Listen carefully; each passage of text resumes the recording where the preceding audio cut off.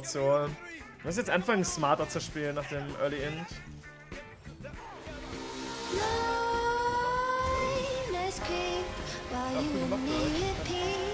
Wow! Oh, das war insane! Das war insane gespielt vom Fizz.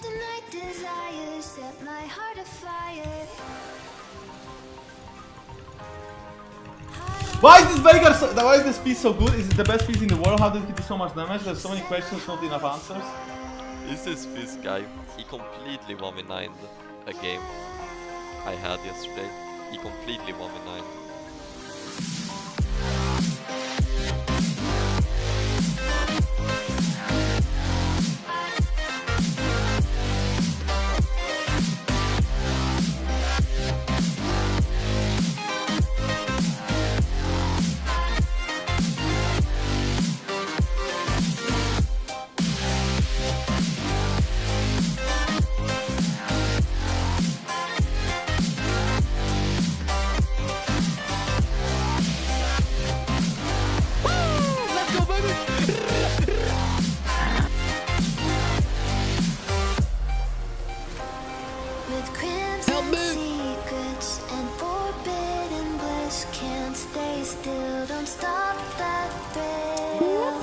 Later. Mario.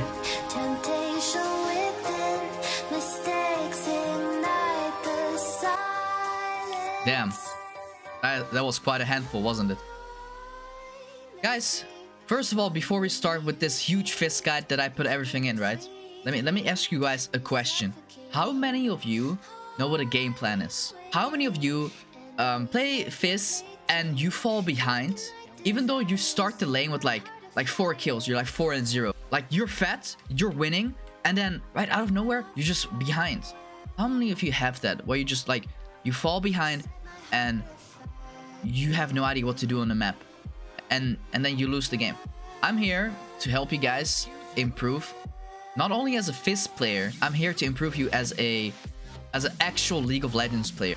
Straight up, I've helped so many Fizz players go from like bronze to gold, from silver to plat, from platinum to master. I will also be going into things like managing waves. You can use this wave management on most, if not all, champions in the game. Okay, so first of all, I'm gonna introduce myself, right? My name is EsrucNL. But you know, NL stands for Netherlands. A lot of people say it stands for no life. I personally, I say NL stands for never lose, because I never lose, you know. But yeah, that was cringe. God, that was so cringe. You know what? Let's just get into it. I have peaked Challenger for literally several seasons, like at least 3 to 4, if not more years, right?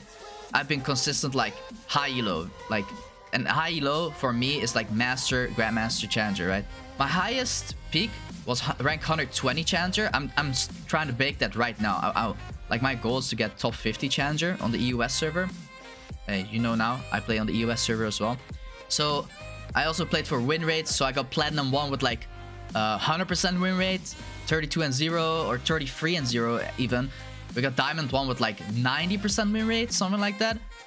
We got Master with like 80%, 82%, 83% win rate. Almost got 85. And then we lost a lot of games, unfortunately. 400 LP Grandmaster back in Season 9, Season 10.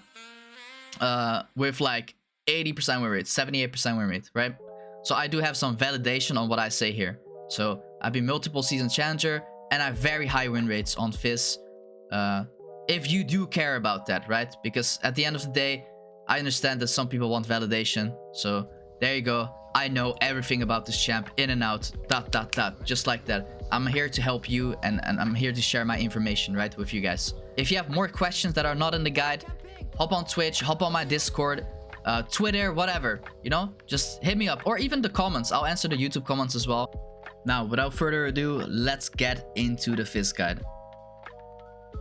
First of all, why do I play Fizz? Why should you play Fizz, right? Maybe you're a complete new Fizz player, or you don't know if you want to play Fizz, right? Like I used to be the guy that played like random champs, like every 5 games, or I lost like I used to play Kayle mid lane, so if I lost like 2 games on Kayle, I'm like, okay, now I'm done with Kayle. I'm gonna play I don't know, Orianna mid for like 3 games. Oh, I lost 1 game with Orianna, now I'm gonna play Viktor, or I'm gonna play Zed, you know, stuff like that. So I used to be that guy. Then I met Fizz, and I was like, okay, Fizz is actually so fun because of his high outplay potential and his mobility, right? I love him for that. He has such an... You can basically outplay, like, I would say, the majority, like 90% of the champions in the entire game. If not more. You have such high outplay potential. It's insane. Like, I'm not even kidding when I say this. It's actually insane how hard you can outplay people because of your E, because of your Q. Hell, because of your ult as well, you know? There's so many tips and tricks. And, like, you know, Fizz is like the title trickster, right? And that title does fit him. Let me tell you that. He's a slippery fish, if I say it so myself. He's very slippery. He's one of the most mobile assassins in the game as well.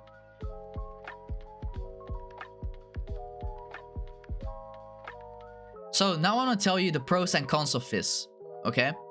So first of all, Fizz has, as I said, insane outplay potential. His outplay potential is insane. He has super high burst, he has high mobility, one of the best divers in the game. Yeah, you can dive people like so easily, right? With your E, your untargetability. Your ult has very good dive potential, and you're very slippery and mobile, right? You have good flank abilities. You're very hard to lock down because you do go Zhonya's. You do have that E, you do have your Q, and usually when you E and then Zhonya and then you can E again, so you're like super hard to lock down. And you know, so many people hate playing against Fizz because he's so frustrating to play against. He snowballs very well once you're on that lead. Once you do have a lead, you like roll over the game. It's very hard to stop you once you snowball. Very good roams as well.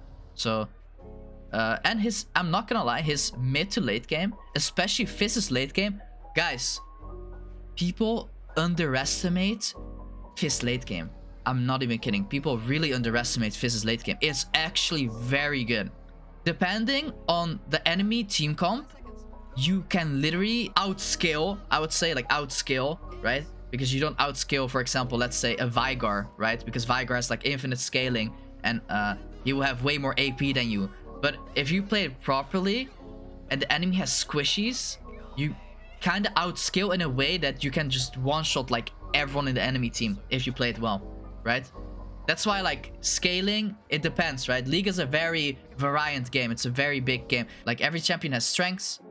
Every champion has weaknesses, right? Same goes for Fizz. Yeah? So Fizz, he's very prone to MR items. Let me tell you that. Once people do build that Hex Drinker, it's pretty hard to kill people, right? Or Maul. Oh my god, I hate Maul, dude. And, for example, Force of Nature, super strong as well. He's very prone to those MR items, right? Now, a lot of Fizz players will agree with me on this, and it's just facts. It is true that if you fall behind on Fizz, if you do fall behind, you are pretty useless, right? If you go like 0-3 in lane, you have like 4 CS per minute, it's very hard to make him work, right? He also gets bullied super hard early game, like especially against range matchups. They just poke you and poke you and poke you. It's very annoying, right? Because Fizz is a melee champion. He's a melee AP assassin. He also relies severely on matchup knowledge and how to exploit the enemy weakness. So you do need that information.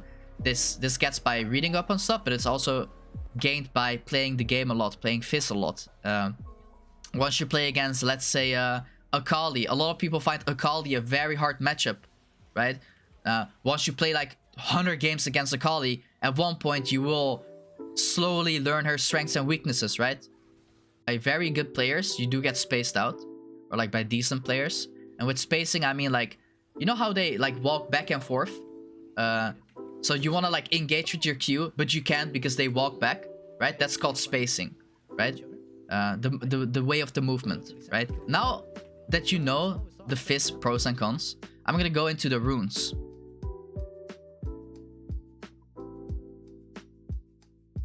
Okay guys, let's get into the runes of Fizz. This is my standard rune page. So most of the time I am running these runes. I start with Electrocute, right? I go Sudden Impact, Eyeball, Ingenious Hunter, Triumph, Tenacity, Attack Speed, 1 Adaptive, and then Armor or Magic Resist depending on the matchup. Now I'm gonna do a quick explanation here why I do this. You go Electrocute always. I've tried every single rune page on Fizz. Every single rune page right here. I even played Press the Attack for the memers out there. I played AD Fizz. Yes, I did. Now let me tell you that I tried every single rune on Fizz, and Electrocute is by far the best rune you can go. You go Electrocute because, one, it has the best scaling for Fizz, because it does scale with AP. It does give you that flat damage you need for snowballing, right? And trading. And also because of your combos. So Fizz's bread and butter combo is Q, auto attack, W.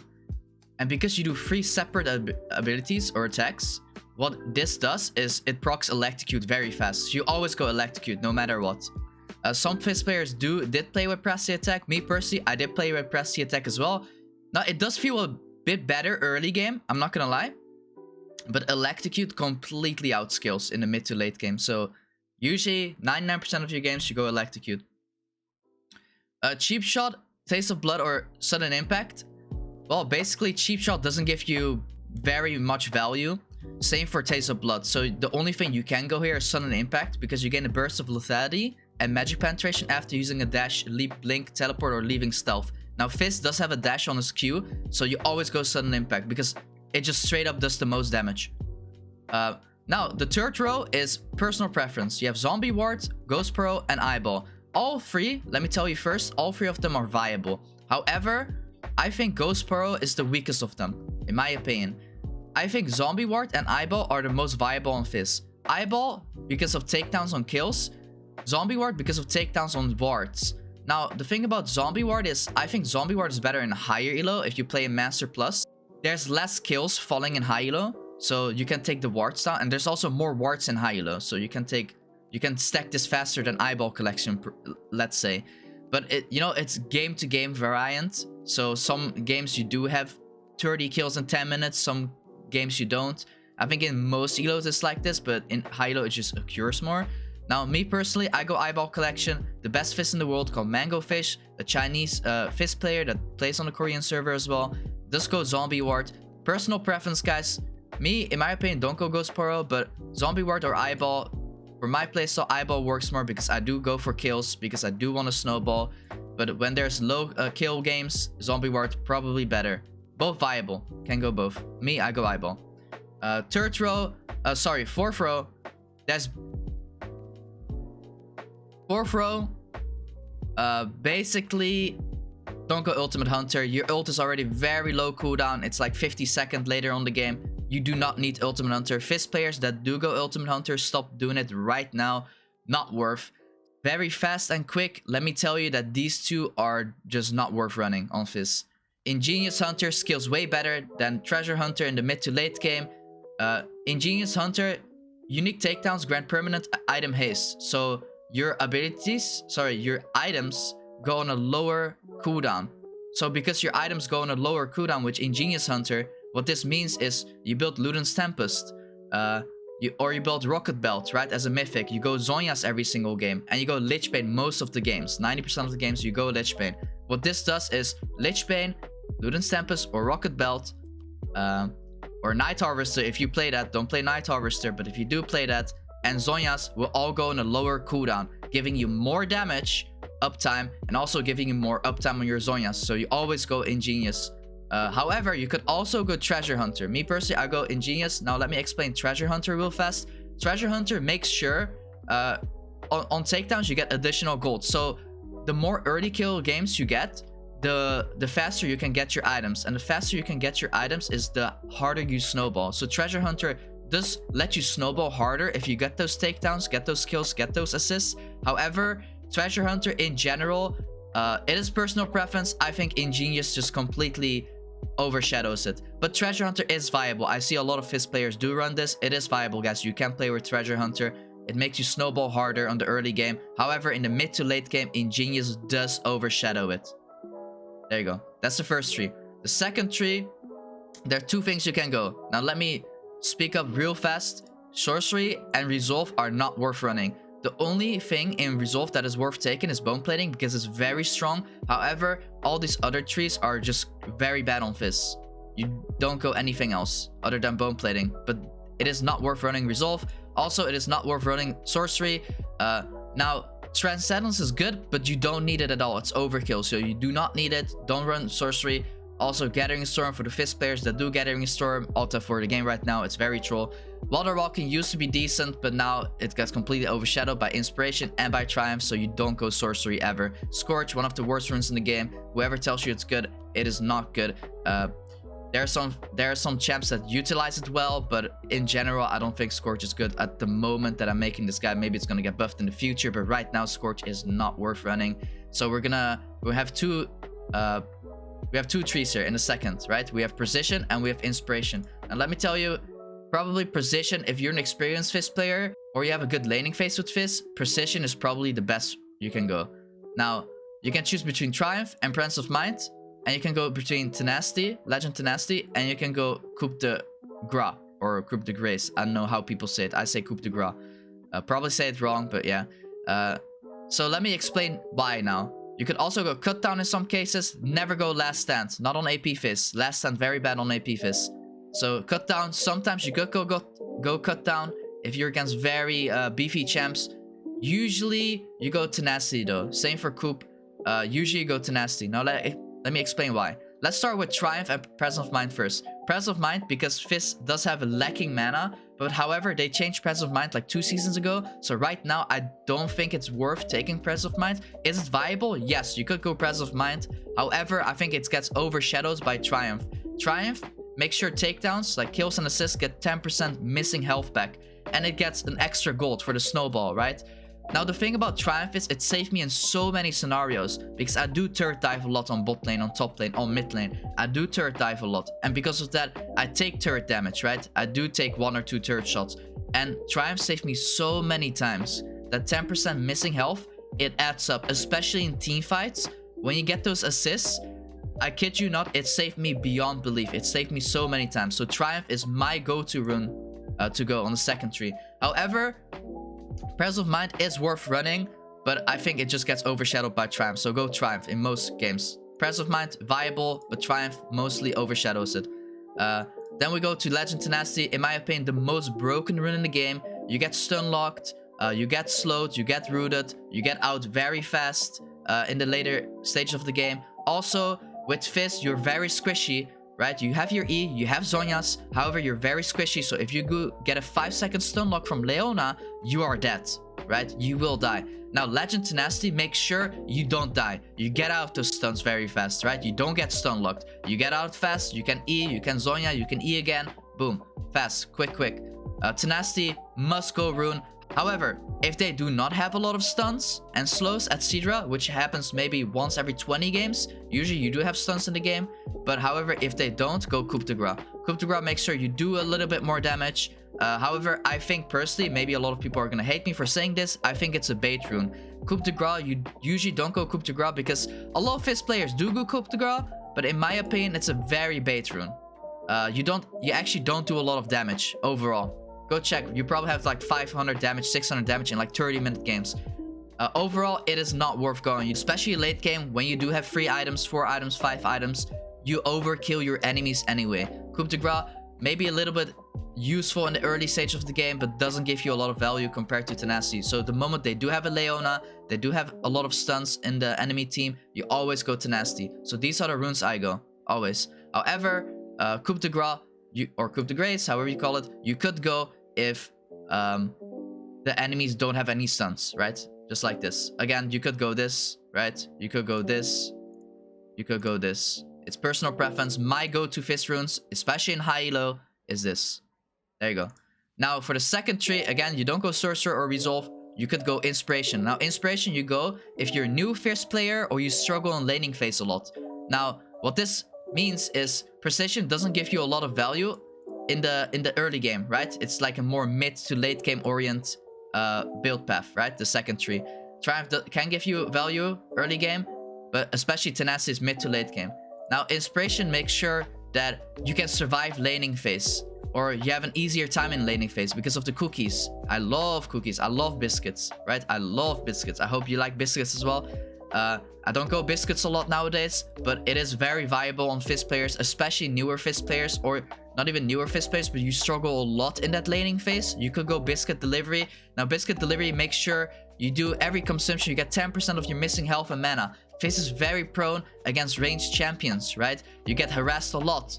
The moment you go for CS, you get harassed. You lose HP. Biscuits make sure you do get a lot of HP back, right? You get free biscuits. So that does give you a lot of health, missing health. It also gives you mana. So biscuits very worth considering. Now in the second option, you could go Cosmic Insight on the second one.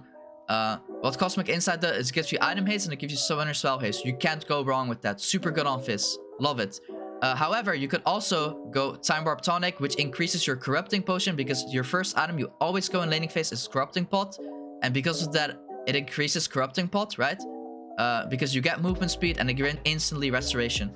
Now, it also synergizes well with Biscuit. So a lot of people go Biscuit together with Time Warp Tonic. But if you don't like Time Warp Tonic, you go Cosmic Insight. Very viable on Fizz, these. But these are the runes that I recommend if you're a new Fizz player, or if you're struggling laning phase against some matchups, right? Me personally, I always go Precision. But Inspiration is very viable. Just do not go Sorcery or Resolve. Okay, guys. Now, as last, we're gonna handle rune stats.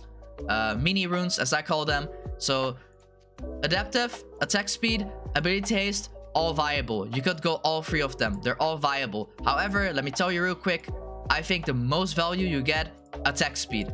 They're all viable. Attack Speed gives me most value. It's easier to CS with, and your W is on hit damage, so it makes you do extra damage with your... You get more hits on your W, right? DPS, damage per second. So the more you hit, the more damage you will do, because you have empowered auto attacks. Now, Attack Speed makes sure you do get more auto attacks in, right? Easier to CF with, you get more auto attacks with your W, means DPS, more damage per second. Attack Speed.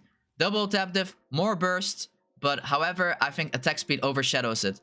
Personal opinion, you could go either, but I think Attack Speed overshadows Double Adaptive. If you like Double Adaptive more for that little bit more burst, go Double Adaptive. It's all good. Ability Haste, in my opinion, viable, pretty decent, but you don't need it. Most of the games, me personally, I build Lucidity Boots, sometimes Sork Boots, but in most cases, I do go Attack Speed because, again, it overshadows both these two runes. As I'm currently making this guide. However, they're all viable. They're all viable. If a Fizz player says Double Adaptive is the best, don't believe him. They're all viable. You could go all three of them. However, for me, what works is Attack Speed because I get most value from it. Also, I think in general speaking, Attack Speed just gives you most value, even over these two runes. I think Attack Speed is very broken, and most champions, especially Fizz, should run it. Try it yourself. You know, try some games here and there and look at what you like the most. Now, we don't discuss this one. You always go Adaptive. Always. You never go double MR. You never go double armor. You always go Adaptive. Second. Now, again, as I said, this one's really easy. You go whatever. Like, don't go health. Health doesn't really synergize well with us as Fizz. But you always go armor. You always go magic resist. That's it. Depending on the matchup. You're against a Zed, you go armor. You're against a Veigar, you go magic resist. Easy as that. There you go. Those are the Fizz runes. So Inspiration, if you struggle in laning phase, you could go this. Or you could go this. If you like the mana more than Triumph, you could go this.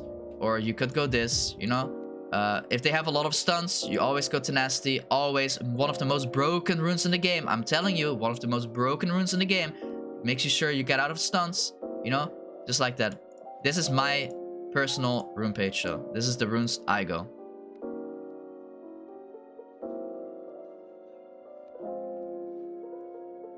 Okay, guys, let's talk about summoner spells. Now, on summoner spells, you always go Flash. Always go Flash. You have an instant gap closer, synergized with your E, synergized with your Q, even with your ult. Very good on assassins. Most assassins, especially Fizz, makes you even more mobile. Very good on Fizz. Always go Flash. Now, on the second one, if you're an ARAM player, go Mark. Very good. I love Mark. I love you if you're an ARAM player. I hate ARAM, but yeah. Flash, always go Flash on Fizz. Second, Ignite or Teleport. Teleport into very hard matchups like Lissandra, you could go. However, I don't recommend it. Usually, I go Ignite because of the snowball. It gives you healing reduction.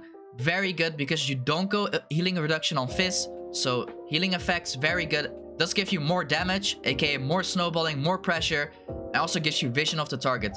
Ignite and Flash, the go-to summer spells for Fizz. However, again, you could go Teleport. If you're into very hard matchups, you could go Teleport. If you do go Teleport, go Flash Teleport. Don't go Teleport Ignite. I tried it. Flash is just way too broken on Fizz. So Flash, Ignite are the runes to go. Smite, you don't go Smite unless you play Fizz Jungle. Fizz Jungle right now has 20% win rate. I do not recommend playing it, so don't go Fizz Jungle. But yeah, Flash, Ignite, Teleport sometimes. You could try it, but I don't recommend it. I think Ignite gives you way more value. You never go Exhaust. You're not a pussy, so you don't go Exhaust. You know, only pussies go Exhaust. Barrier, you don't go Barrier. You want to go for one-shots. Heal, you don't go Heal, never. You don't go Ghost. Doesn't synergize that well. With your kit, Flash just is way better. You don't play Singed, you know, you don't play Olaf. So, Clarity, Cleanse, well, you know, you don't go any of these runes. Flash, Ignite. Sometimes you could go Teleport, but Flash, Ignite.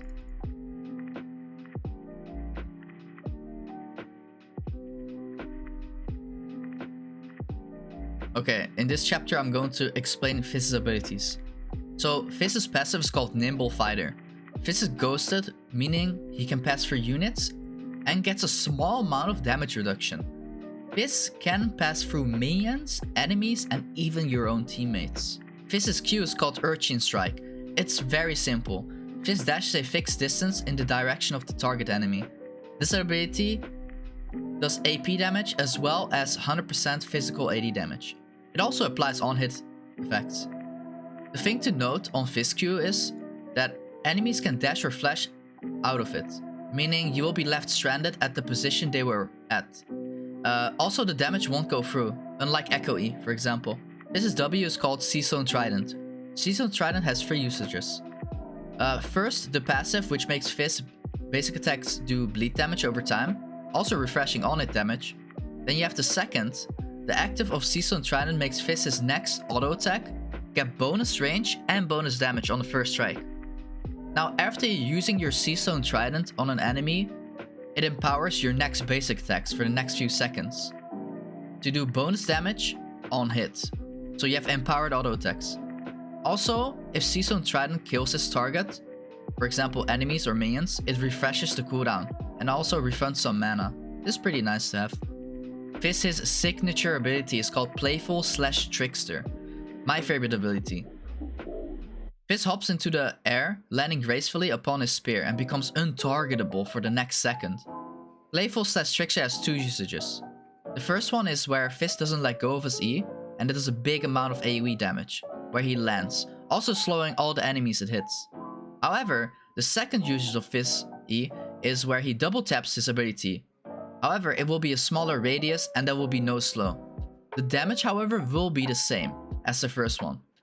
You do this when you want to chase down someone or you don't want them to react. Fizz's ult is called Chump the Waters. Fizz throws a fish in a direction and it attaches to any champion that it touched, slowing the target. And after a short delay, a shark erupts from the ground, knocking the target and nearby enemies aside. All enemies hit are slowed and take magic damage. Now, Fizz's ult has 3 ranges. First one is called Guppy, which is the smallest one and it does the least amount of slow and damage. The second one is called Chumper, which does a little bit more slow and more damage. And the third one is the biggest shark of them all, which you usually want to use for most chaos in a team fight. Also, it does the most slow and damage, as well as unit knockback distance. Big shark, I R3, so range 3 the enemy AD carry. Enemy AD carry wants to run away or wants to go to the support. Help me, help me. But it's so big that if the AD carry walks into the support will also take damage.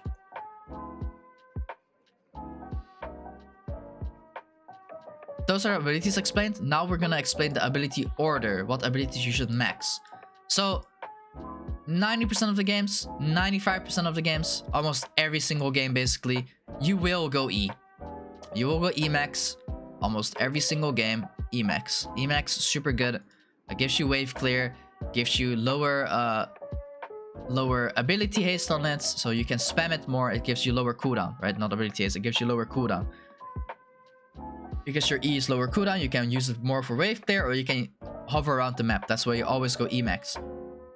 W second because of most damage. Q last. You never go Q second or third or first. Or well, you go third. You never go first or second because it does the less damage. And the cooldown barely goes down. So your Q is basically kinda irrelevant, I would say. So you always max it last. Your E and then after your W are the most important. Some Fizz players go W max. Not worth. Most scenarios, I will show you why it's not worth. Second ability order, first melee. Now this optional as it states here. You go W 3 points. You go E max still. You go R whenever you can put a point in it, right? Like the first one. R, level 6, 11, 16. Always go R, right? Q always last. W always second. E full max when you can. However, in the second ability order, you go 3 points in W. Now, 3 points in W makes you do more damage on single target, right? You have less wave clear because you put less points in E at early game. You put points in level 2, level 4, and level 5. Look here. You put it in W. Now, you do it, for example, as it states here. For example, if you're fighting against a Vladimir or a pretty good Yasuo player that knows how to play around the wave, how the hell will you hit your E on them, right? Well, let me answer that. Most of the time, you won't hit your E on them, right? Yasuo can just dash out. Vladimir can just W it. Now, if you put points in your W, they can't really dodge your auto attacks, right? It's pretty hard to dodge auto attacks, right? I mean, Vladimir can go W, but, you know, you'll probably have used your W, at least the first on him. And usually, Vlad players always W, like they pull. Vladimir pull, that's his W. They're your ult or your E. Pre-level 6, they use it for your E. After level 6, usually for your ult, right? But if you go a few points in W, it will help you do more damage because you will use your E for just to escape, for mobility, right? Now, you will do more damage. You have a higher chance of snowballing. However, you will have less wave clear. Just keep that in mind. You will have less wave clear. So pushing waves is very important, especially if you want to roam. Will make it harder. So just keep that in mind, that you will have less wave clear, which is sketchy. But if you want to snowball and you know you're probably going to stay on mid lane and you want to fight mid lane and you probably know you won't roam a lot this game, 3 points in W is good. You never go 5 points in W. Never. Never go 5 points in W. Not worth it. Not worth it. If you put 5 points in W, it's way too much. It hinders so much with your E ability. It's unreal. It hinders way too much because your wave clear will be very slow and will be very high cooldown. If you put 5 points in E, your cooldown will be very low, especially late game, right? Once you have your ability haste items at Syndra, it will be like 6 seconds cooldown, right? 7 seconds. Depending on if you have blue buff at Syndra, it can be 5 seconds, right? Your E, which is insane. But if you don't max it fast, it will be like 10 seconds, 12 seconds, you know? That's why you never go W full max. If you wanna put points in W, you always go 3 points in W. You never go 5. You could also go 2, but I personally find that after doing a lot of games, 3 points in W is probably the best. So 3 points in W.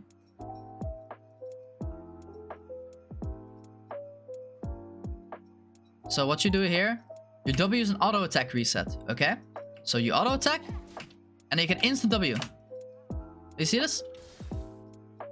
You instant auto attack. You basically auto attack twice because like your W is an auto attack reset. So you auto attack first, then you W. See how it reset? Now for your second combo, guys, this is basically your bread and butter ability. Okay?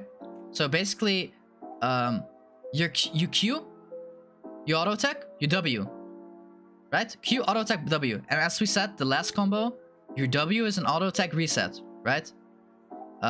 So because you go electrocute in runes, right? You go electrocute, and because you do Q auto attack W, it requires 3 attacks, right? And you can instantly pop your electrocute. Let me show you. This is your bread and butter combo, right? Very simple. Q auto attack W, boom, electrocute pop. See? Easy, right? Boom, electrocute pop. Bread and butter ability. This is what you use for trading. This is your trading pattern. You always, this is how you play. And then you can use your E, you know? I'm gonna show you now how to use your E. Now here we go, guys. This one, It's basically the same combo as we just talked about, the bread and butter, right? The auto attack, the Q auto attack W, except you use your E here. Now, this is the thing about your E, right? Your E in this combo, it changes depending on the enemy. So what I mean with this is you either engage with your E or you disengage, right? Let me show you here. Q auto attack W and then you can E. See, I double tapped E here, but you can also do E1 if they're like a Xerath that's very slow, right? Or you can also engage with your E. So for example, when a Syndra presses E, or let's say a Xerath, right? Xerath has like a E stun, you know? His ball, he throws like a ball. If he throws it, you can engage with E here. You don't engage with Q, but you engage with E, right? Here, I engage with the bread and butter combo, and then I press E. Okay, now for this combo, guys, it's basically the same combo, but you use your Q for position, okay? So instead of engaging with your Q, right? We engage with Q, right? What you do here is you use your auto attack W first, or you can use E here as well, and then you follow them with Q. Let me show you what I mean. See, auto attack W, and then you Q at the end. Last combo we engage with Q. Now we use our Q at the end to follow them. So if they have a flash, if they're like a Vel'Koz and they want to flash away, and you know they're gonna flash away because you're almost gonna kill them, he flashes away, you follow them with Q. Boom! He flashes here, you follow them with Q. Right? Okay, now this combo, this is when you basically you use your WQ in combination without getting an auto attack off, right? And then you flash after that enemy. Let me show you. Use your W because it's synergized with your Q, right? And then because you have your W on, it will apply your W with your Q. You flash and then you Q. Now, do you do this if you're like very fat, right? When you're extremely ahead in terms of items, gold, and you know that you can one shot, you can do this. He's 10% HP. W on, Q ready, flash Q. Boom, he's dead. That's when you use it. That's the like the fin. This is what I call the finisher combo, right? It's just very simple, but like, oh, he's very low, or you're like super fat. You know you can one shot him. Boom. Try that with 6-item Fizz into like a Senna. Or not a Senna, let's say Sona even. A Sona, dude. Sonas are very squishy, right? Did you guys know that if you use your E, you can flash during your E? Let me show you what I mean. E1. Hold your mouse here, where you want to flash. About to fall down. About to fall down. Flash. And because you flashed, counts as a blink. It will teleport your E damage, and boom, look at that. You hit the dummy with damage. Easy. E flash. Very simple. You use this when you want to catch up to someone, or you know they don't have a dash or whatever. And this is how you engage. Now guys, you can do the same thing, but instead of E flashing, you use E proto belt. Let me show you what I mean. So E, again, before you're about to fall down, or now it's called rocket belt, you rocket belt, boom. It follows. Your E also moves in damage. Look, E, and boom. Do you see how my E moved? For example, the enemies are very, very way back, right? So you use E to get in close, then you auto attack WQ to get your damage combo off, and at the end, you Q at the end, right? As I said before, I explained this before, but you use your Q to position yourself. It will look like this. E, and W. Right? Auto attack W. You always try to weave in the auto attack because it's extra damage. Because your W is a auto attack reset, right? So what I do here, right? I E in, double tap E. And now let's say it's like a Lucian, right? And the Lucian has a dash, so I auto attack real fast. Do you see that? And I W. And then I know he's gonna dash, right? Or he's gonna flash, right? I follow his Q. So he flashes, I got my combo off, and then he flashed here, and we're on him, and then we auto attack him. So Fizz R, Chum the Waters, right? Your ultimate ability is a huge shark, right? As explained before. Now that ult has a small animation, right? However, you can cancel this animation with your Q or with flash, right? You can cancel the animation like this. Q, R. Do you see how our R goes instantly? So you usually always want to Q R before you ult on a minion or on a champion. I did this so many times where I Q on a champion. I use the target. I use the enemy champ, and then I Q, R onto someone. Helps a lot. Q into Zhonya. Hey, the damage went through. And we dash. Look. Very useful if the enemy is like very low HP and you're under the turret, so you don't take a turret hit, right? But also this is useful when, let's say you're like very low HP and he's very low HP.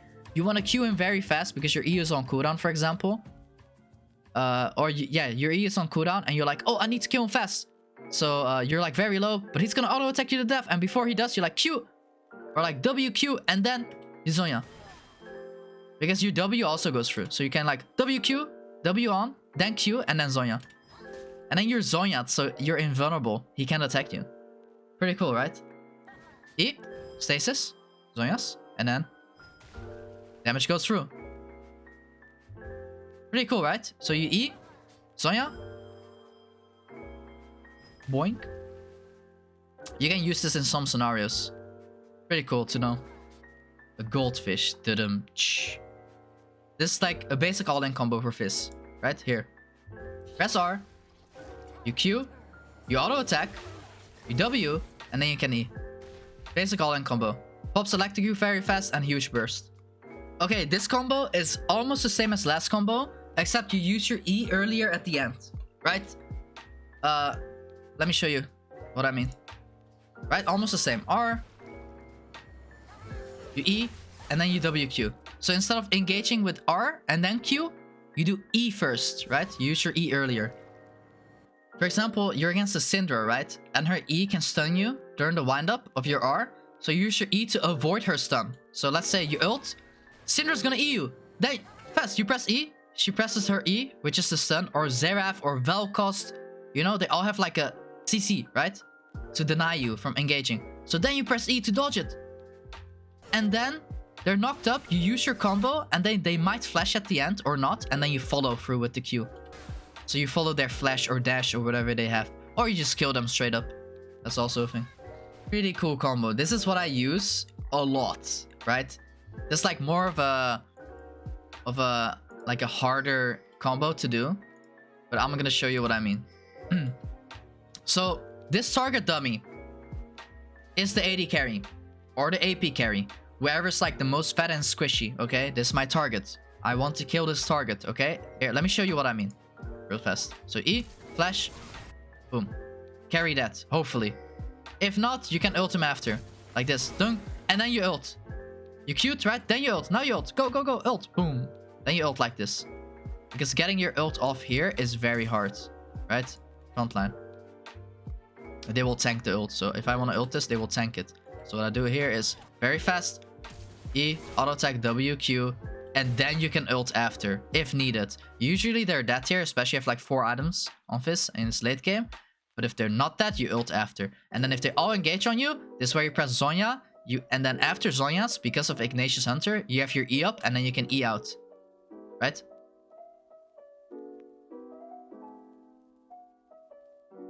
Now, this is your early game build, so you go something like Lucidity Boots, Sorcerer Boots, and then like Luden's Tempest. You have your Corrupting, you have your Dark Seal. This is an early game example.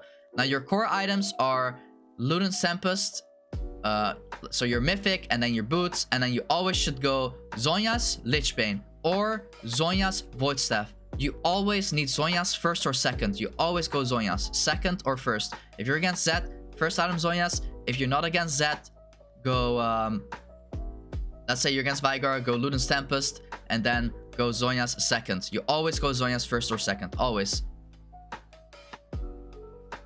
Now the third item is dependent on what the enemy is building. Lichbane and Void are very good. However, I do think Void Staff is probably better right now.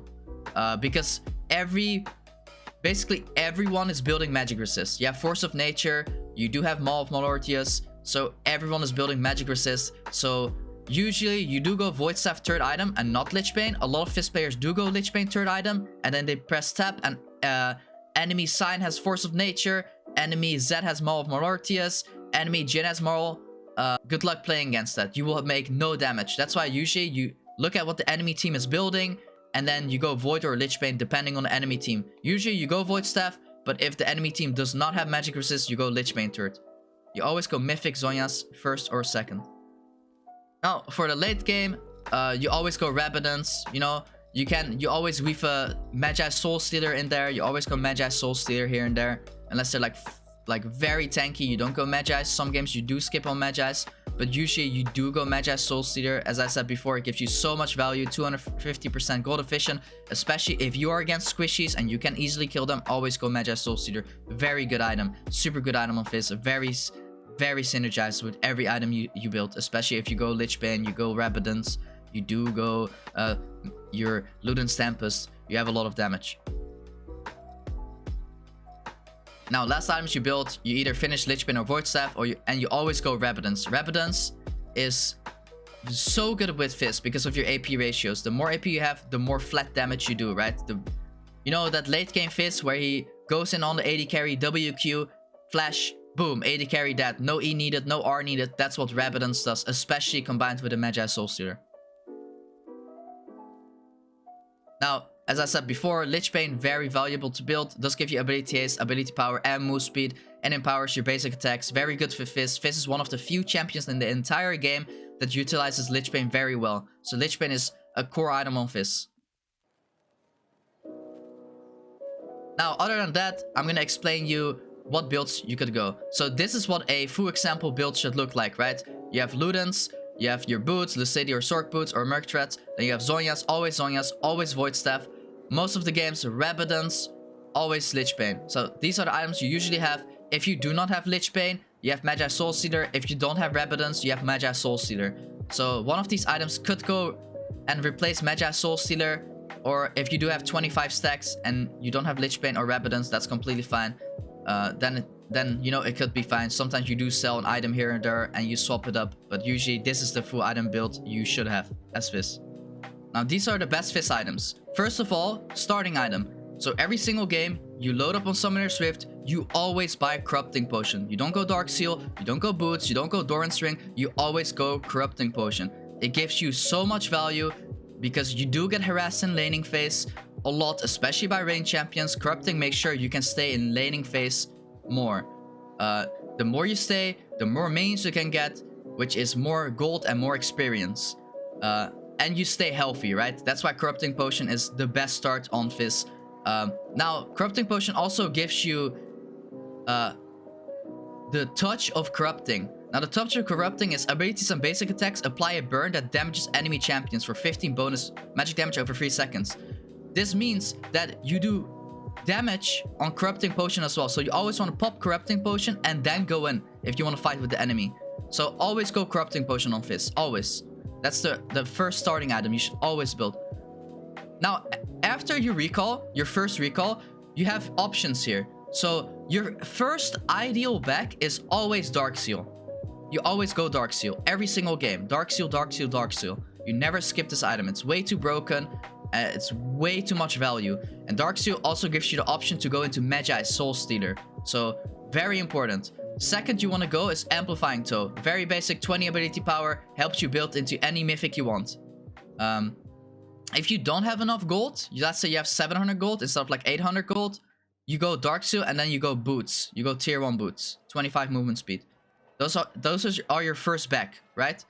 Now, let me explain. Dark Seal is very valuable because it gives you stacks and you always want to go for kills and assists as Fizz. You want to snowball, so you will get more ability power. The more kills you get, the stronger you get. Very cool item. One of the coolest items in the game. The more you kill, the stronger you get. If you die, you get weaker. Very cool in my opinion. Very cool. Also builds into Magi Soul Stealer. One of the most, if not most broken item in the game. Top 5 items in the game. 250% gold efficient at 25 stacks. Very good on Fizz. And overall, very good item. You have to play smart. You have to play macro. So you don't mess up. You don't lose stacks. But Magi Soul Stealer, very good. So you always go Dark Seal. Very valuable. And then the items you rush is Lost Chapter. Now, if you build Rocket Belt, some Fizz players do go Rocket Belt. I do not recommend it right now, since Fizz mana is very lacking. You run out of mana in like 2 rotations. you always go Lost Chapter, and then you can go Liandry's or Luden's Tempest. However, if you do build Rocket Belt, go Blasting Wand first item. And then Blasting Wand into Amplifying Tome. Do not go Hextech Accelerator. Do not build it. It's very bait item right now. As of now, it's very, very weak. So go Blasting Wand, Amplifying Tome if you want to go Rocket Belt. If you don't go Rocket Belt, go Lost Chapter. Always. The items I built, first Mythic is Luden's Tempest. Gives you everything you need. Ability haste, ability power, magic penetration, 600 mana. Does skill as well. Empowers you other legendaries with 5 magic penetration. And this is the cool thing. Soul Stealer, right? Magi's Soul Stealer counts as a legendary item. Now, because it counts as a legendary item, you get more penetration. Very good. Super cheap legendary item. And you get more damage. It synergizes super well with Luden's Tempest. So if you do go Magi's, always build Magi's after Luden's Tempest. Or after your Mythic item. And then I recommend building your Mythic item first, then Stopwatch, and then Magi's Soul Stealer. Or you could go Mythic item, then Zhonya's, and then Magi's Soul Stealer. Because it does give you a legendary item pop, but also gives you a lot of stacks from the kills you need. Gives you movement speed, gives you health, it gives you everything you need basically. Very good. I recommend building it after Luden's Tempest or any Mythic item because you get your Mythic passive from the Magi's Soul Stealer. And also building it very early is kind of troll in my opinion because you don't get a lot of value from it at the start. However, if you do have 6, 7, 8 plus stacks, always go Magi's. Especially against squishies, you always go Magi's. Now, I always go Luden's Tempest because it does give you the most value right now. However, into AD matchups, especially Zed. Zed is one of the few AD champs, sometimes Pantheon as well, sometimes Talon. But usually against Zed players, I always rush Zhonya's Hourglass. What Zhonya's Hourglass is to, it completely nullifies Talon R, Zed R, Pantheon W, stuff like that. It completely nullifies it. Especially Talon and Zed, very good to rush Zhonya's. You will have a lack of mana though, so keep that in mind. But Zhonya's pretty good into, for example, Zed or Talon matchups on mid lane. Sometimes Qiyana as well, but usually you do go Luden's Tempest. You could go Liandry's as well, it helps a lot. However, Luden's Tempest is better than Liandry's right now. Now about the boots. There are 3 viable boots you could go on Fizz. Sorcerer boots for the penetration. You go Lucidity boots for the summoner spell haste and ability haste. Or you go Mercury Threads because of the tenacity and magic resist it gives. Now let me explain what boots to go. Sorcery boots and Lucidity are the best for Fizz by far. These 2 boots. Sorcery boots gives you more penetration, which means more damage. So like you can never go wrong with that, right? More penetration, more damage, flat penetration. However, Lucidity boots does give you a lot of value because you do go flash, you do go ignite, and because you get summoner spell haste, that flash cooldown, that ignite cooldown does go lower. Your ult cooldown does go lower, so you can use more ults, you can use more ignite, so it's very good, especially into like Vladimir, Silas. You always go Lucidity boots because you have ignite up faster. And especially if you do not need the extra penetration against the enemy team comp, you always go Lucidity boots. Very valuable, the boots to go right now for me, but Sorcery boots are better in some games. I do swap it up here and there. Good Fizz players do swap up their builds. You don't go the same items every single game against different, right? If you play against like squishies or assassins or tanks, bruisers, you swap up your build. That's what good players do. You always swap up your build. Now, Mercury Threads, the last boots.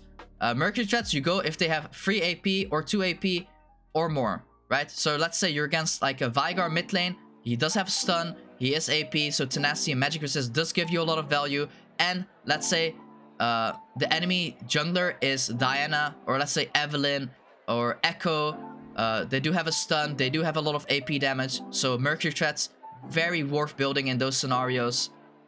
Especially if the enemy top laner, so Katarina as well, has a stun, has AP. So you go Mercury Threads situationally, but it's very good boots to go if needed.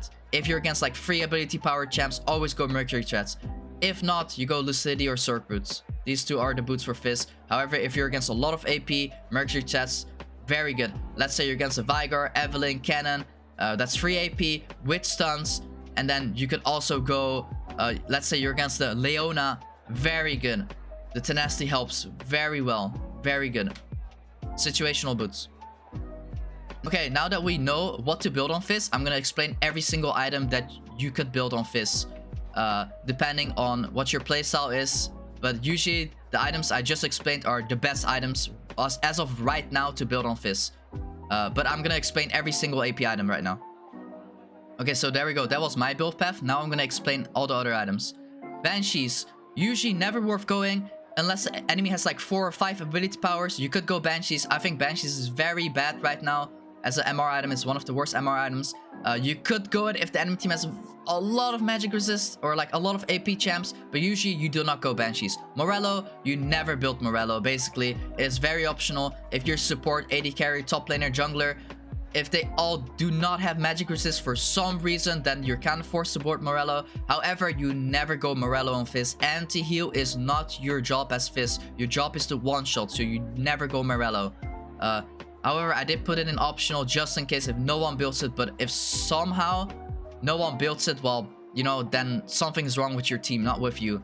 But Morello, usually you never build. Now let's talk about these items first before I go into Mythic explanation. So, real quick, Corrupting I already explained, one of the best to go on Fizz. Doran Swing, not worth going on Fizz anymore. Used to be very good, but right now, not worth going at all on Fizz. Used to be good, but they changed it, now not worth. Dark Seal, as I explained before, one of the best items on Fizz, must build. Zhonya's must go on Fizz. Doesn't give you that E. Zhonya, E, provides a lot of ability haste. The stasis is way too good with Fizz's kit. Fizz is one of the best champs to utilize Zhonya's Hourglass, so always go Zhonya's Hourglass. Very efficient on Fizz.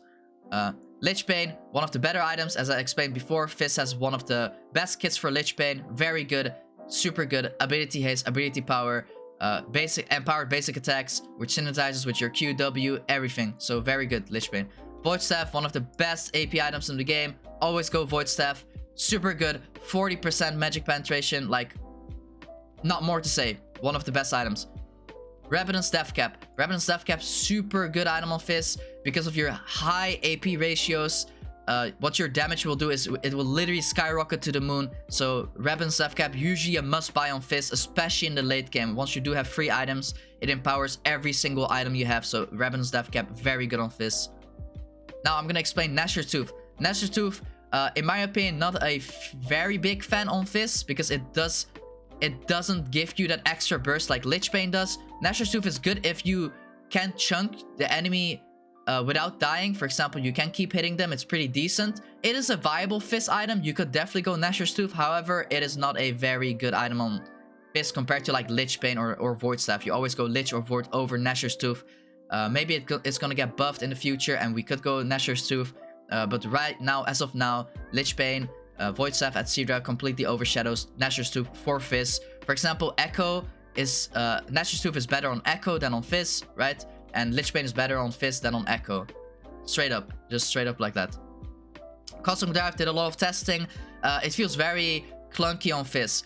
Is it viable? Yes. Is it worth building over Lich Bane, Void Staff, Revenant? No. Cosmic Drive is not worth building over those items. However, it is viable. You could go Cosmic Drive. It is pretty decent on Fizz. It feels very decent. It is 100% viable. However, Cosmic Drive is way better on, let's say, a Vladimir than on a Fizz because Lich Bane just synergizes way more with your kit. Let's say another example again. Vladimir. Cosmic Drive is very good on Vladimir because of his kit. While Lich Bane is not so good on Vladimir. Lich Bane is good on Fizz. However, you know, Cosmic Drive is less good on Fizz because of the kit. It's just pure champion gap. Shadow Flame, right now, no. Don't go Shadow Flame, not that good. Doesn't give you a lot of... It gives you 100% flat ability power. But again, as I said, it gets completely overshadowed. Right now, I don't recommend going Shadow Flame. It's not that good. At least it's not that good on Fizz. Maybe if you're playing Viktor, it could be a very good item. But right now, especially on Fizz, I don't think Shadow Flame is a good item on Fizz.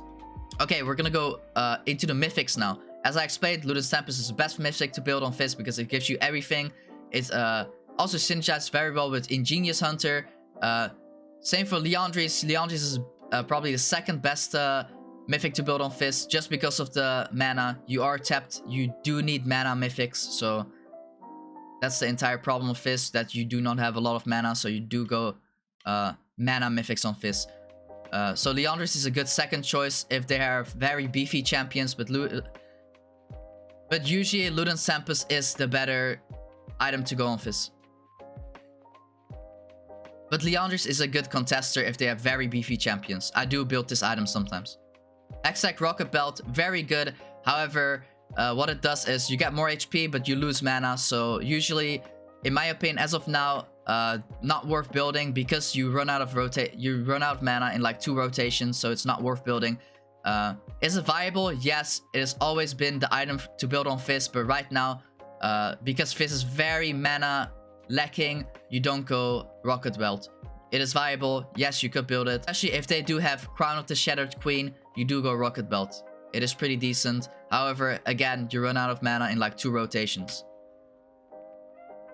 Everfrost did try it. Not a huge fan.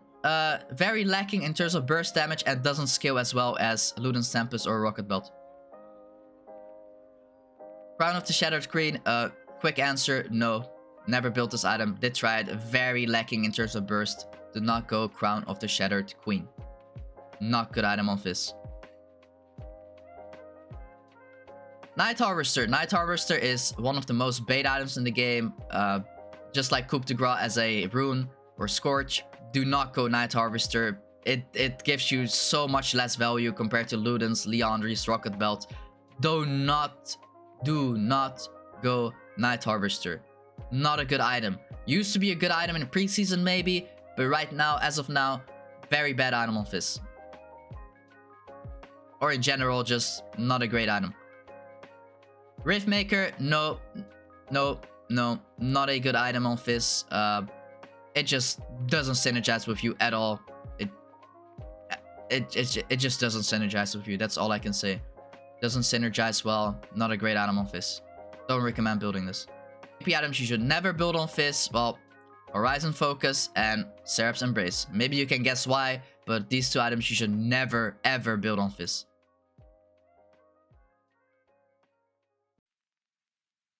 I'm going to tell you some basic main information before we head into managing waves.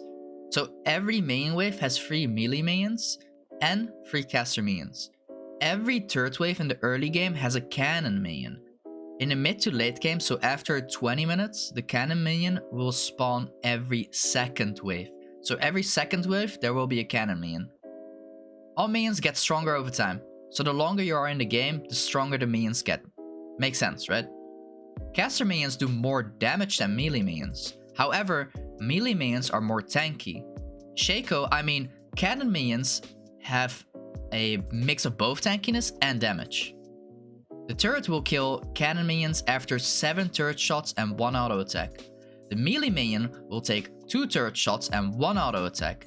And the caster minion will take 1 turret shot and 2 auto attacks. This is good to know for when you're CSing under turret.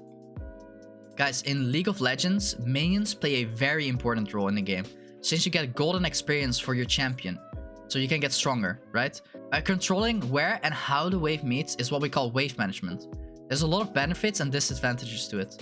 Proper wave management can literally change the results of the games and win you the game. Now I will explain about some basic concepts.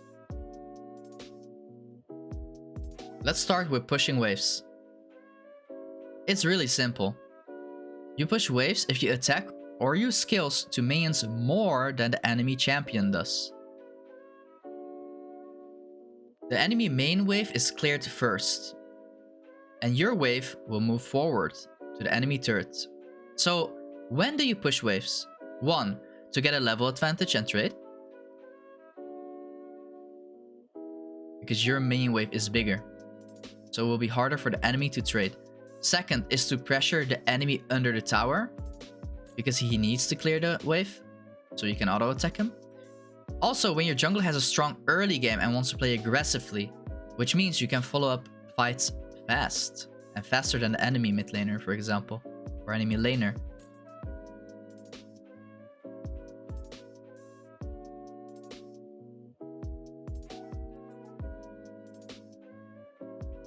Four, you can prevent the enemy from recalling when their HP is low, because if they do recall, which is possible, they will lose the entire wave.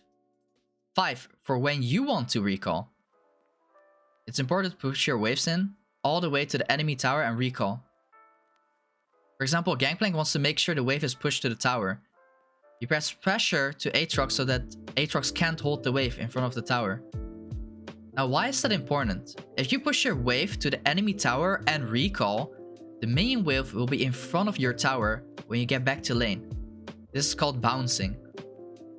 And your loss of minions is minimized. This is what you want to do every time you recall. So you want to bounce the wave. So it gets back to you, so you barely lose any minions. Also, from this you can hold the wave and freeze, for example. And this is where we come to pulling waves. The best way to pull waves is to only last hit minions. If the enemy also wants to pull waves and only last hit, you might need to give up some CS to deal less damage to minions than the enemy. There's a tip on pulling waves. You can draw enemy minions aggro to gather them. Once you lose their aggro, they will target the same minion. 6, making it a 5v6 fight instantly. And a wave will be pulled to your tower. When do you pull waves?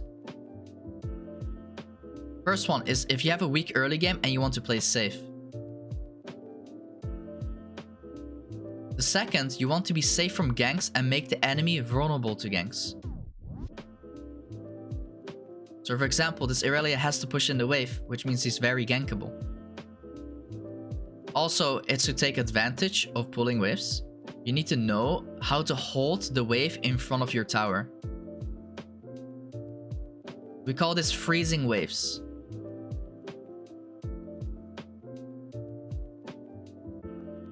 To freeze waves, you only need to do 2 things. 1.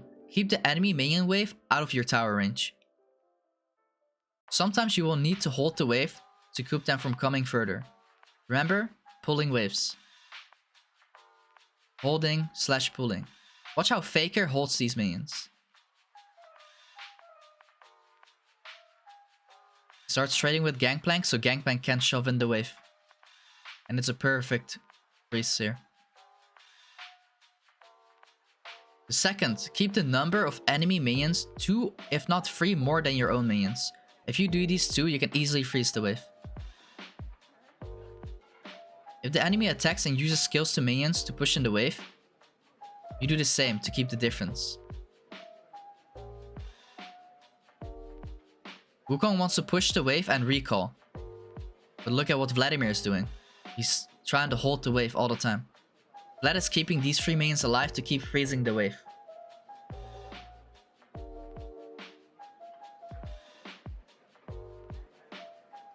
Freezing waves can benefit you a lot, making you farm safely. But you always need to watch out for the enemies roaming. So pinging is very important here.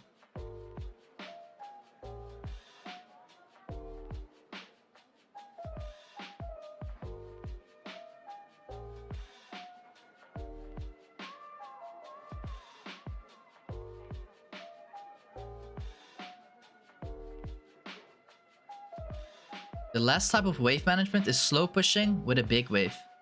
Slow pushing is very powerful, especially with a dive, and it's one of the best ways to snowball your lead. Especially on Fizz, you do this a lot.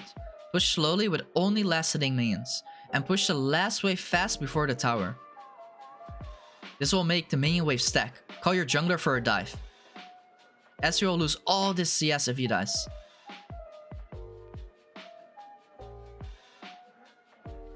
Look at how big the minion wave is. Ezreal dies now, he loses 2 waves. And remember the last rule? The wave will bounce back to you, leaving you with a freeze or to do whatever you want. You can slow push again after. You are in control of the lane. For the mid game, what you can do is when you clear waves in the side lanes, before you join teamfights, clear only the caster minions. Just enough to make the wave pushing. This is a lot more effective in making a slow push than clearing the whole wave. By the time you join the team fight, the enemy team will have to deal with this, because there's a very big wave, because the wave is stacking. Now guys, there's also, we talked about like wave management right now, right? But there's also a thing called spacing and movement, right? It's a very important thing to note on Fizz, especially on Fizz. Spacing is when you stand just out of ability range or auto attack range of your opponents. This is important for most champions, but especially Fizz, right? Because if you have telegraph movement, so it's like easy to reach your movement, your opponent will harass you in proper position so you can't engage. So you will get very low. But do you see how I move here? I move out of Syndra's ability range. Do you see that? So she can't Q me, for example.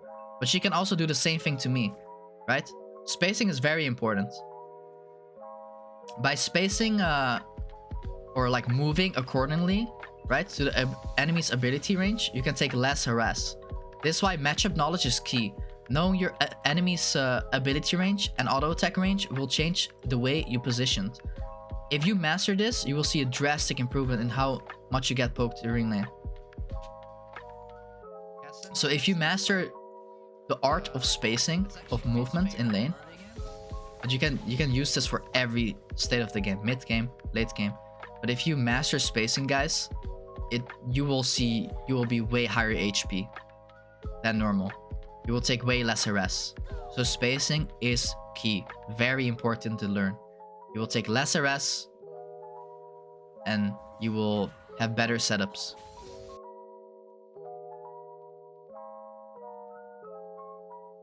It might sound corny, but a game plan is literally game changing.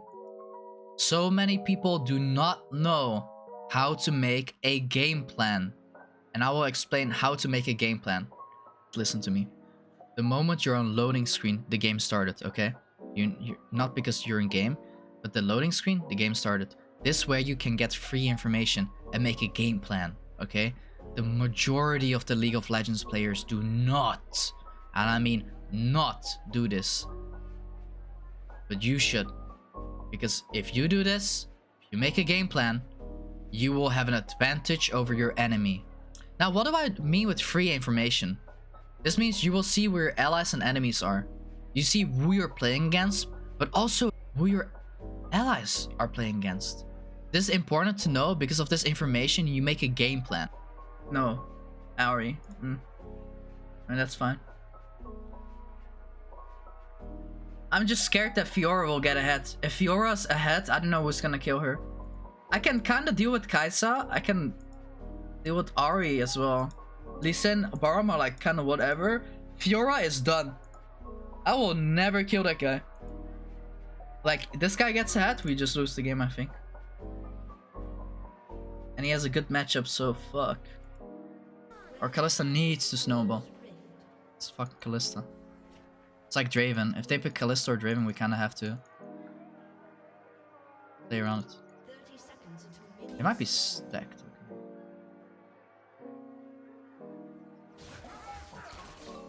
I slowed him. You didn't have to flash for that. But...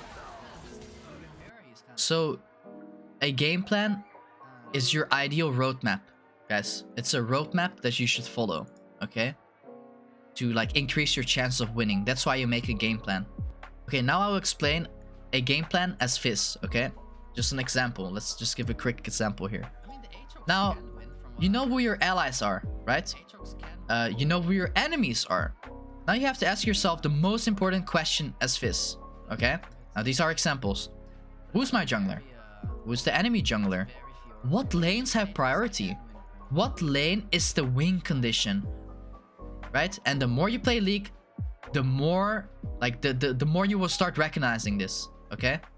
Now let's start with the jungle question, right? Who's my jungler? Who's enemy jungler? Now, based off the jungle question, you ask yourself this, because you need to know whether you can win 2v2. For example, you have a power farmer like Shyvana, okay? And the enemy has a ganker and a strong skirmisher like Xin Zhao. Now, let's say the enemy mid laner is Zed, which is an AD assassin. Now, AD assassins usually have priority over Fizz, right? At least in the early levels. Now, you know this, because you played Fizz a lot, right? Or at least you know it now, after I told you. Now, who will win? A Shyvana and a Fizz, or a Xin Zhao and Zed? Who do you guys think will win? Now, in most cases, right, Xin Zhao and Zed would win, right? Knowing this beforehand, before the game even starts, you should know if you should freeze or push the wave in at the right time. Or whether you should even fight at level 3 in the river for the small Scuttle, for example, or at level 4. This is again all matchup dependent. League is a variant game, meaning it's ever changing. But the fact you ask this question before you are on the game, you know what to do already before it even happened. This alone increases your chances of winning.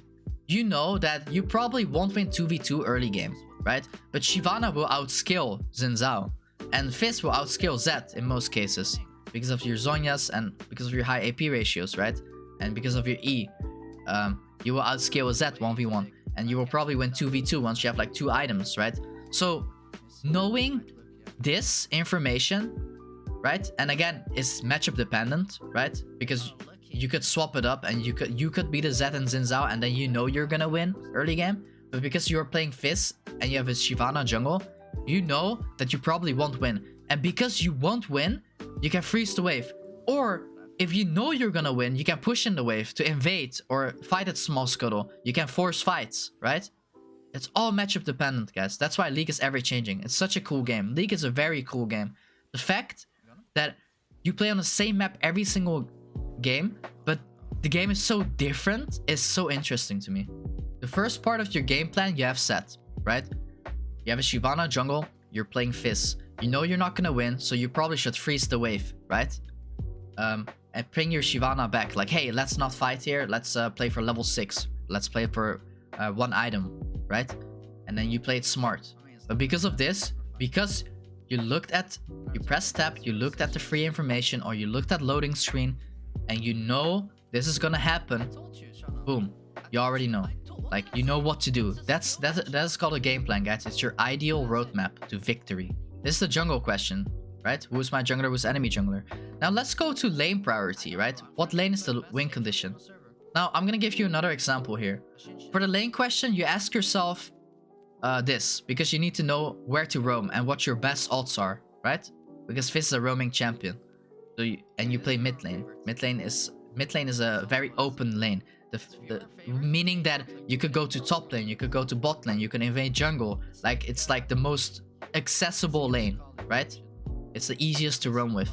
If you're playing a support Nautilus and you want to roam to top lane, it's gonna take you way longer to get there than Fizz, because Fizz is a mid laner, right? Okay, let's say for example you have a Nautilus and you have a Draven on the bottom lane, and the enemy has a Yuumi and an Ezreal. It's pretty free to dive them all the time, right? And to snowball off those kills or snowball or Draven. All these short questions will add up during the game. Hence, that's why it's so important to make a short, at least an early game plan for yourself. You can even make a mid game plan, a late game plan. But you always make an early game plan for yourself. For the first like 10 minutes, you kind of know what to do with the game plan. And then your game plan can change on the situation the game is in. For example, mid game, or like you thought you were gonna win early game, but you're losing. That's where your game plan changes, right? A game plan is a variant, guys. It changes. It's ever changing. The example can be other way around, right? You want to play for the Draven Nautilus, right? Because it's Yuumi Ezreal on the enemy team. You can always kill them, and they have so much kill pressure, the Nautilus and Draven. However, let's say you have the Yuumi Ezreal, right? And they won't win 2v2. You might even lose 3v2, right? 3 versus 2. If you help your Yuumi Ezreal, you might even lose, because Nautilus and Draven are really strong early game. Then you might consider, hey, maybe I should not be ganking bot lane, but I should play for mid lane or jungle or top lane, right? My Yuumi Ezreal will outskill Nautilus Draven. However, if they get snowballed on, they are pretty doomed, right? And Nautilus and Draven want a snowball. So based on these questions, you make a game plan based on these questions that I'm telling right now. So you ask your jungler, what is my jungler? Yes, what are my lanes? What lane is the win condition, right? A win condition is, for example, enemy team has 4 squishies. You're playing Fizz mid lane, right? You will probably, once you have like 2 or 3 items, 4 items, 5 items, you will probably literally one-shot everyone in the enemy team, okay? Except for that, let's say Leona support, right? But you will probably kill the Jace top lane. You will kill the Xerath mid lane. You will one-shot the Sivir AD carry. You will one-shot the Kha'Zix AD carry, or jungle, sorry. The Kha'Zix jungle. not AD carry. But you will probably one-shot them, right? So mid lane is probably the win condition here, because if Fizz gets ahead, you will probably win the game, right? But it can be other way around as well. Let's say the enemy team is like full of tanks. They have like so many tanks, right? But you have a, let's say, a Jax top lane. And if your Jax gets ahead, he will probably stomp everyone, right? He will not die. No one will kill him. You will play for top lane instead of mid lane, right? You will roam top lane and help your top laner out, make the Jax very fat. That is win condition. You will look at what is gonna win us the game, and you play for that in the early and mid game. You can ask yourself way more questions, right? But this is a good start. You ask yourself, what is the win condition? You ask yourself, hey, what lane can I roam?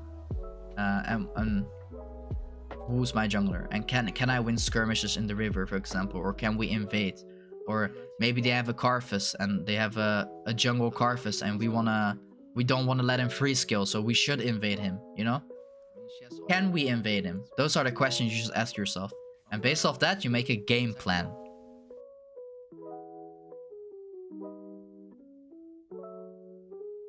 Okay, let's talk about the early game of Fizz now. Okay? So, let's just say straight up, right? Your first level 1, level 2 are extremely weak. I'd even say one of the weakest level 1 and 2 in the game. Keep that in your head. For example, do not fight a Yasuo or Yone during level 1 and level 2, because you will lose so much health for no reason. Or you could even die to them before you can even play the game. You will be at a huge disadvantage. Do not ego, guys. Respect 90% of the mid matchups. You will not win level 1 and level 2 against most champions. However, there is an exception, right? There's a few exceptions. For example, assassin versus assassin matchup. Let's say you're against a Katarina, or against an Echo, or against a Qiyana. Or, for example, against a Zed, right? You're against like an assassin. Usually, whoever gets level 2 or level 3 first will have priority during the first few waves, right? Against these champions, it can be okay to push the wave in, right? You eat a wave and then you like try to push the wave in fast. You do this against assassin matchups, right? Because you want to hit like level 3, level 2 very fast, and you want to like go all in and like get priority on them. But if you're against like ranged matchups, or like Yasuo, Yone, stuff like that, where you won't win level 1, level 2, or you want to push the wave in, but you're against the Orianna, and that Orianna, when you try to push the wave in, will hard harass you. Half your HP is gone. And then you're like, oh, it's okay. I'm almost level 3. And then she freezes the wave, and then you can't push the wave in anymore. That's why against range, you almost never push the wave in. Only against assassin versus assassin matchup, you push the wave in. You usually never want to push the wave in against range or like Yasuo, Yone, right? Because you will usually lose a lot of your health, or potentially even die, and the wave state will be bad, and it will freeze it, and then you want to break the freeze, but you will take a lot of harass, and you're so prone to ganks, because you want to push the wave in, and Fizz has his E, right? And your E is your main wave clear spell. However, it's also your escape spell, so if you use your E bad, and the wave is pushed into enemy turret, the jungler will just come and kill you. So keep that in mind. That's why I explained wave management a chapter ago, right? You need to learn how to push the wave, pull the wave at Syndra at the right time. But usually at level 1 and level 2, guys, you do not push the wave, okay? Unless, again, assassin versus assassin, you could push the wave in. Usually, you do want to give up a small amount of CS if you're playing against like Orianna, Azir. Since they have a big range advantage, do not greed for a few CS. If you lose more than half your HP, it's very inefficient, especially since you want to at least hit level 3 first before trading. Staying healthy comes first, so if you have to give up like 4 CS, it's okay. Just get the XP in. That's very important against these matchups. Get the experience in, guys. Okay, guys, now I will show you a very simple example, okay, of like level 1, level 2, right? This is how you usually play level 1, level 2. So, I just explained what to do, right? Level 1, level 2, very weak. You want to play safe, you don't want to take a lot of harass. You're against Syndra, which is a ranged burst mage, okay? Now listen. You also learned wave management tactics. I explained how to pull the wave, I explained how to freeze, I explained how to slow push, how to hard push, etc. Okay? In the last chapter, I explained all of that. Now, based off wave management tactics that I just explained and the level 1, level 2 that I explained, your wave should look like this. Let me show you. So you let the first wave push into you, okay? Chill. Let the first wave push into you. You use your E to collect the first free CS, right? I hit 2 there, but usually you should take 3, right? Look, example. If you do it right, I kinda doomed it up here. But if you do it right, you should get all 3 CS. If I did like a 0.2 seconds a little bit later, I would have gotten all 3 CS, right? But this is how you usually play it. You get 3 CS, you space. Remember spacing? What I just told you guys about a few chapters ago? Spacing. Look how I space. You see this? I get 3 CS, I space back. You see this? Her Syndra Q is like here. She can Q to here. She wants to walk up, she wants to Q me, I space back. See? I space back. When she walks up, you match her movement. Do you see this? You match her movement. Do you see this line? This spacing. How to move properly. If I stayed in the wave like here, right? If I stayed here in the wave, I will take 3 harass. For no reason. My HP is gonna be lower. You wanna keep healthy. Being healthy comes first, guys. You need to stay healthy. It's super important. Every third wave is a cannon wave early game, okay? If the second wave crashes into your tower, you should try to rush level 3 when the third wave arrives. If the wave 2 did not crash into your tower, you should continue to farm safely and wait for level 3. Then you can start effectively training. Now guys, level 3 to level 5, okay? If you haven't lost a lot of HP because of your weak level 1, level 2, you did great. Well played, guys. You didn't lose a lot of HP. Now that you have 3 abilities, you QWE, after hitting level 3, you can start looking for some traits. Now this is also matchup dependent. Some traits you will not win, some traits you will win, right? The basic trait combo, as the chapters, as I explained in the combo chapter, is Q auto attack W on the enemy, right? And then you either use your E to go in or to go out, depending on how low the champion is, right? Your command playing off enemy abilities, okay? What I mean with this is, for example, the enemy is Syndra, right? This is a Syndra right here, okay? Look, the Syndra used her E, playing off abilities, okay? She used her E on the minion wave, or she missed it on you. This is the time. Guys, this is the time. You either use your E to dodge it, or you go all in, okay? If she missed it. Abuse enemy cooldowns. Xerath misses E. Vel'Koz uses E. Syndra, in our case, Syndra used her E. Look what happens, what I do. Watch this. She missed her E. I'm like, oh, no, it's time to trade. Double tap E here. She's gonna flash away, but I flash after her. And then we kill her. Boom. And the challenger icon popping in. Beautiful. Beautiful. She missed her E. That's where we go in. This is playing off enemy cooldowns. You play off enemy cooldowns, okay? So this is how it would look like. Now you could also use it to dodge, right? Or what I could do here is also slow push E1, and then she flashes, then I can flash after, right?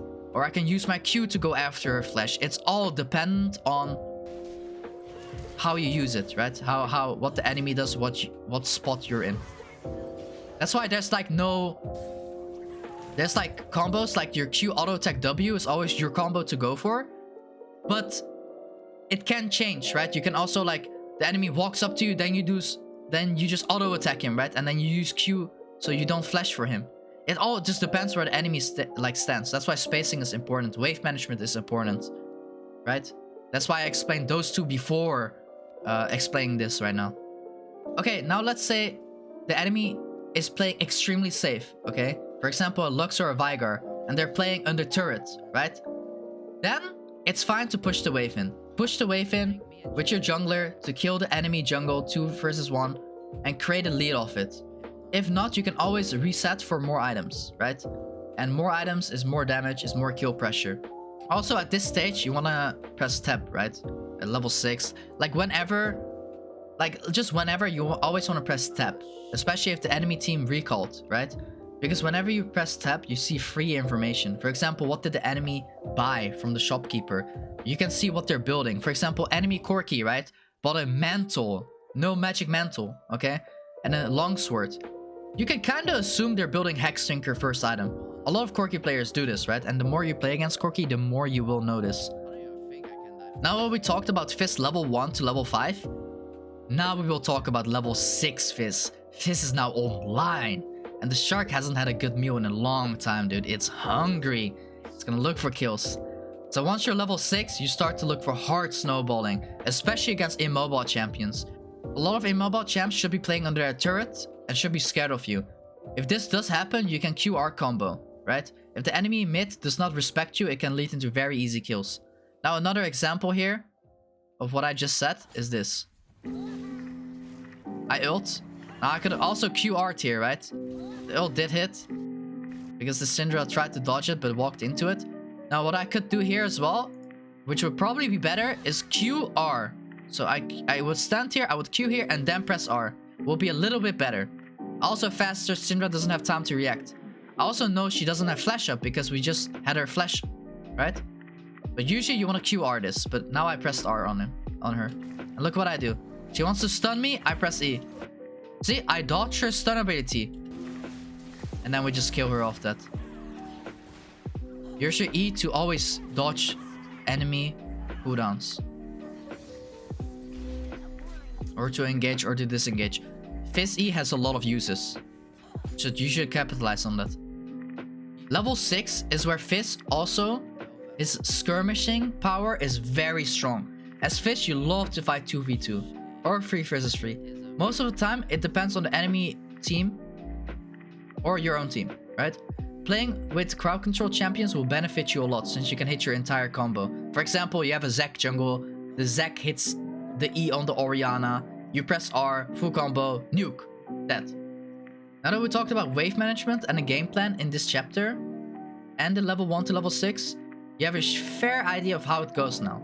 If you did everything correctly, you have a small game plan for yourself in your head, and you have identified the win condition. This means we will carry the game if this champion has resources. A good example of this is enemy has 4 tanks, a Zek top, a Sejuani jungle, a Malphite mid, a Leona support. It's very hard to kill them as Fizz. However, if you have a Vayne in your team, a Vayne AD carry, and she can use her true damage from her W and her kiting skills to kill every tank in the game very quickly. If Vayne has enough resources, you can completely carry the game against 4 tanks. This is where you as Fizz, you roam to her lane and make sure she does got enough resources. Also, when you roam, you always want to roam with your jungler. Not always, but preferably. You want to roam with your jungler. This adds more odds to a successful roam / gank, right? So you want to make sure you communicate properly with pings or by chatting. But usually you want to ping your jungler. Now, this is where we come into roaming at Fizz. Okay, now I'll explain when to roam.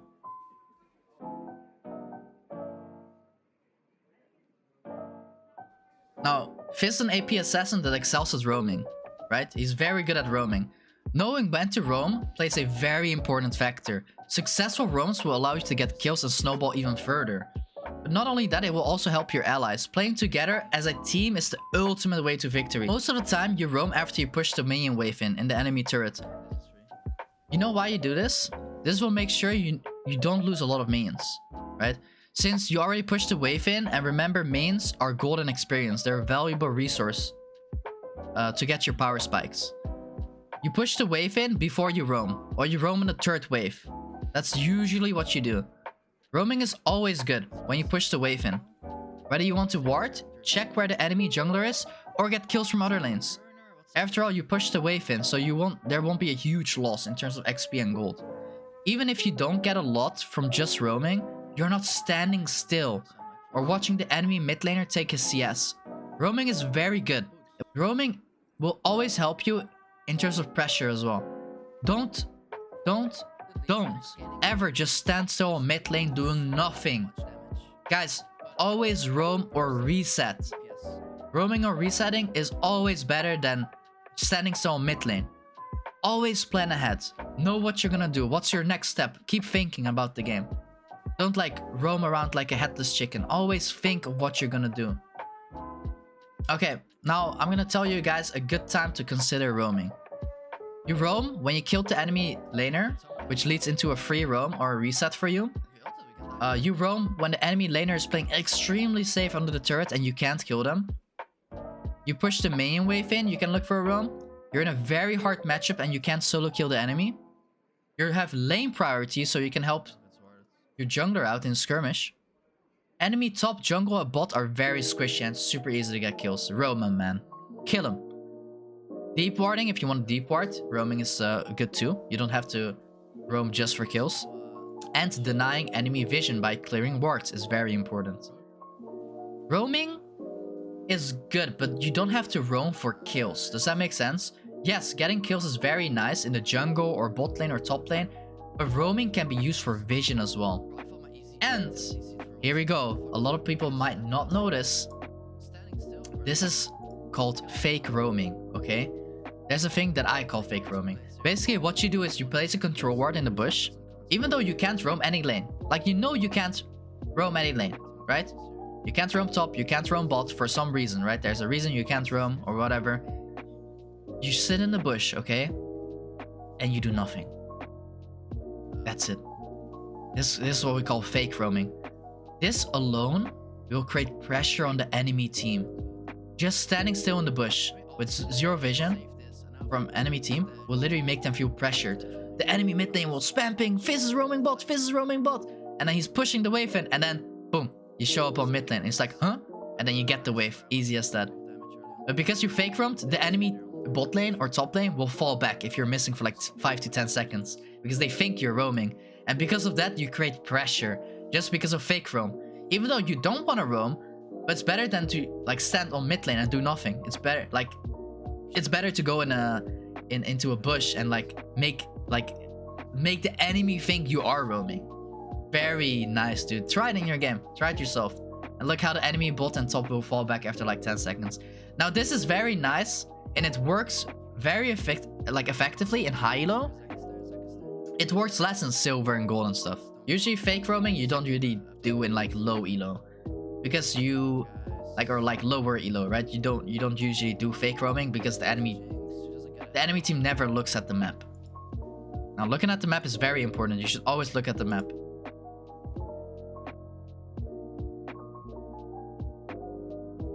Now that we talked about roaming, let's get into vision and warding. Guys, I cannot stress this enough, but vision is so important for a champion like Fizz. Or just in general, vision literally wins games. I'm not even kidding. In most games, Fizz, you want to swap out your stealth ward for an oracle lens, right? Early on, so you can look for roams and deny vision for the enemy team. Buying a controller ward is very important, but you shouldn't overbuy it. You shouldn't buy a lot of control wards. But you should always like have one place at least. You could go for 2 control wards in the late game. When like control wards are very important in the late game. Like 40 minutes in the game, 30 minutes in the game. If you have a spot. If not, then well, don't.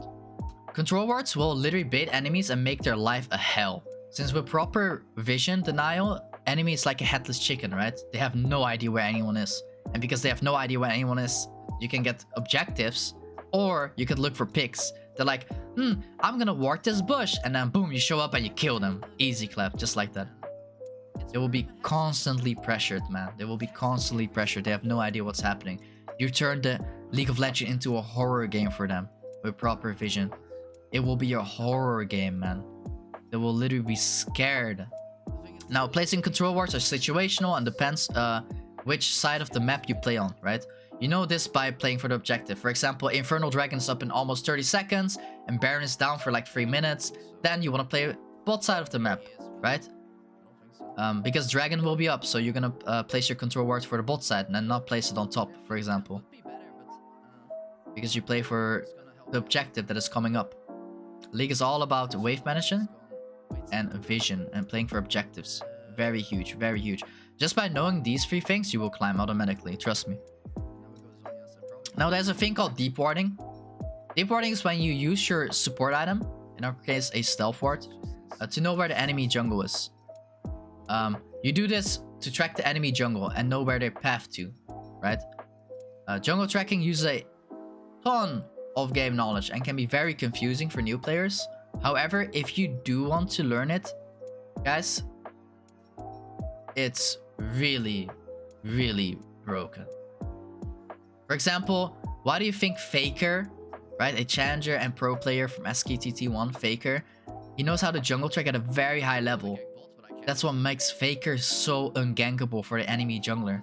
Because he places himself in a spot where he can't get ganked. Now, for example, a good deep ward, I would say, one of the best warding spots for early game at least, is the infamous Raptor ward, right? You ward the Raptors at 120 minutes in the game. This will make sure you will know where the enemy jungler is. You can check what buff he has, for example, red buff or blue buff. And knowing this, you can look at like, hey, he started red buff, he's at the Raptors right now, so he's going blue buff. And blue buff is at the bot side of the map, right? If you're playing blue side. And because of that, you will be like, hey, he's pathing bot lane, so I'm gonna ping my bot side. Hey, guys, the Lee Sin is ganking, for example. The game is starting, the mains are colliding on mid lane, and then, boom, 120, Raptor ward. And then you go back to mid lane. And then what you do here is, you know, like the level 1, the weak level 1, level 2 of Fizz, you soak the first free CS, right? Just like that.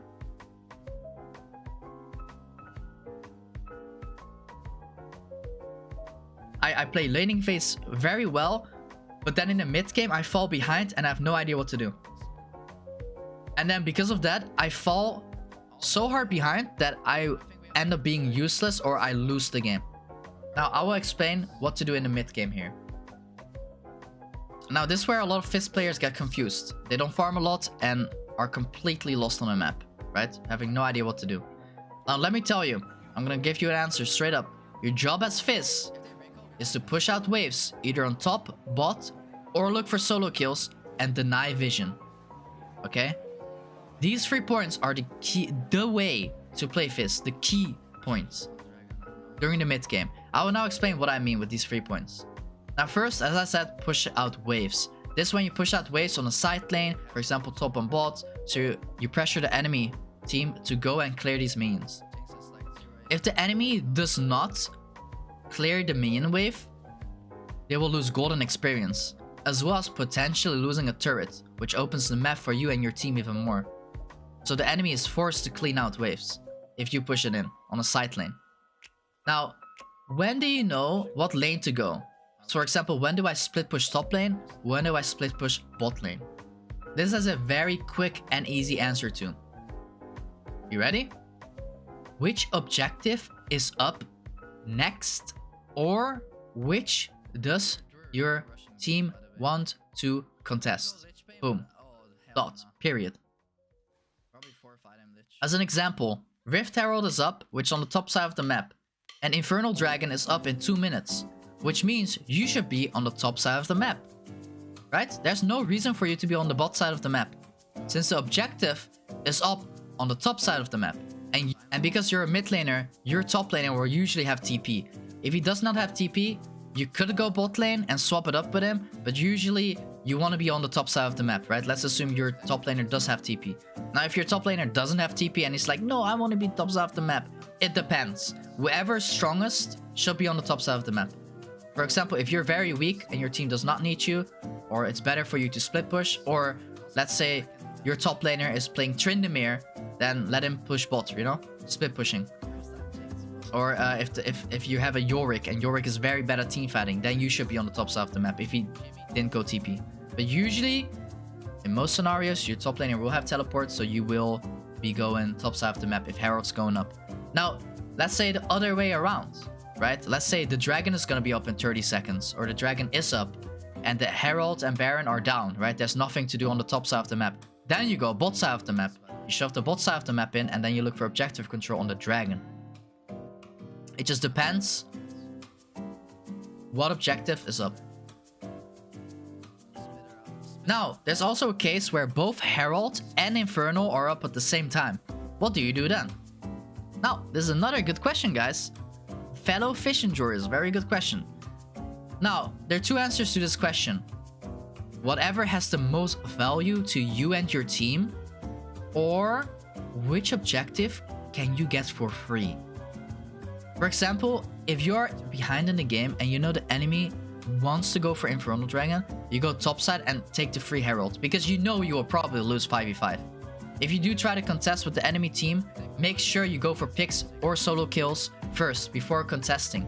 Because if you know you lose a proper 5v5, it's not worth dying and losing both objectives. Play it smart. So many teams I see do this where they're like so behind, they're like 20 kills behind, and they lose 5v5 and they're perma spamming FF. Guys, play it smart, man. If you can't win, if you're behind, get free objectives. Don't contest for objectives you know you will lose. Go for the other objective, even if it's like not super valuable for you. Play it smart. You need to... If the enemy team will make mistakes at one point in the game.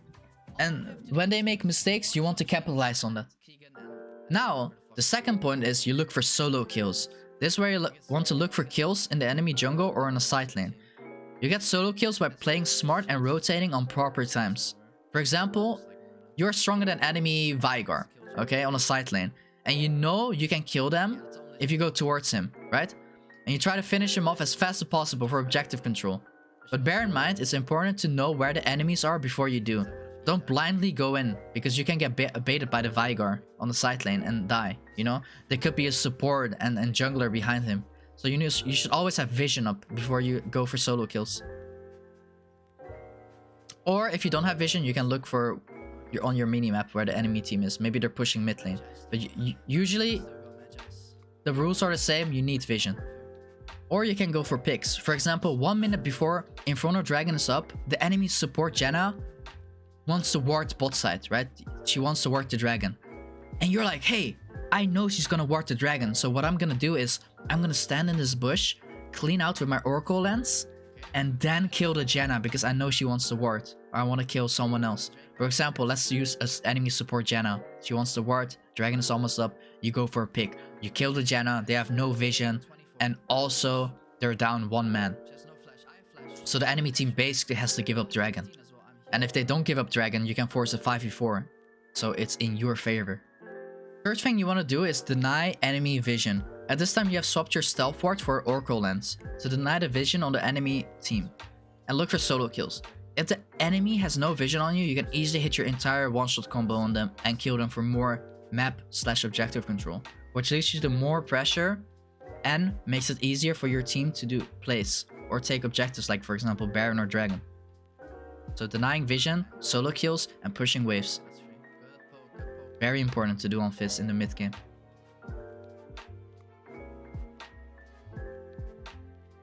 At this point, you arguably have your strongest items and have a high chance of one-shotting the enemy carry in the blink of an eye.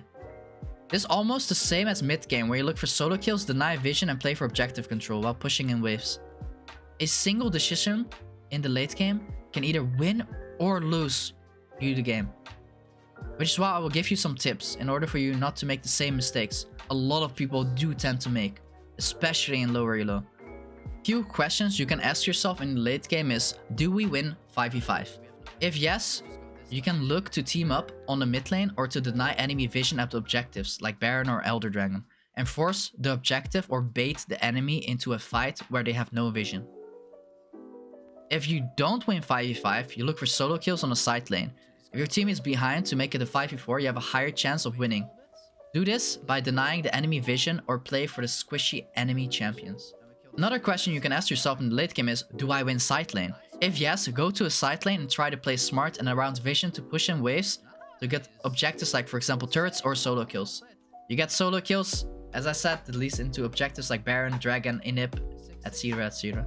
If you don't win side lane, 1v1 against the enemy mid or top, then it might be smart to push in the wave first on a side lane, top or bot, and then you can pressure the enemy team a little by doing that because of the wave. And then you play with your jungler to create a 2v1 situation, so you can shut down your opponent. So if you can't win 1v1, you just ask your jungler or support or whoever, top laner, AD carry to come and help you to create a 2v1 situation. If you don't win team fights and you also don't win side lane one-on-one, you try to create an advantage for yourself. For example, a 2v1 scenario or a 3v1 scenario.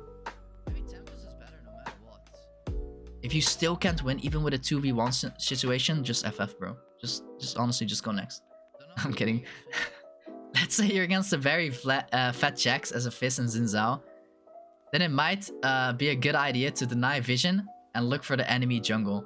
For example, there's the red buff is up and enemy Severe wants to go for the red buff. Go for that red buff, you know? Go for the red buff and try to kill the AD carry if you can't kill the solo laners. As Fizz, it is important to know that you don't have a lot of damage on objectives compared to like a Cassiopeia or an AD carry. It's more important for you to zone the enemy jungler than to make damage on objective that you're contesting for. Let's say the enemy team has a Lee Sin and the Lee Sin wants to steal the Baron while your team is doing it. Then you rather zone him and get him out of the pit than do damage to the Baron, because there's a high chance the jungler will steal it, the enemy jungler. So what you do is like you try to zone the enemy jungler or try to kill him even, so your team can secure the Baron. That's more important than doing damage on the objectives themselves, as Fizz at least. Another tip is always push the side lane first before grouping. This allows you to rotate faster and pressures the enemy team. It's very important. Push side lane in first, then group. Another tip is don't try to play ARAM as Fizz when side lane towers are still up. Side lane is your best friend. Try to push waves in, get turrets or picks instead of mindlessly playing ARAM on mid lane. AKA all random all mid. Disgusting game mode. Also known as when people just group on mid and do nothing. Tier 2 bot lane is up. Tier 2 top lane is up. Go get those turrets, man. Don't ARAM on mid lane for no reason, especially if you're losing team fights. Don't randomly overstay on a side lane, also very important. After shoving waves, don't randomly overstay in that side lane. Look for rotations on other lanes, enemy jungle, or get a resettle for objective timers. Another tip is don't randomly use your flash for a useless kill. This is so important.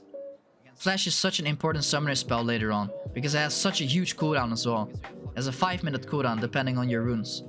It will land you free kills by closing in that range gap. For example, use flash for a QW Fizz combo and you one-shot someone when you have full build. Don't randomly flash for a kill on Orianna if that kill will do nothing, since Baron will be up in 2 minutes. And because flash is 5 minutes and Baron is up in 2 minutes, you will not have flash for that fight. Flash for kills that are going to allow you to take more objectives. Baron is up in 40 seconds, you flash for Orianna. Orianna's dead, Baron is up. You don't have flash, but Orianna's not in a team fight. Creates a lead, a good situation for your team. You're 5v4, higher chance of winning.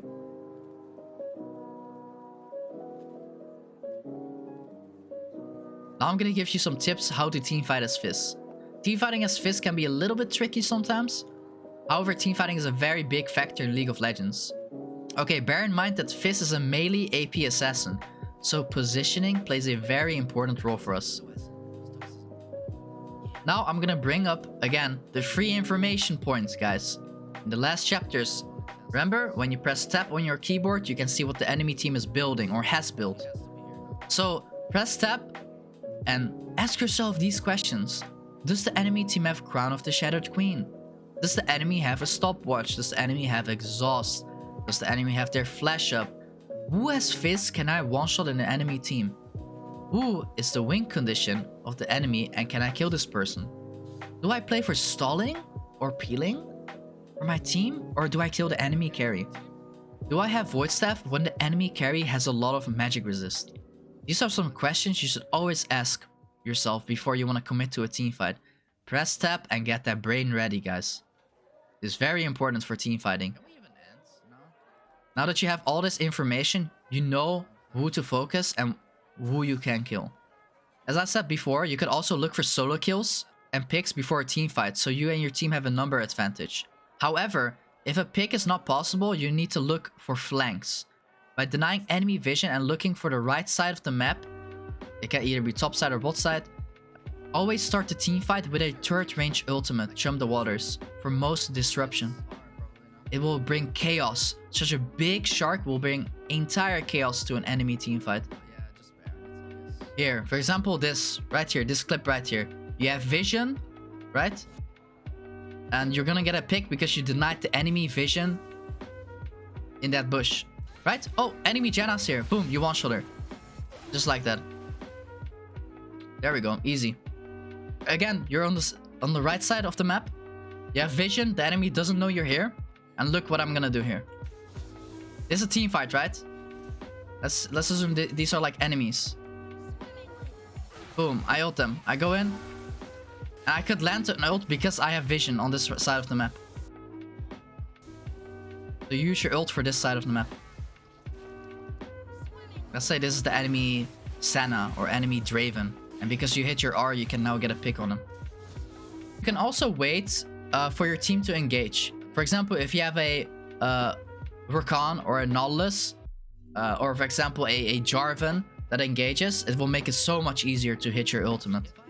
But Fizz also has good engage with his ultimate. A good flank R can make a good engage for your team.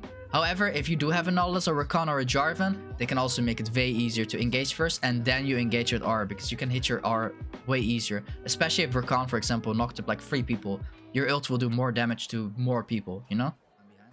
Now let's say if you play for a more peeling approach instead of an engaging approach. So you could, for example, ult, aka chum the waters, towards wherever your carry is. Now it might sound a little bit weird, but it helps so much in terms of zoning. So for example, a Zed wants to jump in on your AD carry, but you ult the Zed, or like you ult your AD carry near your AD carry, and the Zed is like, oh no, I have to now like back off, you know? Or I can't W in because of chum the waters. It will like give that a little bit of stall potential for, and your AD carry can like position better. May sound weird, but it can actually help.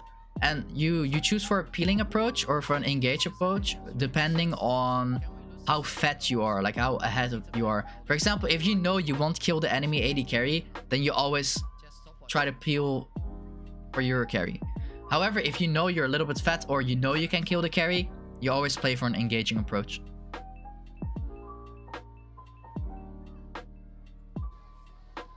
Okay, now how to play from behind as Fizz. Now this is a very interesting one. A lot of people tell me these questions or ask me this question. Like, hey Esruc, I am very behind on Fizz and I'm 0-3 and I basically cannot play the game anymore. Now I'm gonna explain what you can do as Fizz when you're very behind. Let me tell you one thing first though, straight up, okay? The moment you make a lot of mistakes in the early game and you start the game being 0-3, it's kinda over for you. And with this I mean there's not a magical way for you to, oh I'm gonna do this and that and now I'm really strong. Like, it's basically very hard to come back. However, because it's solo queue, it's always possible to come back in the game and secure a win, even if you're behind. You know how you do this? Okay, let me explain. You do this, and this is a secret, okay? By punishing and abusing enemy mistakes. As I said, it's solo queue. So many people at all levels of the play, even in Challenger, guys, make mistakes. Even in like all level of play, people make mistakes. And you want to abuse the enemy mistakes for you to come back in the game. However, if the enemy would have like a free kill lead on you, and let's say they play it perfect, right? And they don't throw, which almost never happens because there's always a throw here and there. But let's say they play it perfect, it's usually over. Now I'm gonna give you some tips on that. Now, how do you exploit the enemy mistakes, right? You do this by managing the wave, setting up ganks, looking for roam timers, and creating situations that benefit you. For example, 2v1 or a 3 versus 1. Situations you can take the enemy shutdown, right? And shutdowns, especially in this season, are so important. If you get like 1 or 2 heavy shutdowns, you're basically back in the game again. But you have to play smart in order to do this. Now, I would say the most important tip I can give you here is take your breath. I'm serious. Take a huge breath. I'm serious. Take a huge breath if you're tilted. It's okay.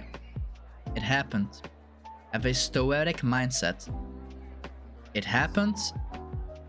And now, what can I do to come back and assure myself and my team a victory? Have a good and right mindset. Focus on what you can do instead of mindlessly raging. Oh, I died 3 times. No, I died 3 times. Oh man, it's so over. Focus. What can I do to make my team and myself a victory? How can I secure a win here? If chat or pings get too toxic, mute. Super important. Have the right mindset and just mute people if it like, gets very toxic. Your main focus is to keep an eye out on the minimap and track the enemy team. You need to know the enemy patterns and what they do next on the map. It's very important to do this, so you can predict their next movement. And because you predict their next movement, you can make a pick, for example, or a solo kill. Right? Even if you're behind against the enemy mid, let's say you lost against Cassiopeia or a Silas and he's 3-0 and you're 0-3, you can potentially still kill the Janna, right? And get fed off the squishy support, as an example. Use vision to your advantage. Either use your stealth ward to ward places where the enemy jungler could be, or use your oracle lens to deny enemy vision for potential picks. This is very important. Very important. Use smart pings to alert your allies about any potential threats on the map. If you see a Shaco, for example, pathing to top lane because of a deep ward, ping it. Help your team out. You know, it's a team game. It's a League of Legends team game. Help your team out, guys. Ping, ping, ping. Very important. Very important. Communicate with your teammates. If you work together, you can get way further than flaming each other mindlessly on the chat. If it gets toxic, again, mute people. Keep an eye out for timers on each of the objectives, so you know when it's safe to ward or deny vision. Also important. The last tip I can give you, remember that numbers matter, and you can always find a way to overpower a fat champion with teamwork, right? And that's just like a Fiora with like 6 items, then oh, good luck playing the game. But however, usually, let's say if the enemy is like fat but not over fat, then you can always find a way to overpower. Work together with your team and try to get that shutdown. And as I said, shutdowns are very important, especially in this season. So if you get a lot of shutdowns, hey, you can get back into the game. I'm just not gonna show right now. They're actually on Baron. What? These guys are so ill. Ah, sad.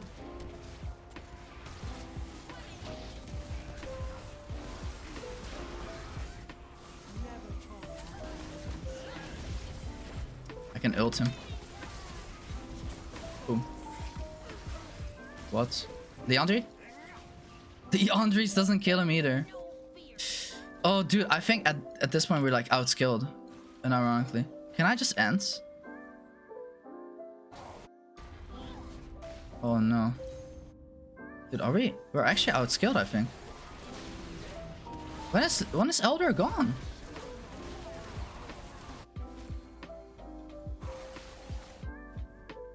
Wait, did we lose? No shot we lost this game, by the way. Yeah, they can just end. Whoa, we actually lost. Damn. That is... Yeah, we got outskilled. Ah, sad. Really sad. Oh, what a sad game. We could have ended that if we just went Baron instantly. Like 10 minutes ago.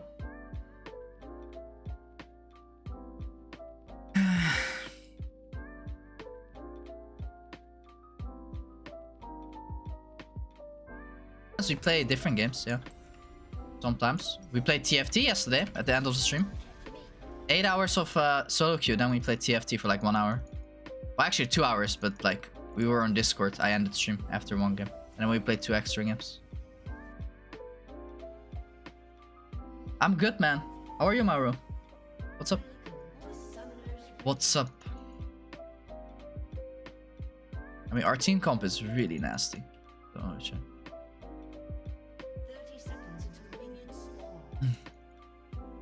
Need Nolus to go first.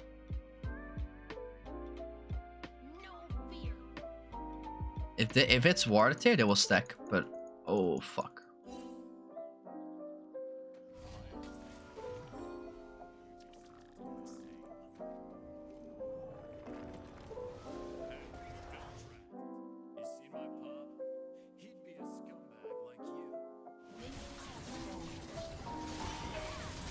What the fuck? Oh my god, that hit me. Oh shit. Yeah, I really can't flash here.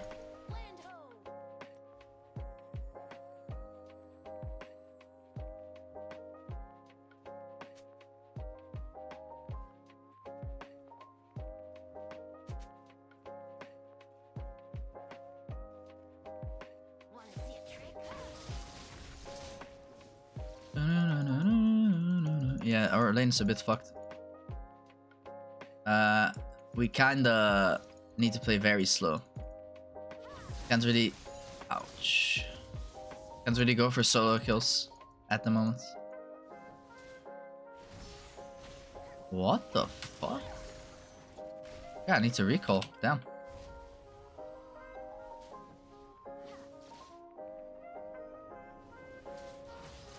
But if I recall, I'm fucked. Because I lose so much.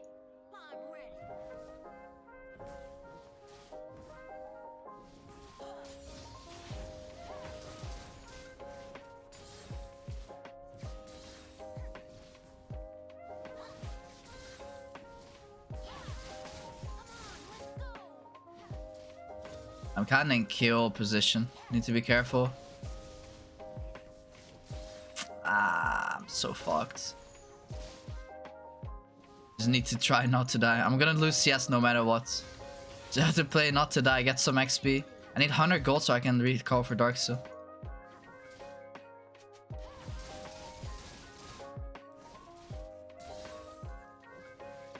She's out of mana though. I mean, she has a cookie, but... We're chilling. I don't think she can kill us. She has no mana.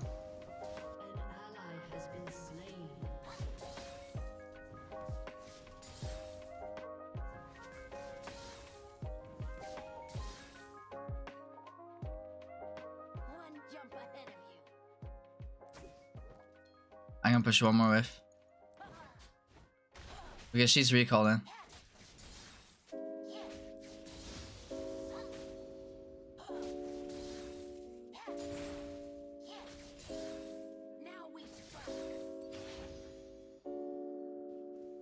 Okay, we have same CS as her, that's really good. I mean, we're a little bit up actually. Okay, not bad. We didn't die and we got good CS. The bad thing is she has a kill, so look, she has an item over us. If she managed her wave properly, I would have lost way more CS. Not her wave, her mana.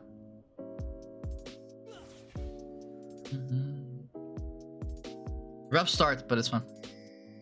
Fuzzy, what's up, man? Yeah, I had that happen before. You have to play smart, man, when that happens. Don't let it discourage you. You can always win. This Auri will throw. You know, she will make a mistake and I will kill her. Just have to play smart. Play for CS. Look for gaps. Right? That's it. That's the gap right here. One more hit. Fuck! I guess I shouldn't have flashed now. Almost solo killed her, man. That's so sad. If I had a little bit more damage there.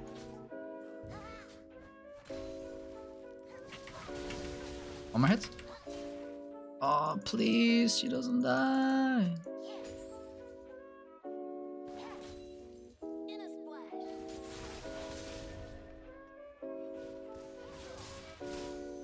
I'm coming bots.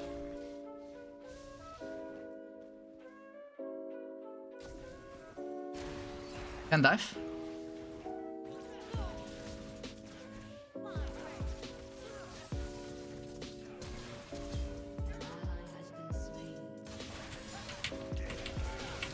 I can't move. Okay, this is the worst start we've ever had in like so many games.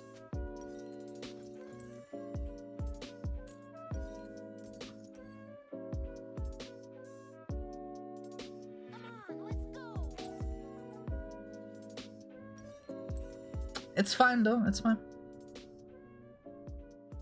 We can win.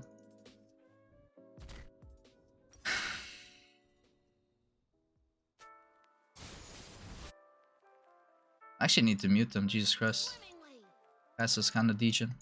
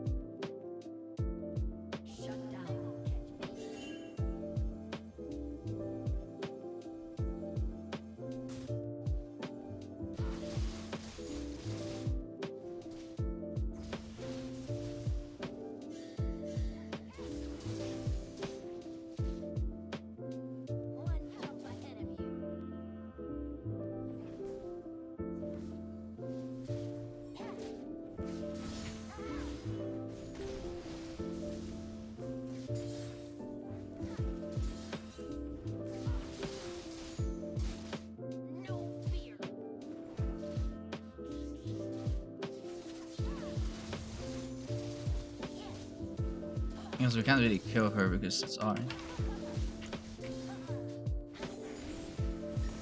Wow, she actually hit that, by the way. I'll just ult her so she won't like aura back and kill me.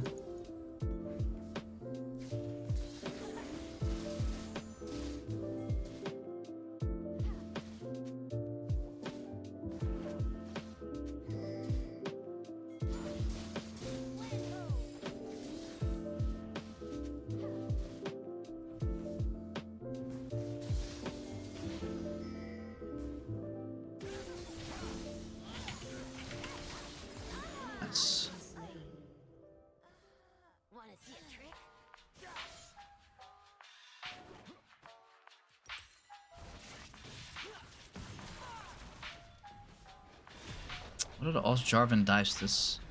Not high, right?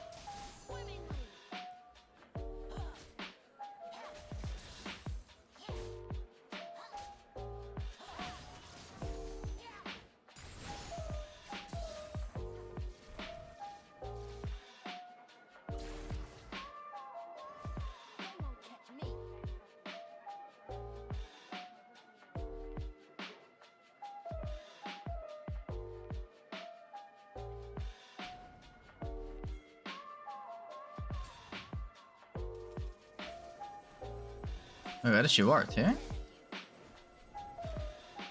What? Oh, there. Wait, this was already a ward placed.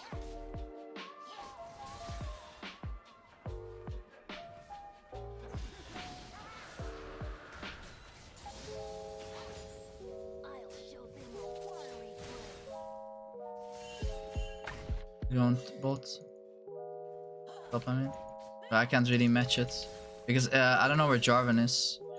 If I follow this and they're both there, I'm fucking dead, dude. Come on.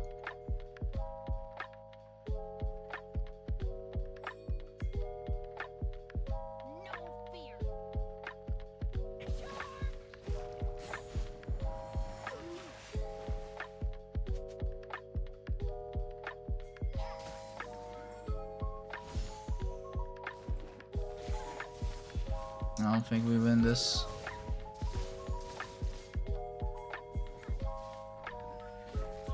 Yes, flash. Nice.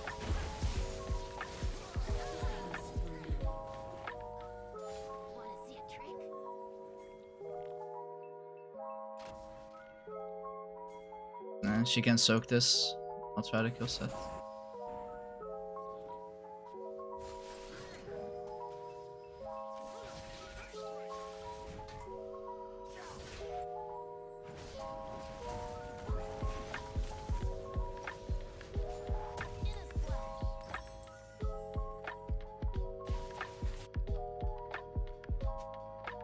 If I go bot here, I can't really kill them because I have no R. And I don't have enough damage right now.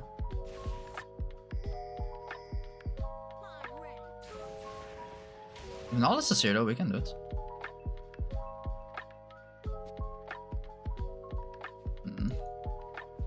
Great, they overpushed this.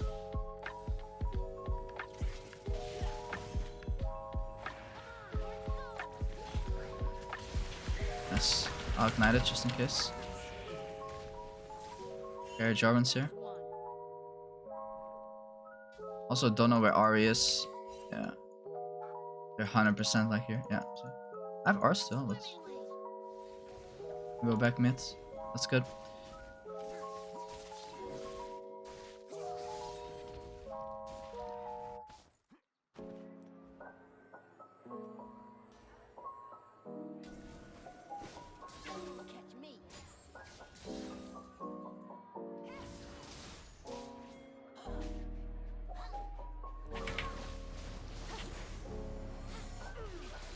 That's all we can do. We can just trade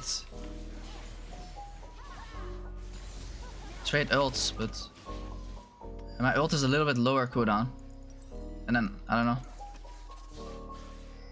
Do something from there. We need to look for picks. Keep up CS. She has no R.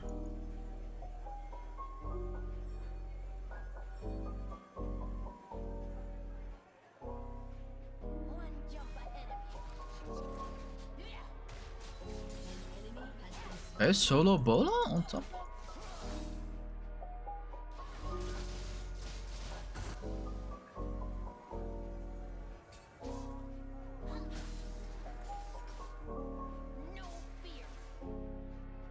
I mean, bot turret is for sure gone. And then we need to swap. I'll push this out and I have to go bot again. We just have to skill this game. Because we like got really fucked early.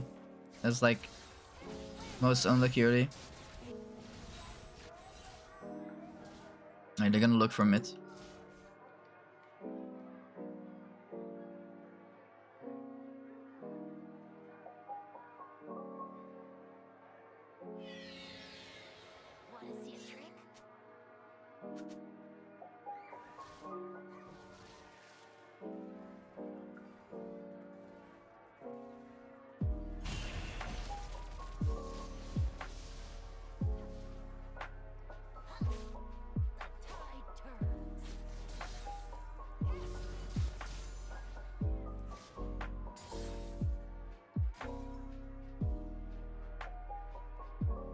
Let the wave push, because we have 0 vision on bot.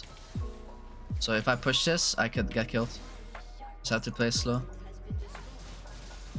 Soaks, yes, go for items.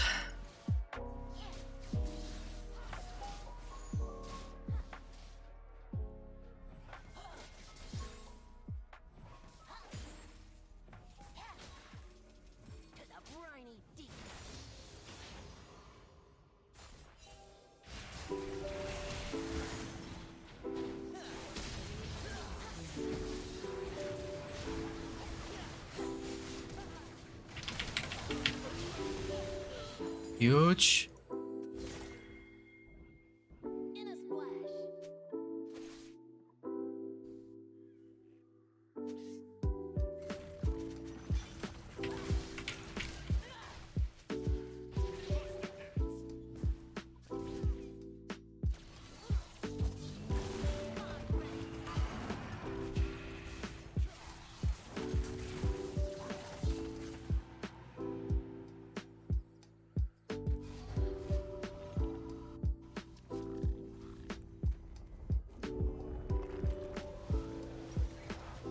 I'm so close to Tempest. That's when our damage is gonna be like decent. Wave should bounce back to me, so I can just safely take it. The first thing you do is when you're like really behind, right? First thing you do is like calm down. Get in a good mindset. Not tilt. Keep your CS up, look for enemy mistakes. Because once you're behind, like very behind, like we were early, you're kind of fucked. Like you can't really 1v1 and stuff, you can't really do a lot. So you need to look for opportunities.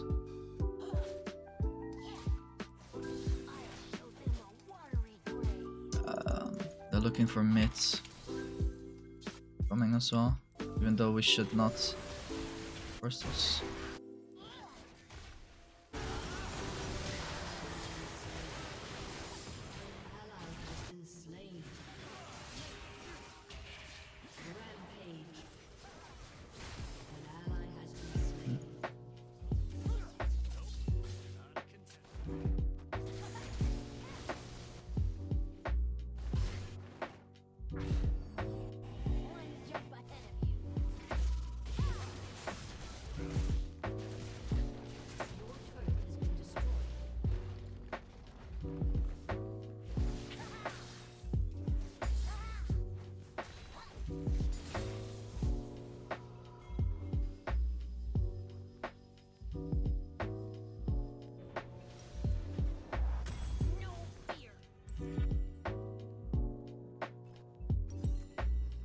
Okay.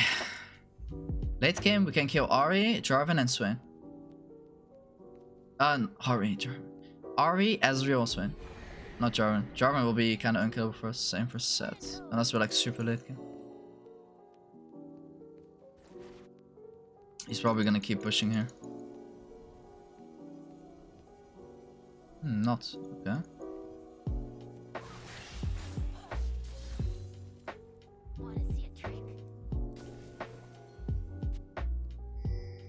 I mean, he is for sure in this bush.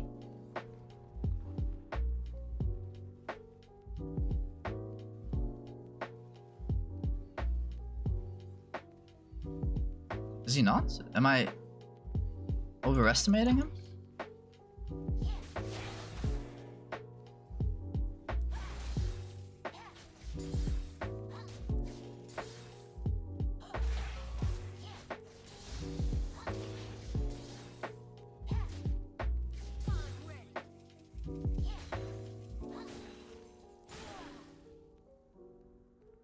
Damn, I overestimated him.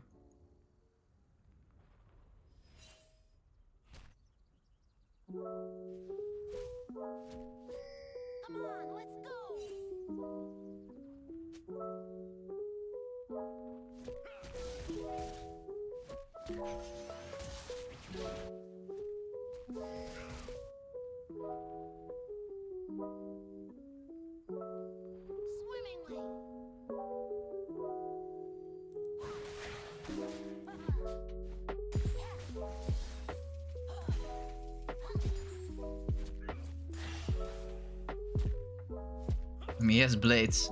The moment he presses E on me and auto attacks me twice, I lost half my HP.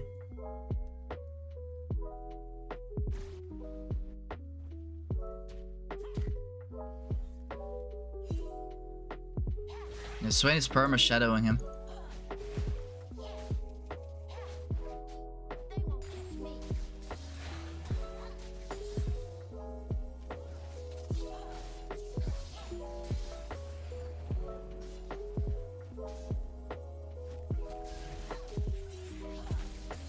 Two wards down.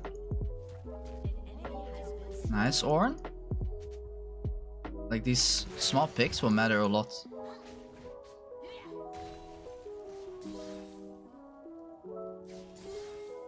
Because Dragon's gonna be up.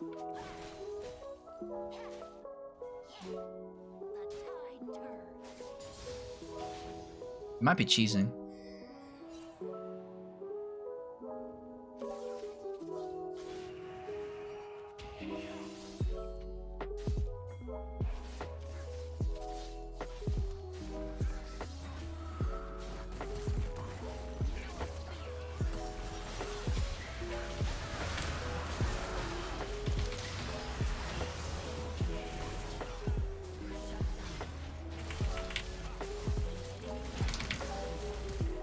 Very good. That's game.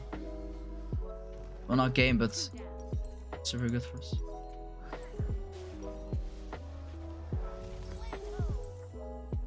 That's our comeback ticket. Now we're back in the game again. I one-shot the Swain. I mean, I didn't one-shot him, but I killed him before he could do anything.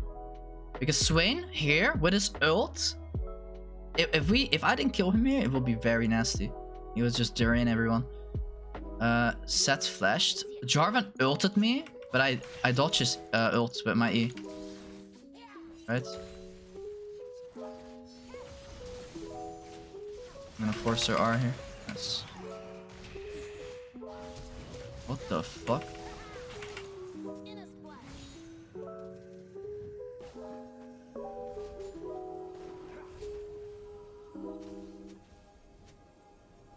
Use everything.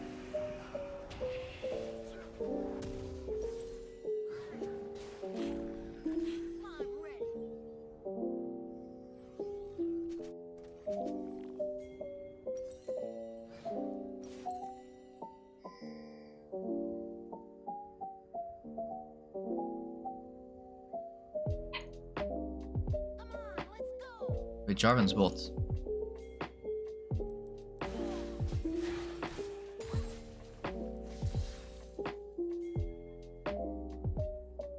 He has stopwatch now.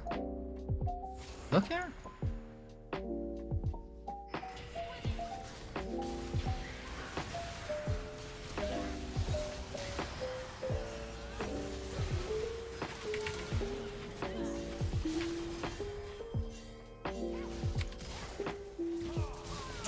I shouldn't have flashed.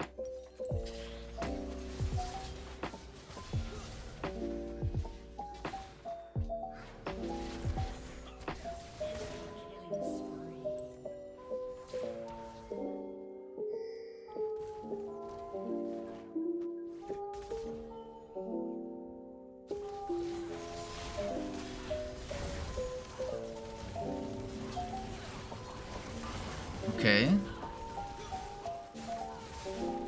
Okay, that was really nasty. I mean, she can't escape that. That was really goblet.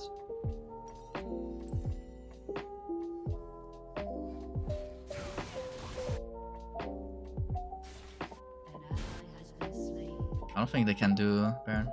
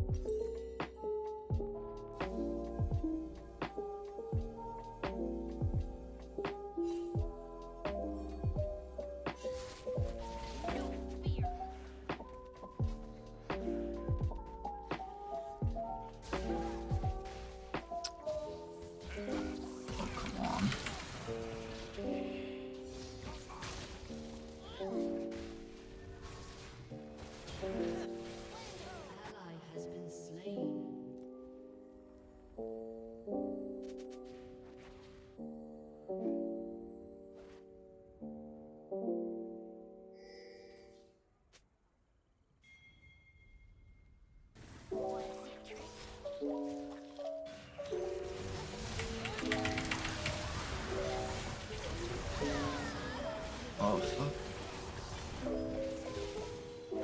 I can't really go in here though. I mean, it's fine. If Orange just stalls, we can go Drake. I got Ahri. She flashed, I'm pretty sure.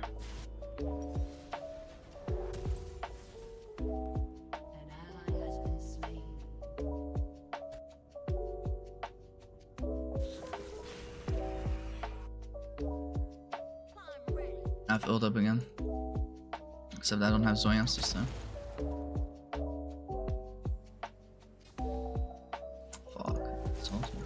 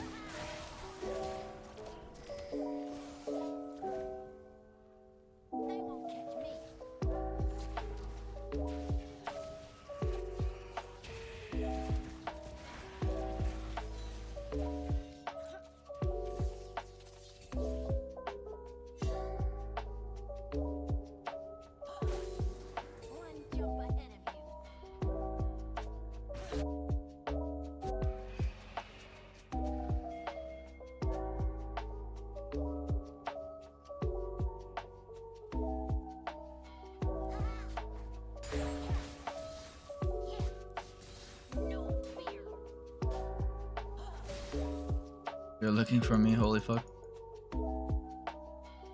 Just make sure I don't die.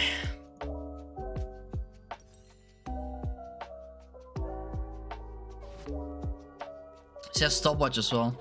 So if I alter it, won't do a lot. They're probably just warded here. No? Oh, there are like no wards here at all.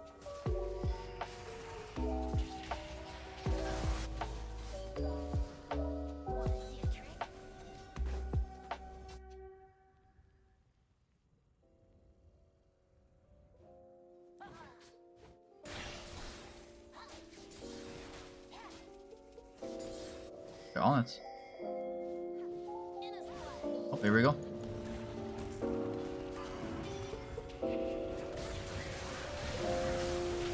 Fuck, I wish I had Ezreal.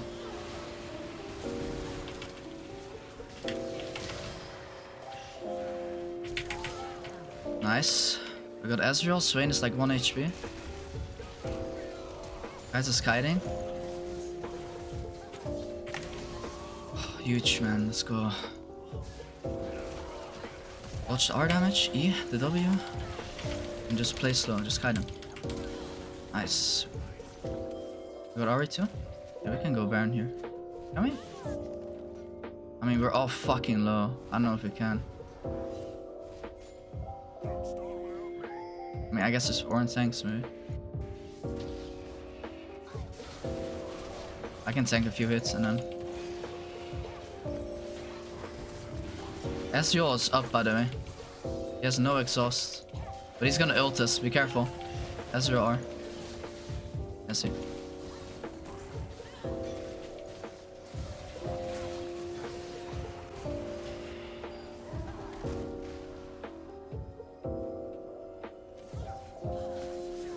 For me? Oh, I avoid step. Now I just need Lich Bane, and you guys know what happens, right? When I have Lich Bane? Yep. That's where the fun starts. That's where the QW insta pop. Might go Magi's here as well. This game is way too hard, man. If we play smart, we win it though. But holy fuck, we played from like 3k gold deficit or some shit the entire game. Just have to keep calm. That's why I'm not talking a lot. Just have to like focus. One mistake legit loses the game. Can look for a flank. I still have flash.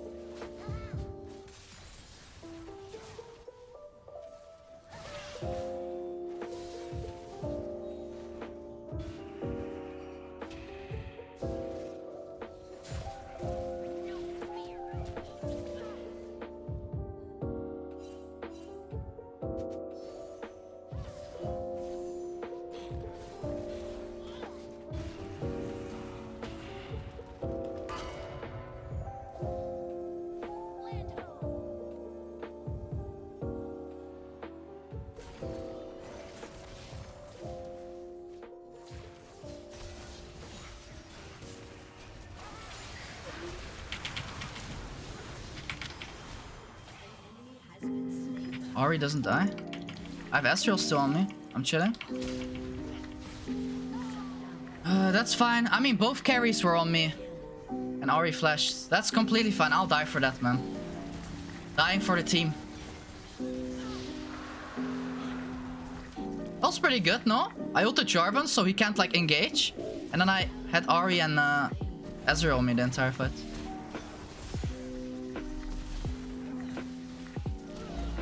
Nice.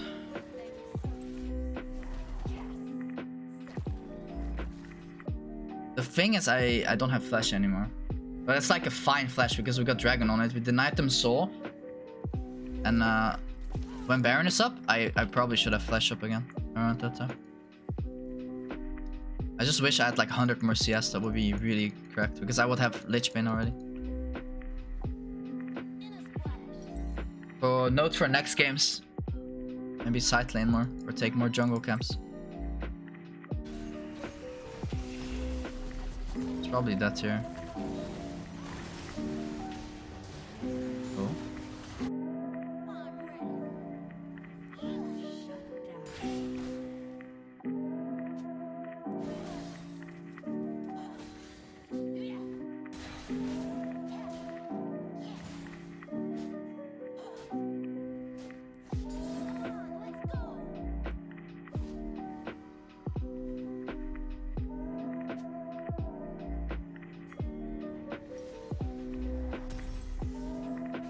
They're probably gonna Look top, at least Arius. Oh. Free pick for us. If they push mid here, I'll probably ult the wave. Holy fuck.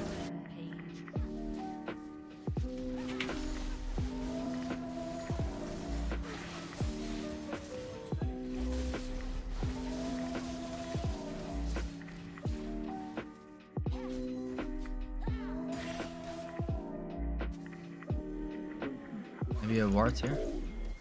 Oh.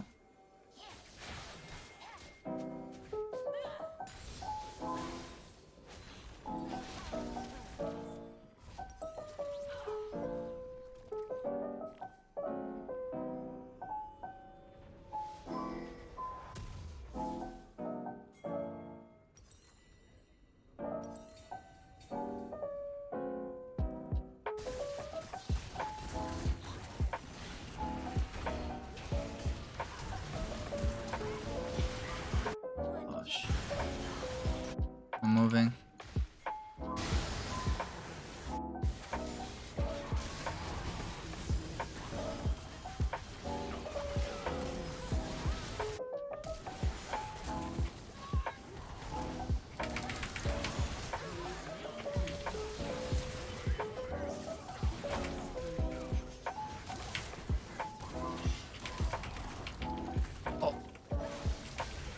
Oh man, I fucked that up so hard. It's good, but I fucked that up so hard, and it was a bad fight for us, I think. Ooh, I had Zhonya still. I could have survived. The ult was good, and then I like completely griefed it. I auto cancelled like twice, and then I didn't Zhonya. And we fought when I was heading bot for tier 1 turret. If we fought 5v5 there, I think would have ended the game. Then ironically. What is more worth? Go Magi here or Elixir?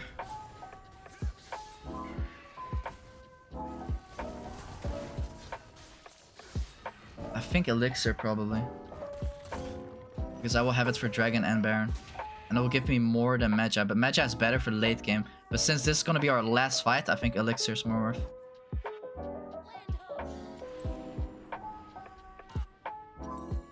Oh man. I don't even have 4 items yet.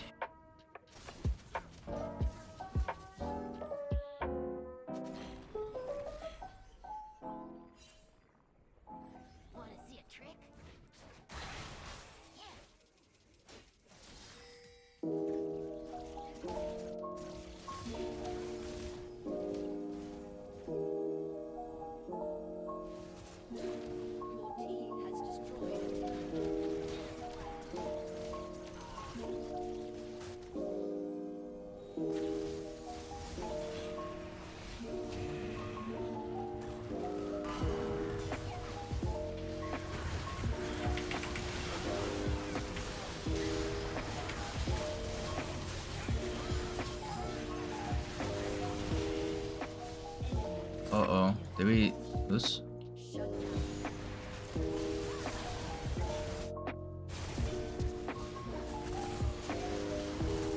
Oh my god. Fuck. Never mind this song. I don't think they can end, but they get Sol and Baron. Fuck.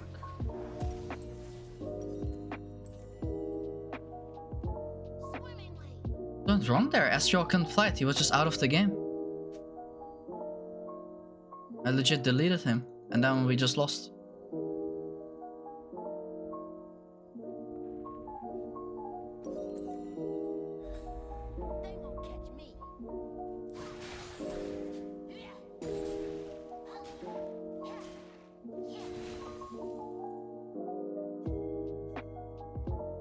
Let's go now.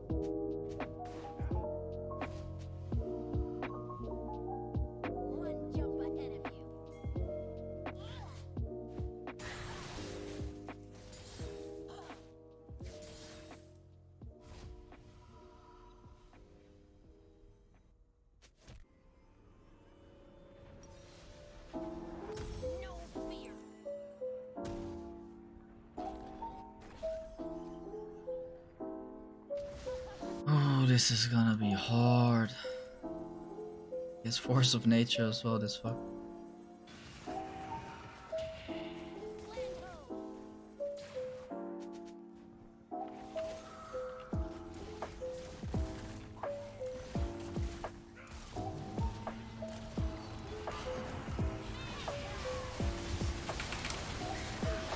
Got Ahri, I'll ignite this guy, I'll Zonya this. I'll E. Go for Jara.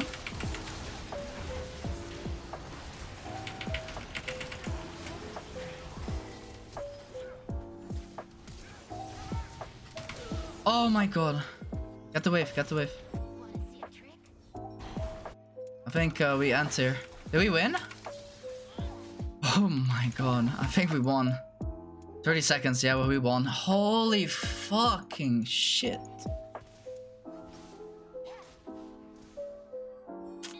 Holy fucking shit. I mean, we won. The game's over. 20 seconds, we have enough time to end. And I can just ult the Ahri. Bro, if... I don't know why Ahri didn't Zonya my R.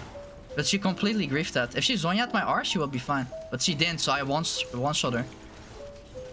What a fucking game, man.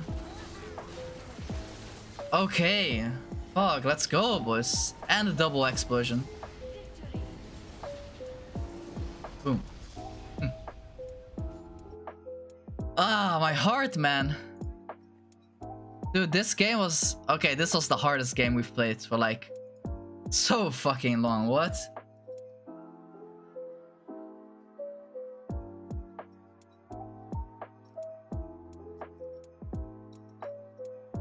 It's okay, it's winnable. It's a decent Fizz game. I can one-shot Trist, I can one-shot Zoe, I can one-shot Kha'Zix. Not Yasuo though. And Thresh either. But I can one-shot 3 people as well. 21 carats magic in the... I mean, it's more like we have a 2 trio. So this guy never plays League anymore. And then this guy is a Draven OTP, first time in Karthus. Well, second timing. And they never play League, you know? I mean, then again, we don't play on these accounts either, but... we have a bit better OPGG.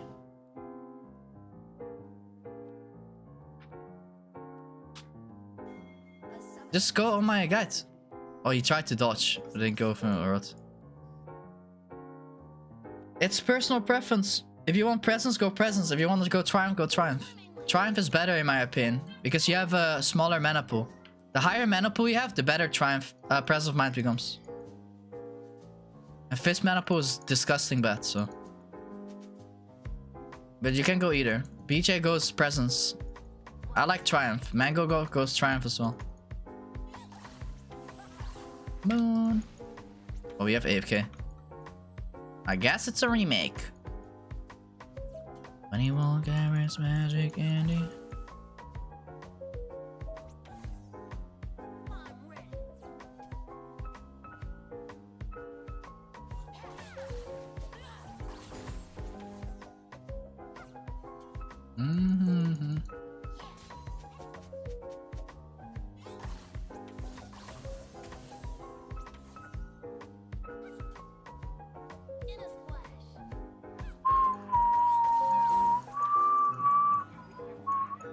What was it? Hunger Games, I think.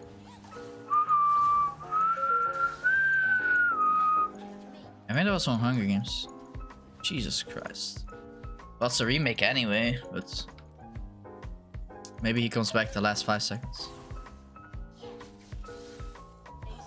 Oh, hell nah!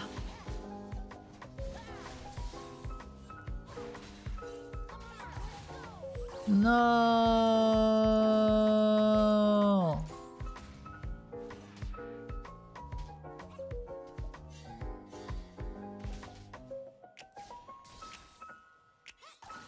And he's going to run it now because he's a throwaway account. Yeah.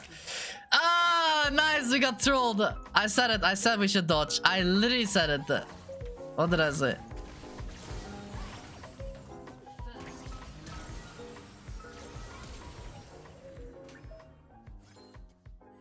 It won't remake now. Ah, it's so fun! What did I say? dodge, and we then dodge, and now we lose another game. I know when we lose in champ select. I swear on God. Now we lose another game. He's perma DCing. And our top has like a 50 lose streak. Ball is lost, top is lost. We can't row. Yeah, he goes back. And then he DCs again. Yeah, see? It's so fun. Oh, that's another loss. Oh, deserved. Can't play the game and we got a free loss.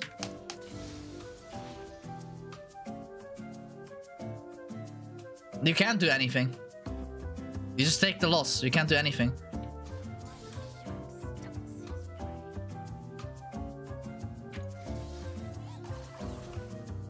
And I think, the fun fact, I think he's doing this on purpose. I'm not even kidding. He's doing this on purpose, by the way. I'm pretty sure. There's no way he's not doing it on purpose. He came back the last few seconds.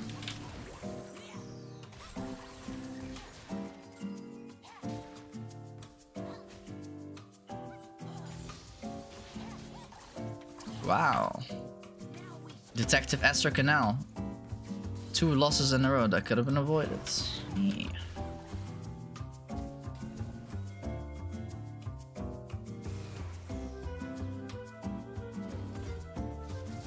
I'll just kill him. Ah, I fucked up my E. And now they're here. I mean, what the fuck do I do?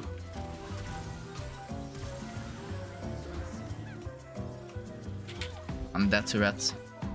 Oh, Triumph and Corrupting save me.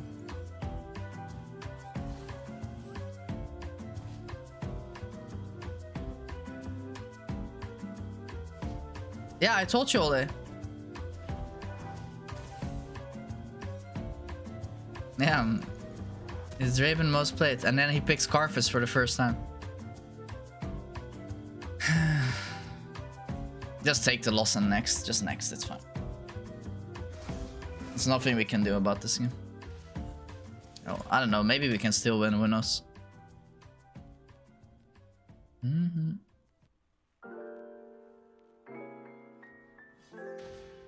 Yeah, that's the only thing you can do. These games you have to dodge. It's the same with our loss that we had a week ago.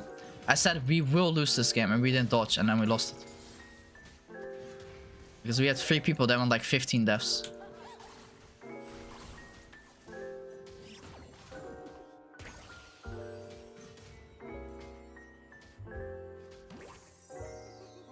I mean, I'm not allowed to play. Kha'Zix is playing mid.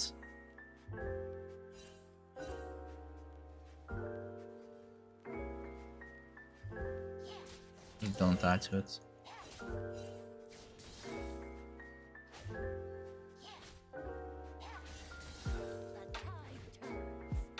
There's no way, right? Okay. Also, you always dodge Gangplank players when they're in Smurf queue. They're all really bad.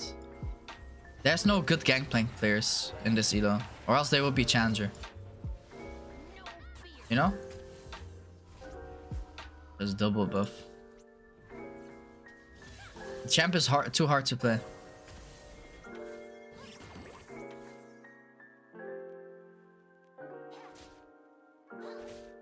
I mean, then sure, if it's a good GP player, but there are no good GP players in this EO. Or a Smurf queue.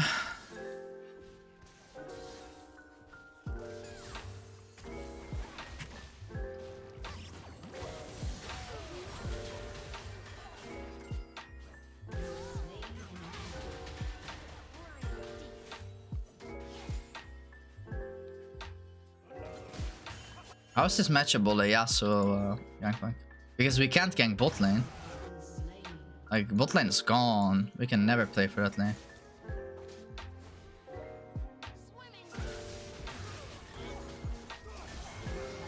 I love how I knew he would dash towards me, so I walked this side.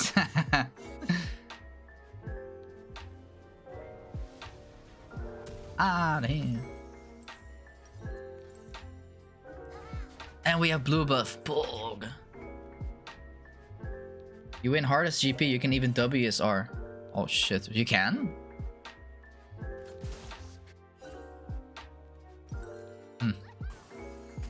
I didn't know that actually. It's kind of broken.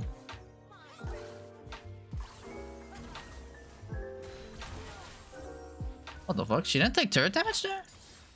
Oh, she would take one hit.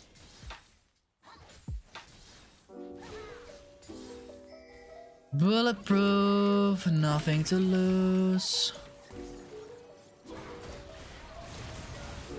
I'm dead anyway. I'm gonna try to get a kill for it. Maybe. Nope. I'm getting baited by my own teammates. Very cringe. I'll mute him. And if he comes mid, I will not go in. That was a bad call because we saw Kha'Zix here.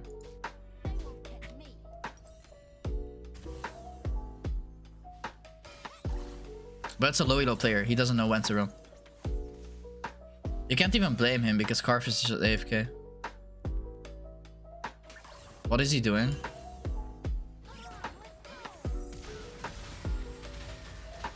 But why are we taking my CS?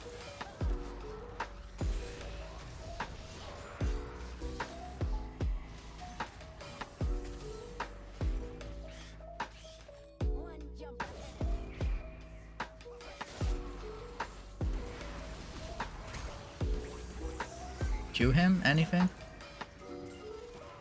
Just W. If I go in here, it's useless.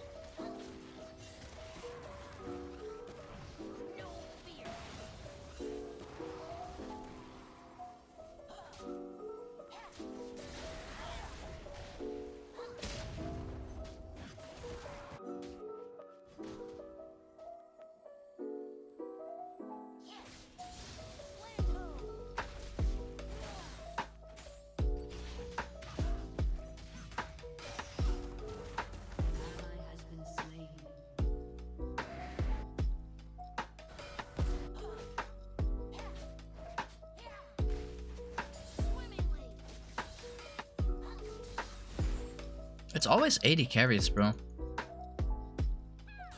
That's right, it's always 80 carries that like lose the game.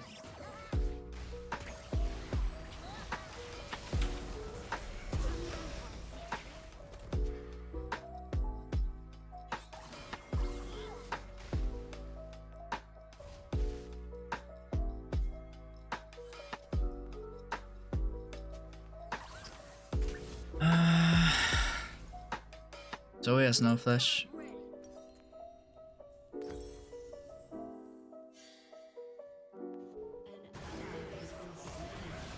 That's bad. That's really bad. Because he's worth gold again. Oh no.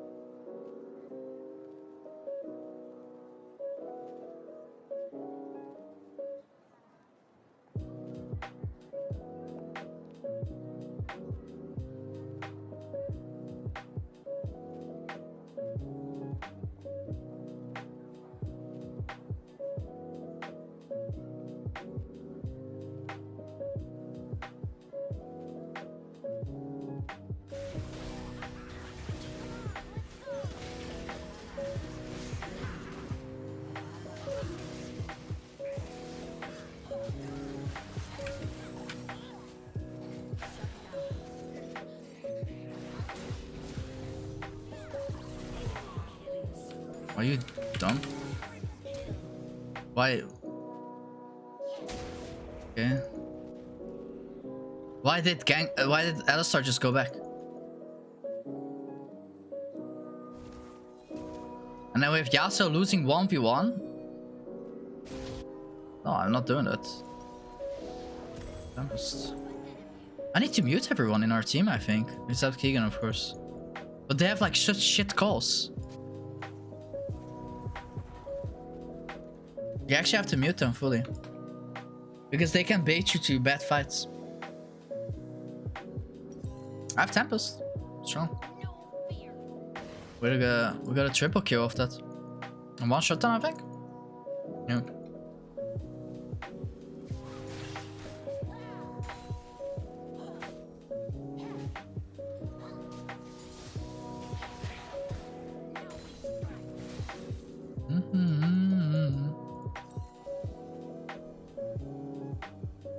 I'm coming mid. All this pushing, but and no one will hold it probably. I'm moving. Thing is, we should look for picks if we're behind. If we're ahead, we should play ARAM. Okay. That's fine. I don't know where Kha'Zix is. Can't chase Zoe. Is he there? Oh, he's there. He's there. Zoe's probably here. Oh, he's dead.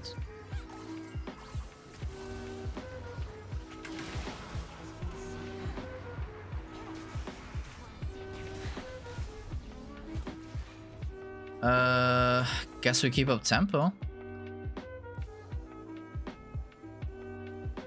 I have no R. I'm coming. Just wait 2 seconds for me. Yeah, go.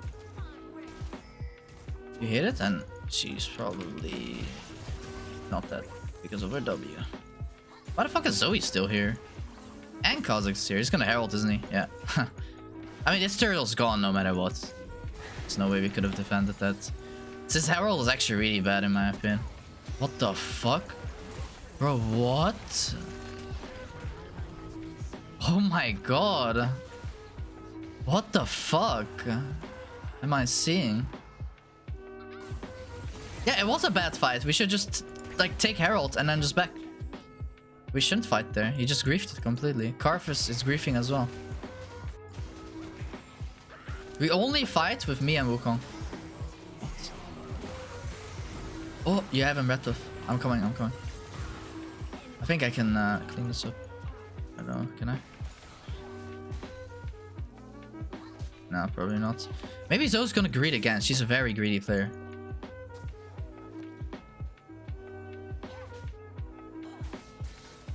Well, maybe greed. Don't.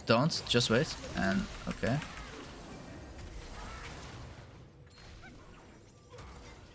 Go on Kha'Zix. Kevin? Anything? Yeah.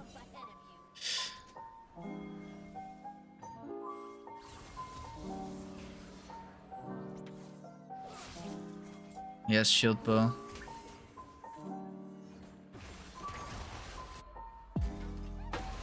Bro. Ah.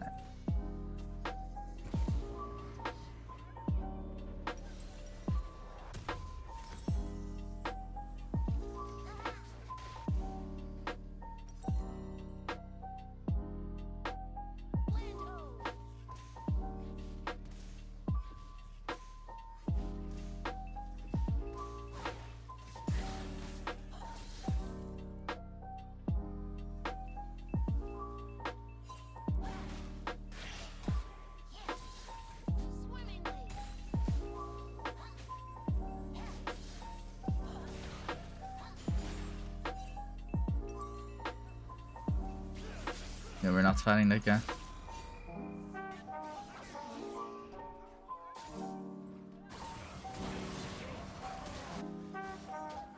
Okay.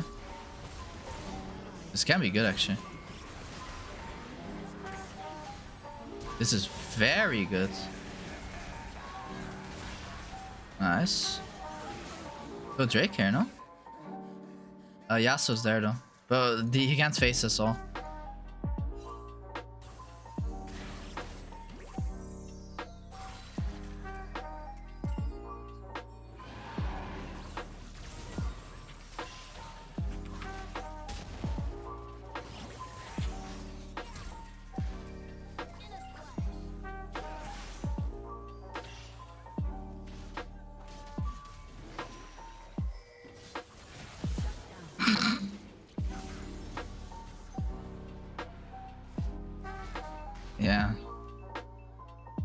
Judging by the way the enemies are playing, this game is very winnable. Shove one more and then we recall.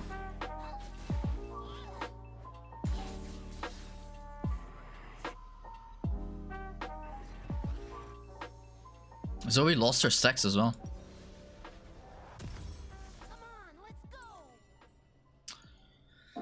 What are the odds of enemy building building MR?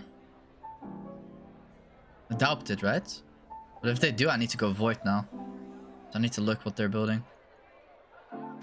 Then again, we have Karthus as well. So his pick kind of cooks me. Why is this piece so good? Is it the best piece in the world? How did it do so much damage? There's so many questions that need answers.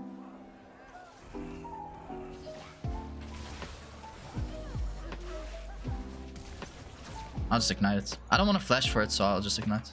No. Why? Why do you take that, man? What is wrong with you?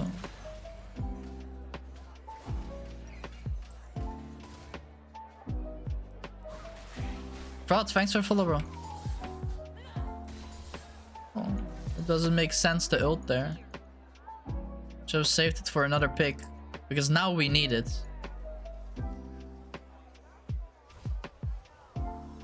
In side lanes.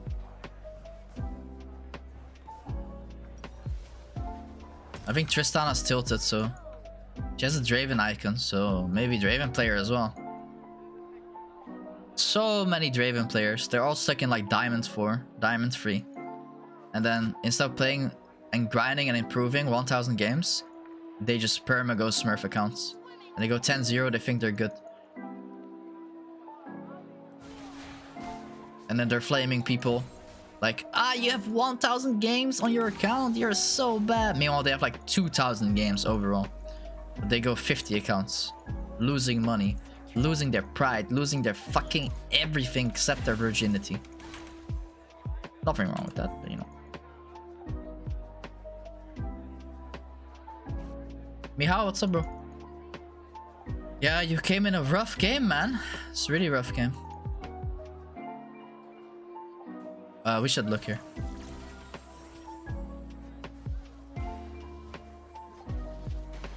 It's warded for sure. Wait.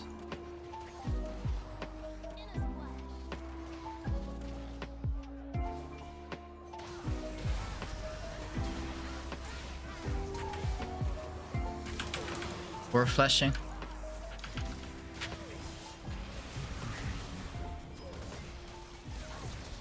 Because Baron's up. Okay, Yasuo's here.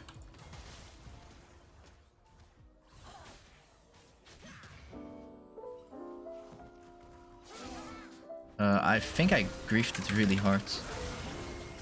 Oh no. Fuck, man.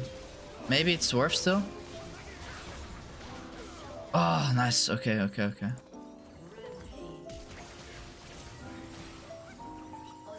Dude, that is so worth. Nice. That's fine. I completely griefed there. If I had Zhonya's, it was a good play, but I griefed it. I didn't think Zoe would come back. I know Yasuo's here. I didn't think Zoe would come back. Yeah, we need to. I think the only problem this game is Yasuo. So we need to might. We need to might kill him. I almost have Lich Bane though. Dragon's gonna be up. Just play for Sol, I guess. We just play for late game. Our late game is good.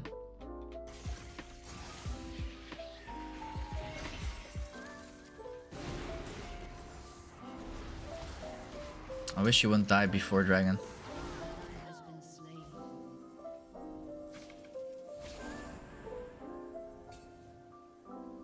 Yeah.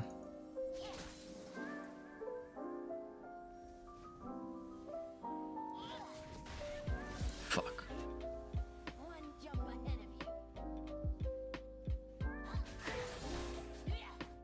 That's far side from Yasuo, exactly. Just back. Not worth. Just give it. Oh man. I know we're trolling so hard.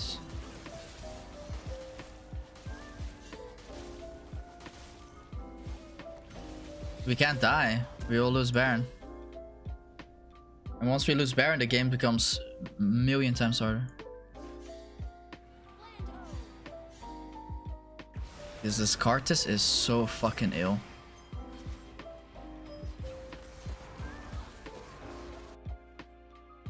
He doesn't even listen to our pings, that's the funny thing. Like, we're telling him what to do, he's just egoing it. He won't let us carry. It's okay if he plays bad. That's no issue. The problem is he doesn't listen and he's not playing for a win. That's the issue. Because you have two teammates that are really decent and they can carry you. Actually, free. Gangplank's playing decent as well now. Other than his few picks that he made. Like his few throws. Died again. Yeah, I need to look here. Pyke again?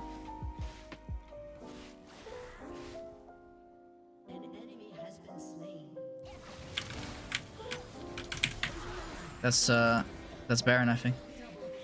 I'm moving.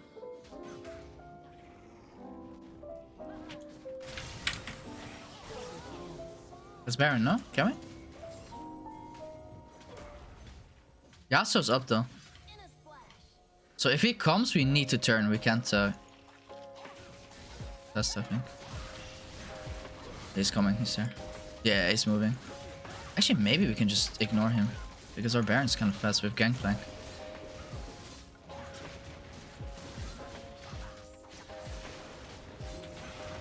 Nice. What? No, this is bad. This is really bad.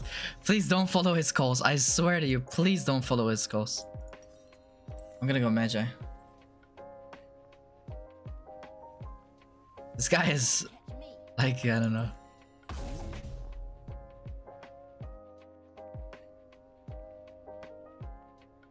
We're in a good position of the game now. We're in a really good spot. We just cannot throw because we fuck up once, we possibly lose the game. We're in the driver's seat right now. So let's keep it that way.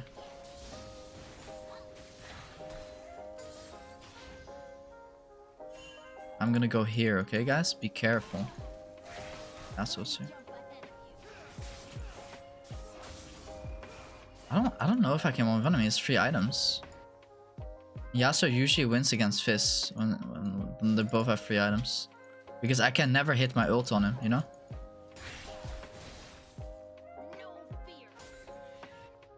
We can 1v2 him though. Just be careful. Or 2v2. I tried to ult Yasuo. Oh. Okay, it's fine. We flash for flash. Nice, nice, nice. That's good. Good GP ult, by the way. Nice. Karthus being useful, pressing R, Pog. And now I get this tier 1 turret. Kha'Zix flashed. He also has his flash. Because of Lich Bane, we can actually split push now. Look how much damage we do. Lich Bane angle, boys.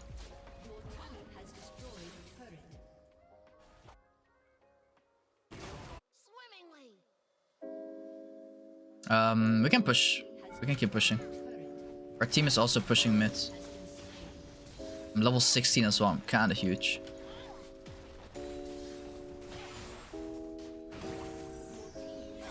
Okay, now I recall. Now we don't greet here, by the way. We need to go top now. Oh no, we're greeting. The Maul? The Maul death stance? Oh my god.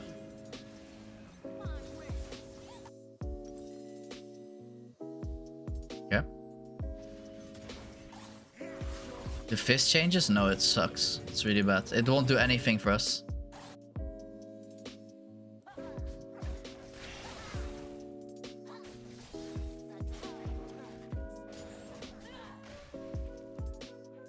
I'm gonna look for Pyke. Pyke will be up.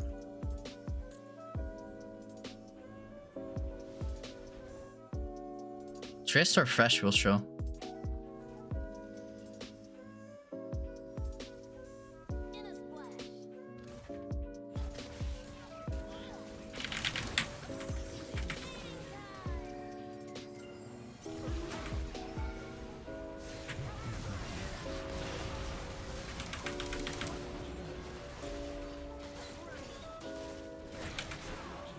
Okay.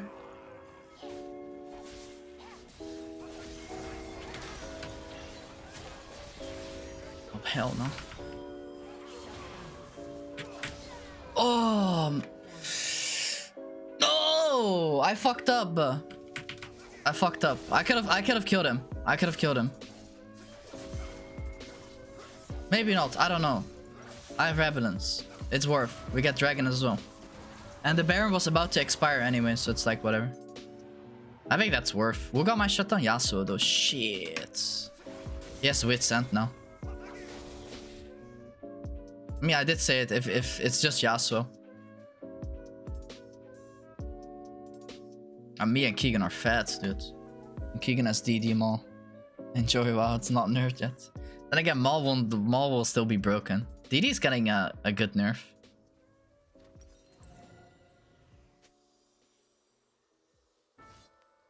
Yeah, I'm close as well. I need 50 gold. Should I stay in base for 50 gold? Just we play for this now. I don't know about that flash. I don't think that's worth. Because now you don't have flash for Baron.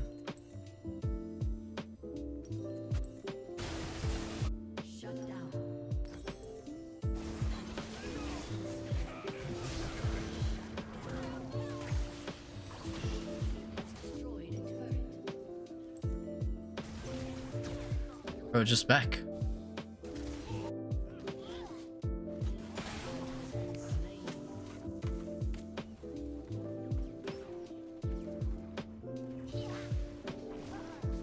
Actually, boom. Tenacity? Cool. Thanks for the Magi stacks, I appreciate it.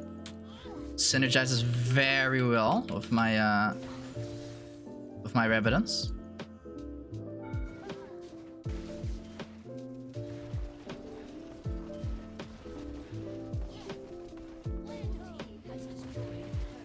Okay, nice. I mean, at this point, we have Soul Point, Baron is up. I don't think we should siege here though, this is kind of troll. What we should do now is... Oh my god, what is the damage? What the fuck?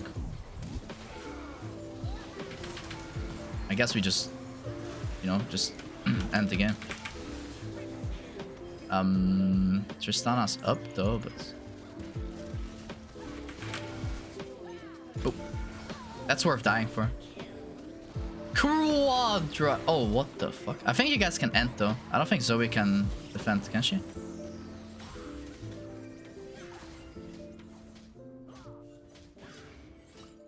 Worst case, we just go Baron. Oh, nice flash. She has flash as well. Can she flash though against the Wukong? Against the Monkey King? I have Elixir now as well. Just got turret. Nice. Kha'Zix's up in few. I was 10 Magi stacks, but I think we win? We don't? Okay. It's better to recall here actually. Just now we go Baron. And you know what's gonna happen now? We have 2 inhibs. We're gonna take Baron. Then we can just siege bots. So what we could do is put me on top lane or Gangplank. Then me or Gangplank on mid. That's 1-1. Super minions are sieging. And we give them Baron empowerment. Right? And because of Baron empowerment, they can't really do anything, right? And then we just go bot and we can 3-man bot and we just take this. Or we can just airbam. Either way, it's like really far ahead now. Can still lose though. I lost games like this. I literally lost games like this, so we need to be careful. I'm full build as well, so I won't get stronger anymore. Also, they need to be careful because we can backdoor, you know. He didn't win well? Wait. This is where Fizz gets so fun, by the way. Because your AP ratios are sky high. Look, I'm full build, dude. Like, I have Void Staff, I have Lich Bane, I have Rabidance, I have like... Look at my items. I'm really fat. This is where Fizz is really fun. Super fun. Honestly, just go this, yeah. I'm gonna look for Kha'Zix.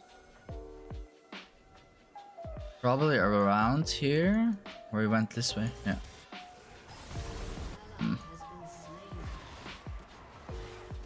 If you pop his edge, nice.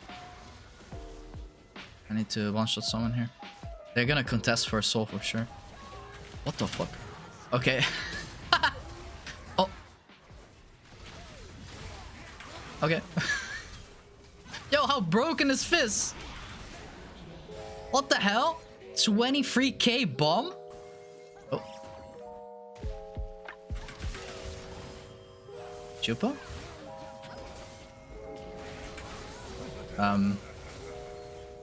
Guys, Fizz might be a little bit broken. He might be a little bit broken, guys. Abuse him while you can. Pog. GG, we won with an AFK Karthus. The guy was AFK for like 5 minutes and we won. Damn, let's go, boys. Let's go. Good game.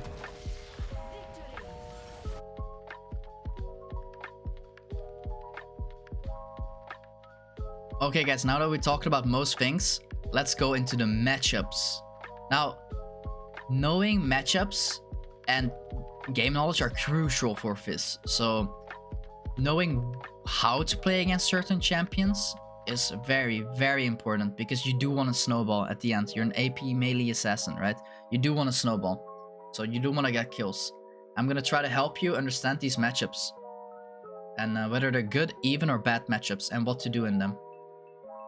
Some Fizz players might struggle with Karma at the start because she's quite tanky, but you have to keep in mind that you can dodge her Q and you can make sure you're untargetable so she can't hit her W on her. She does have movement speed on her E, so what you could do is, because her E is a shield, right, with a movement speed. So what you could do is like you bait her E, so like by going all in, or not all in, but like queuing in. Or what you could do is just ult straight up, like QR on her and then hit your R. Her E shouldn't have a lot of it shouldn't be like a big shield at early game, especially at early game. However, what you do want to do against Karma is when she uses her R, which is like mantra, right? And if you try to burst her with your R and she uses RE, like her mantra E, right? A very big shield, your ult will do 0 damage, right? And you probably won't kill her because she will just bind you and you don't have enough damage. You lack damage for her because she's too tanky. What you could do is like bait her R out first. So for example, if she presses RQ, like her mantra Q, what you do is like you try to engage after her mantra Q. You ult after, like QR, very fast. Because she doesn't have enough, she doesn't have mantra E then, like her shield. So she doesn't have a big shield. And then you can try to look for solo kills on her. She's not that hard though. She might be hard at the start, but once you like start playing into this matchup, she becomes quite easy for Fizz. Like Katarina's I like the Katarina matchup. It's like a skill matchup, but it favors Fizz. So Katarina, you trade with her after level 4. Don't fall for her level 1, level 2. Because if she has Conquer and she has Resolve, you will literally lose that. You will not win against Katarina. So try to fight her at level 4. And even better, try to fight her at level 6. Use R on her when there's no main wave. Because she can't shumpo then, right? Because if you R and she reacts very fast. Because a lot of Katarina players do have those mechanics. She can press E on the wave and she can just get out. Just like that, just very easily. And then you can't really kill her. Because you kinda need your ult to kill Katarina. Especially early game. When you want to snowball against her. When you don't have enough damage to shut her down, make sure you save your E to avoid her R damage since you go untargetable. So for example, if you know you can kill her, you can press E on her, auto attack WQ, right? That's fine if you know you can one-shot her like late game, for example. But especially early game when you don't have enough damage, you try to use your E1 so you don't double tap E, but you try to use E1 when she ults, right? Because if you use your E1 when she ults, her ult does no damage to you since you go untargetable. That's a tip I can give you against Katarina. But generally speaking, this matchup is kinda easy for Fizz. Just make sure she doesn't shumpo on the wave when you try to ult her. The moment you hit your ult, she can't ult, right? Because she gets knocked up. If she ults, she gets knocked up. So basically, a good Fizz player will never get hit by a Katarina ult. Because you hit your ult, right? And then she wants to ult, but she can't because she will get that knock up. And then she's like, okay, now I can ult, right? But you can just press E on her and just avoid her entire R. Also, if she tries to Q you, especially before level 6, right? Pre-level 6. If she tries to Q you, you can literally just press E on her Q. And you will just dodge her Q damage. Or not even her damage. Her dagger will just completely disappear. So this very Fizz... a good Katarina can win, but it's Fizz favorable. Annie. Annie is... I mean, she's very easy. There's not much she can do. She's annoying early game, but after level 6 it's just very easy. You can engage properly with R when her shield is down. That's like one of the few tips I can give you against Annie. Because her shield, which is her E, she gets move speed from her shield. When she gets move speed from her shield, it's kind of easy to dodge your ult, right? Because she can just walk out of your ult. But always try to use QR, right? Try to cancel your R animation with Q. So you like QR, and then when she doesn't have shield, it's like it's always a hit, and then you can just kill her. Fizz should always like win this matchup. There are very few Annie players I actually lost against. Very few. I played against like the best Annie players that are Challenger as well, and it's like this matchup is really easy. Just remember you can cancel her Q as well with your E. Keep that in mind. You can cancel her W and R as well. Like not cancel, but you can dodge her W and R. You can cancel her Q though, but bear in mind her Q will like it won't go through, but she won't lose the stun passive. Just keep that in mind. Pyke mid lane. Now Pyke mid lane, I'm not gonna lie, very easy. You will always outtrade if you dodge his Q. And it's easy to dodge his Q because of your E. You can easily follow him when he tries to run because you can just Q after him. One of the tips I can give you against Pyke is don't try to fight in the first few levels because he will win because of Hail of Blades. Hail of Blades, he will literally just grab the dagger and pop, pop, pop, just smack you like that. So be careful of his like very first levels. But usually Pyke is like you can dodge his Q and you can dodge his R with both your E and Q. So it's like he has nothing against you. You know what I mean? His W and E are useless against you as well because you can dodge his E as well. And when he tries to E out, you can literally follow him with your Q or E. So it's like, yeah. The most important tip I can probably give you into Pyke is make sure you ward and ping properly for your team. Because Pyke mid lane players will always ditch the lane against Fizz and just perma roam. Veigar. I will swallow your soul. This is actually not a quote by Veigar, by the way, but it's the shark from Fizz Ultimate. Because the shark will eat up Veigar's little yordle butt. You can dodge every single ability. Yep, every single ability. Even his ultimate. It's pretty easy. You can just E out of his cage. Easy. He can E his Q. Easy. And when he presses R on you, you press E. His R is gone. Goes on a cooldown. Easy. Should be easy because he's, you know, easy to gank. He has no mobility. So set up a freeze. Tell your jungler to come. You QR. He presses E. Then you press E. His E is useless. And you can just dodge his Q and W with your Q. And, you know, that's it. It's just very easy matchup usually. Manage the wave properly and space properly. That's the most important in the Veigar matchup. Moment you hit your ult on this guy's usually dead. It's pretty easy. You can dodge every single ability. You can dodge his Q, you can dodge his W, you can dodge his R, you can dodge his E. You can dodge every single ability. He has no mobility as well, so which means he's easy to gank and it's easy to hit your ultimate. However, most Xerath players I played against, they will probably stay under the turret and use his Q to try to clean the waves, right? Clear the waves. Try to freeze whenever he does this, and whenever he tries to Q, remember if Xerath holds his Q, that he gets slowed by his Q, like his movement speed goes slower. So when he tries to clean the wave or clear the wave with his Q, you try to QR and then go after him. And especially if you freeze your jungler, just honestly, if they pick Xerath or something like that, just, you know, just try to tell your jungler to come. It's just perma free kills. Brand, very easy. You hit R, he's dead. He doesn't have a lot of range as well, unlike Xerath, right? That we just discussed.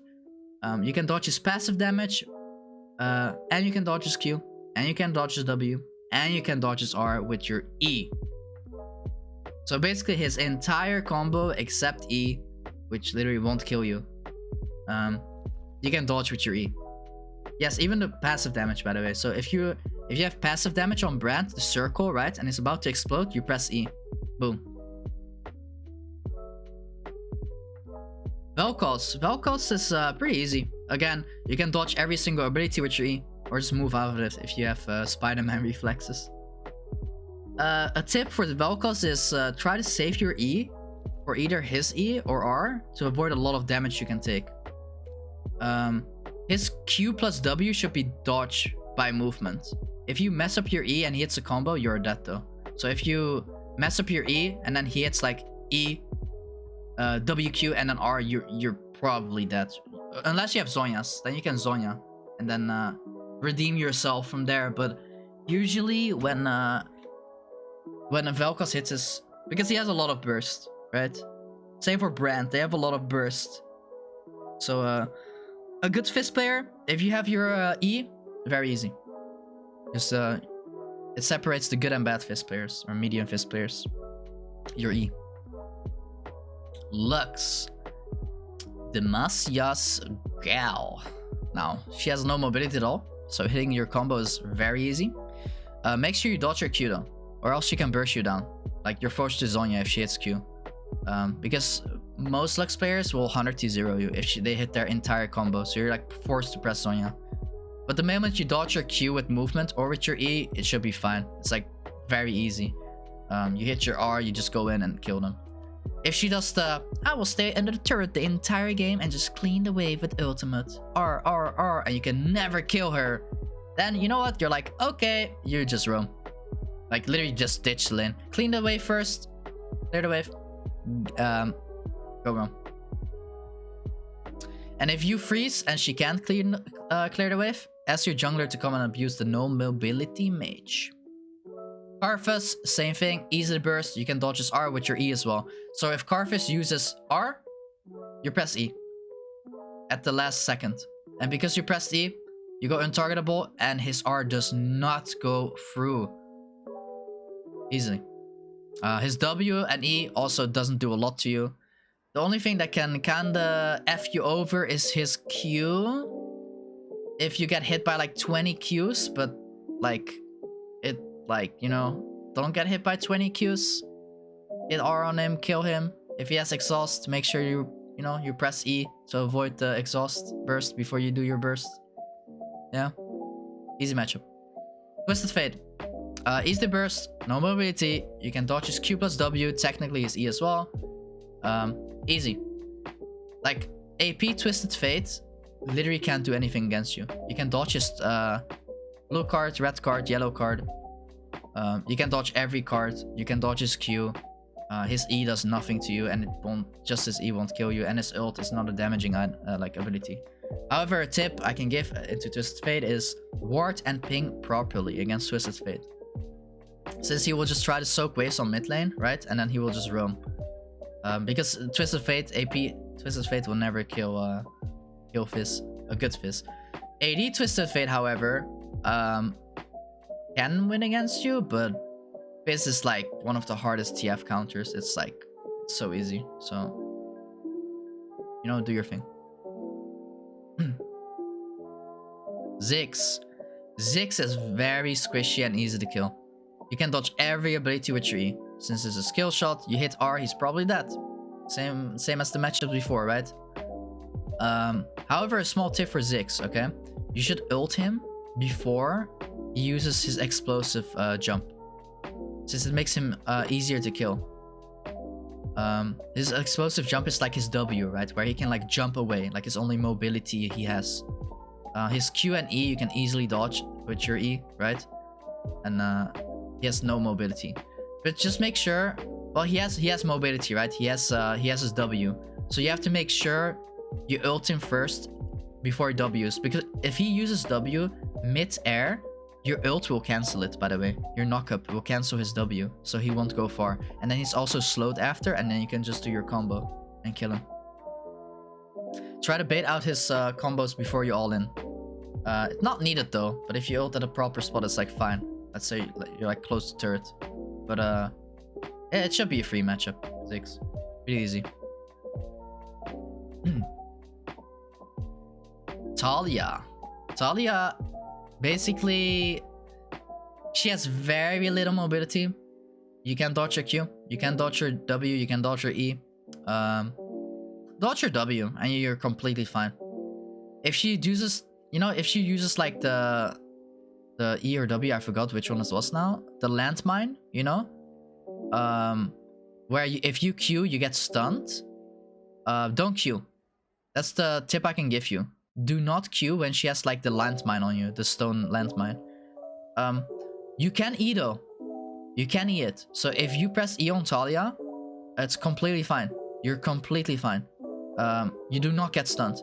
But don't Q inside of it, because if you Q inside of the landmine, especially since this patch has she has counterplay to Fizz now, or like to every mobile assassin now, that if you Q or like you use a mobility and you get stunned, she can hit her entire combo on you, and you're usually dead or like very low. So make sure you don't Q on the landmine. Other than that, it's like very easy matchup. Another tip I can give you against Taliyah is make sure you don't I mean, I guess you could ult her when she's like on the walls, but if she's on the walls, she gets movement speed, right? Try to ult her like when she's not on the walls, or like try to cancel her try to make sure she's in combat so she doesn't get extra move speed, so it's like harder to avoid your ult. But overall, easy matchup. Seraphine, pretty easy. You can dodge every ability and outtrade her. She has no mobility at all. So free ganks, setups for you. Her range isn't super long like Xerath or Vel'Koz, so it's very easy to abuse. The only mobility I guess she has is her double tap W, which gives her move speed. So make sure you like play around that, but other than that, like her E and... I mean, she has CC with her E, but like her E and Q are like very easy to dodge, especially for Fizz, because you have your Q and E. Yeah, this matchup is very easy for Fizz. I never lose against Seraphine players. It's very easy to abuse her. Okay, let's talk about Zeri. Now, with Zeri, it's important you use your passive, your ghosted passive, so she can't hit her Q on you. If you use that on the minion wave and talk, she literally cannot hit her Q because you're ghosted and you're through the mains. It's very hard counter to her. W is very easy to dodge, and bada boom. Just take small trades. Make sure she gets low, and then you can finish her off with your ult later on. Should be easy. But the one thing you need to be careful of Zeri is she has a dash. So what most Zeri players do is they stand near a wall, and then when you try to ult, she like dashes through the wall. So make sure you like do a small trade. You bait her E out. You wait a few seconds because her E is like a very long cooldown. Then you ult her and try to all in. Always try to bait her dash out first, because a good Zeri will never get hit by Fizz R if she has dash. So Malphite, rock, AP Malphite, easy the kill. You can you know, you can dodge his R, hit your E. Don't get poked too much by his Q. That's like the only thing I can kind of give you. AP Malphite is pretty free because you don't lose trades, and you can use your E to dodge his R. Easy. AP Malphite mid, easy. However, tank Malphite mid, I played against it before. Tank Malphite mid, it's pretty much you ditch the lane and you just roam. It's yeah. This is like, I would say for most tank matchups, you just leave the lane and roam. Yeah, it's like kind of boring because like they will just stack MR and you won't really kill them till like very late game. But yeah, AP Malphite is easy at least. Kog'Maw, he will permanently push the wave in with his E. If we talk about like AP Kog'Maw, right? Same for AD Kog'Maw. I play against AD Kog'Maw. Now AD Kog'Maw is easier to play against than AP Kog'Maw, because AP Kog'Maw, he will just perma spam E, clean the wave, right? And he will press R and R and R and R. However, the thing about Kog'Maw mid is it's so easy to gank. Like people don't play it anymore for a reason. So easy to gank. And other champs just have better wave clear. But if you struggle against AP Kog'Maw, you can ditch the lane and roam and get free kills from other lanes. However, you should be able to kill him if you play properly. Try to, you know, his Q is easy to dodge. And try to play it like for burst. Small trade or burst. Because if you play for long con, he can do a lot of damage to you. Because of his R and W. So what you want to do is like, you want to play it like burst, burst, burst. Small trade, go back, small trade, go back. All in kill. Almost the same as Zeri. Like you take small trades and then like you kill him after. Cho'gath. Cho'gath, pretty easy, but it's like annoying matchup, I would say. Because you can dodge his Q and W, right? With your E and Q. However, he will out-sustain you if you don't kill him. Because of his passive. So, you know, the more minions he kills, the tankier, well, not tankier, but he just heals, right? So it's like annoying to kill him. So you need to like, you need to kill him like before he sustains. So you want to play for like all-ins if possible.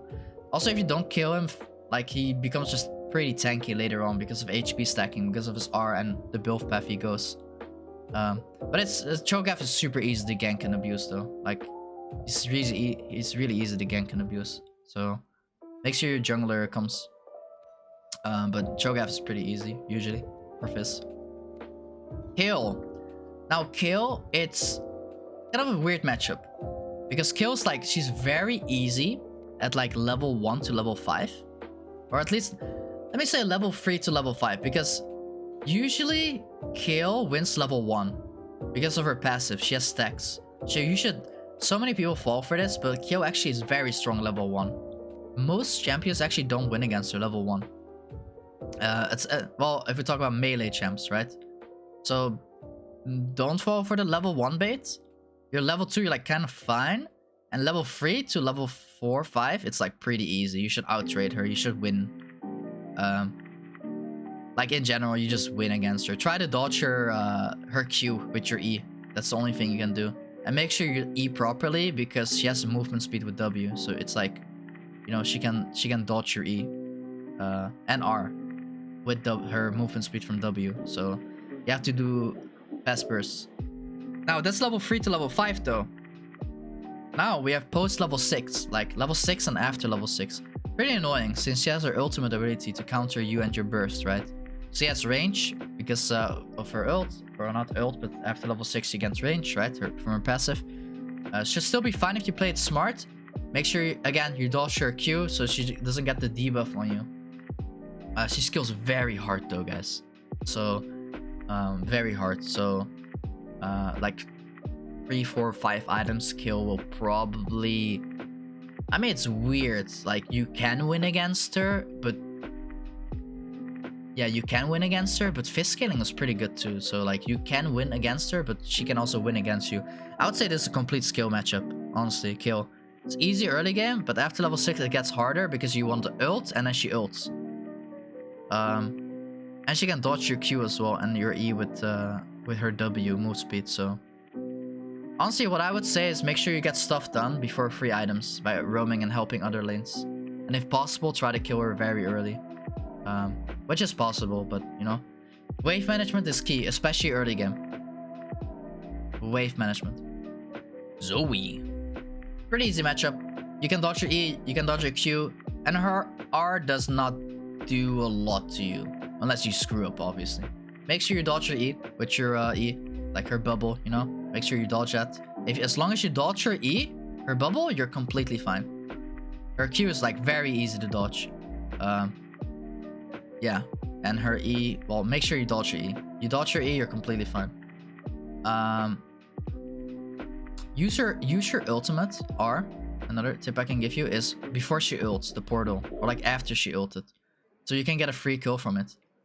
Because her R is like a portal, so if I ult her, she can press R and dodge my R. If that makes sense. Another tip I can give you against Zoe is make sure you fight against her, right? When she doesn't have a strong active on her W. For example, there was this meme with Zoe, right? That Zoe, the luckiest RNG with Zoe. There was this clip where she gets like redemption and she redemptions bolt or some shit at level 3 and gets like a double kill from it. It's like, you know, the meme. They kinda like nerfed that hard, but back in the season 9, I think it was like that. It was like very awful to play against. But make sure when she has like exhaust, for example, on her W or like barrier or whatever, just play around her W. Dodge her E, but play around her W. Make sure she doesn't have a strong summoner spell, and you should be fine. And play around her R. Usually Zoes win early game against Fizz, but after level 6, this matchup becomes pretty easy for Fizz. If you play it smart. A good Zoe can still F you up, man. Be careful of that. Champ makes a lot of damage, especially if you get caught on bubble, you're basically dead. Or you're like forced to Zonya. Aurelion Sol. Aurelion Sol, you can permanently shove in waves and just move. It's kind of similar to Twisted Fate, where you're like, you can dodge every spell he has. And it's very easy to dodge every spell. But again, similar to Twisted Fate, he just moves away, man. He won't lane against you and just move to other lanes. However, when you have your ultimate, try to freeze the wave in a proper position. If you freeze the wave and you can QR or like R him, you can just run him down. Use your Q and E to dodge his Q and R. Very important. Should be win for Fizz. However, I did play against very good Soul players where this match just becomes kinda equal/even. But if Fizz does have the upper hand in this matchup. Just make sure you don't get hit by a stun, which is his Q, and then you can play around his W. So it's like pretty, you know, and his E doesn't do a lot to you unless he's like not in combat. He can dodge your. I had some times where I like ult a Soul and then he presses E and then he just flies away over the wall. I'm like, oh hell nah, you know. So yeah, be mindful of that. Also, funny thing about Sol is you can Q his R. For example, if he wants to R you or Q you even, you can just Q behind him. Like, it's pretty free. So just make sure you use your E and Q properly. Gangplank. Gangplank is a bit of a weird matchup. Because Gangplank actually really wins against Fizz early game. Like, early game, he really like hard wins against you. But it becomes very easy the moment you have items though. Once you have like 2 items, 3 items, 4 items, if he goes like full glass cannon GP and not like full I mean, even if he goes like bruiser GP, if you have like 4 or 5 items, it's kind of easy to kill him. However, yeah, early game is kind of unplayable. Just make sure you like E his barrels or like W his barrel. Make sure he doesn't get the barrel off on you. If he gets 1 barrel off on you, you will probably lose. However, if he doesn't get a single barrel off on you and you play it smart with your E, then it's pretty free. Also, make sure you ignite him before he uses his orange, so he gets like less healing, you know? That's what I do. I ignite him so he gets like less healing from his orange. Super gankable as well. Super gankable for your jungler. Because Gangplank has no mobility. He has move speed from the barrel pop, but other than that, he doesn't have a lot of mobility. So it's like pretty easy for you to like go in and kill the Gangplank. Just, you know? Have to play it smart. Syndra. Syndra can poke you down while moving, so she can space you whenever you want to walk up and use your Q on her. You usually wait till level 6 unless she messes up. So you want to save your E for her ultimate, because if she ults you, you can press E, right? And you can just like completely soak the ult. However, if you know you can kill her, you can just use your E. But your E, you can literally dodge her Q, you can dodge her W, you can dodge her stun, which is her E, and you can dodge her R with your E. It just all depends how fat she is and how fat you are. If you're very strong, you can just use your E to one-shot her and dodge her stun. But if she's very fat and you know she will one-shot you, or you know you can't one-shot her before she ults, then you usually want to E her R. This is a tip I can give you. This matchup is it's Syndra favorite early game, but Fizz basically wins after level 6 if you play it well. Just make sure you use your E. Like, your E is very key in this matchup. Using your E properly, you just win. Viktor. Annoying early game, but same as most of these matchups. Moment you hit level 6, you can easily kill him with your entire combo. Just don't take too much damage early game from his Q and E. His laser is also dodgeable, by the way. By like moving with prediction, like spacing out, or you can use your E to like avoid some of his damage. So make sure you use your E for that.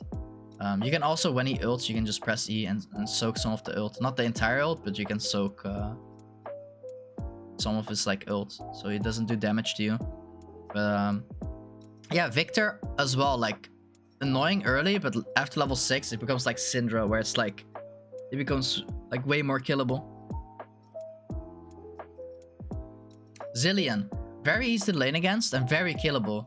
However, the moment he hits level 6, you know, he gets his ultimate and it's super annoying to face him because you want to do your entire burst and then he just presses R and it's like, okay, I can't kill him. And then like a little bit later on, when he has like Chapter or like Everfrost, for example, or like an item, he can literally just double bomb the wave and the entire wave is just gone. So this old man has very good, like decent wave clear, man. And he scales very well for his teammates. He's not like a 1v9 carry, but he's like he's a team carry. Like he helps his team carry, you know? He's a support after all. Just make sure you abuse him early game by trading a lot. You will basically win every single trade, unless you get hit like by like double bomb. But if you don't get hit by the double bomb, you can basically like trade with him all the time and just kill him. And even if you get hit by one bomb and you're about to get hit by another bomb, you can just use your E to dodge it. Another tip for mid to late game is, this is very important for mid to late game against Zilean after laning phase, right? Is try ulting the Zilean, so he forces the ult on himself instead of a teammate. After that, you can go for an AD carry or pew for him. Sorry, for your team. You can pew for your team. You trade ults. However, in most cases, this is worth it, right? So for example, I ult the Zilean. Zilean's like, oh no, Fizz gonna go for me. And if he doesn't ult himself, during the knockup, I can one-shot him. So what he does is like, he ults. After I had a third range ult on him, right? By like denying vision and stuff, I can hit a third range ult on him. And then he's like, okay, I will ult myself. And then you're like, bye-bye. And then you just run away and you go to the AD carry and try to like E, auto attack WQ, the AD carry with Ignite. And like, you basically, you trade ults. That's what you do with Zilean. But overall, easy matchup, Zilean is. Ryze. I want to say Ryze is completely free, but a decent Ryze can actually be a little bit annoying early game. You should be free to kill when you have ultimate and have some AP. Also, it's very easy for your jungler to gank because he doesn't get, like, if he doesn't get the movement speed off, it's like very free, you know? However, late game Ryze becomes very tanky, so make sure you destroy him early game. But even late game, you can, if played well, you can 1v1 against him.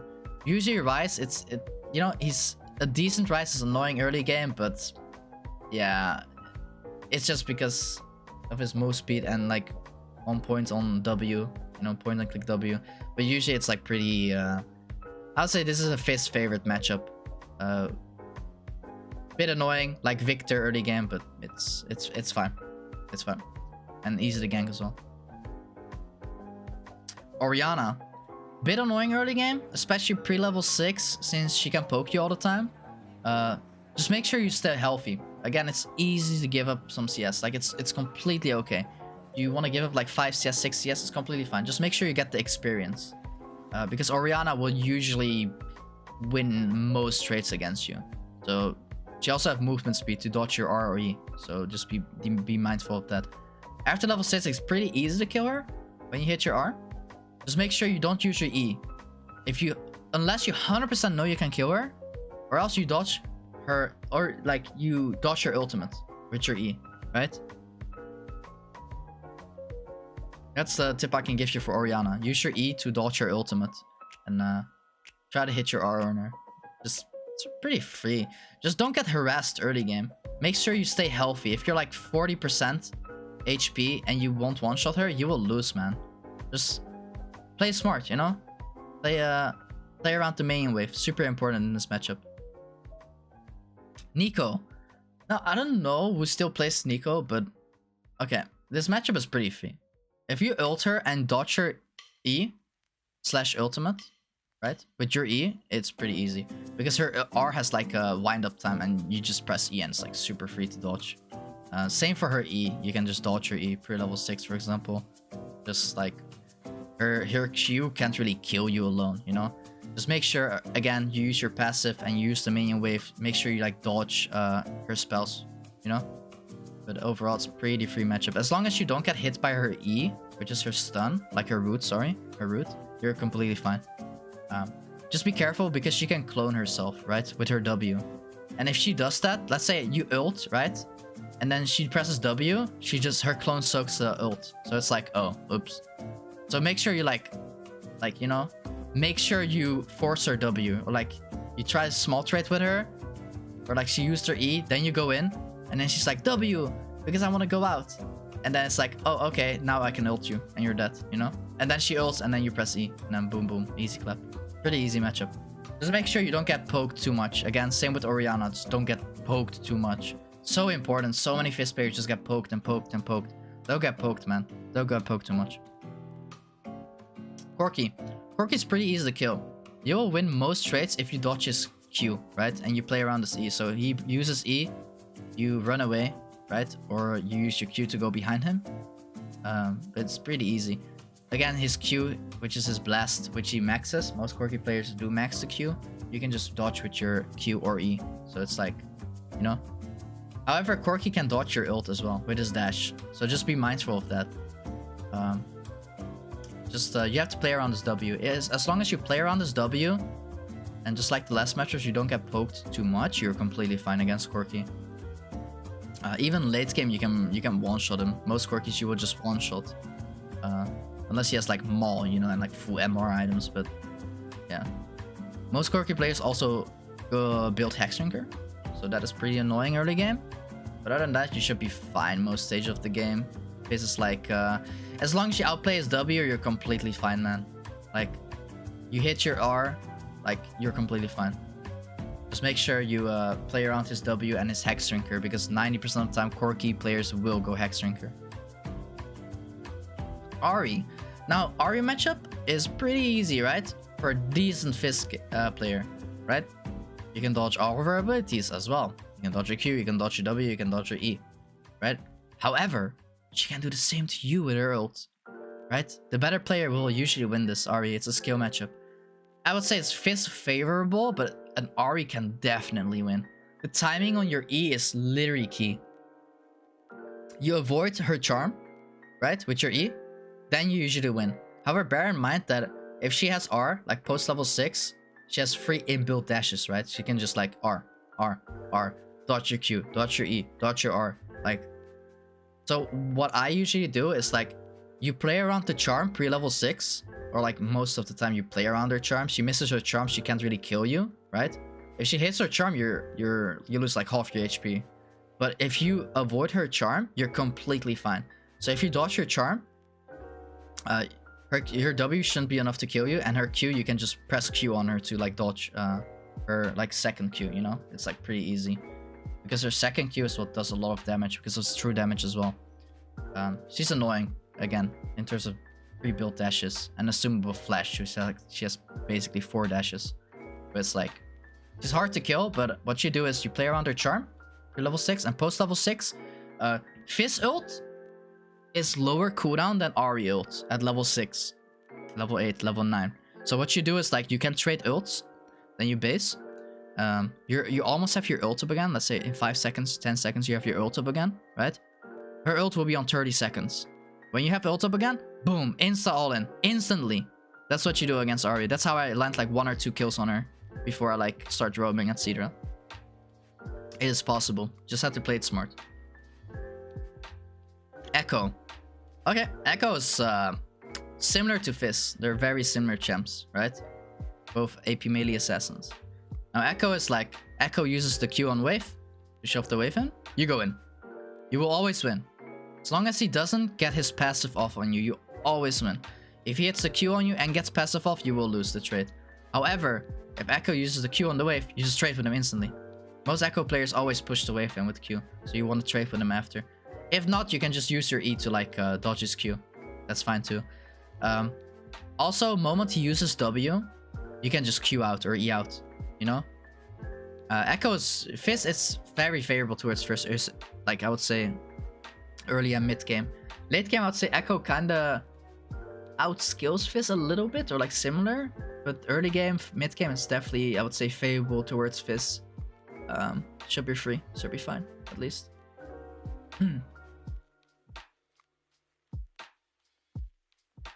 The only annoying thing about Echo, I would say, is his R, right?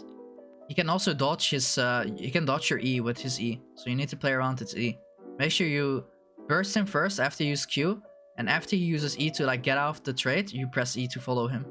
And then you slow him with your E, and then you run away if he has like 1 or 2 stacks on you. Make sure he doesn't get the 3rd stack of his passive off on you. Use your E to get the slow off of him. So you slow him and then you like move out, you know? His R is like again, very annoying, his R. So what you do against his ultimate on Echo ult is you try to ult him, right? To trade ults. But before he ults, right? Echo players always ult when they're really low, right? You ignite him. Always make sure you ignite him before he ults, because he will get reduced healing, because ignite has, you know, healing reduction. So make sure you always ignite him before he ults, and after that you basically kill him. And again, you know, you dodge his shield, his stun, his W with your E or Q, depending on what spot you are. Okay, let's talk about even matchups. Tristana. Pre-level 6, you won't be able to do much, since she literally outpushes you all the time. She has quite a bit of damage as well. Like, do not underestimate her damage. So early game pre-level 6, you basically never win against her. She's very hard to kill, Tristana. A good Tristana is, if she has like proper spacing and uses her W well. It's very hard to kill her one-on-one.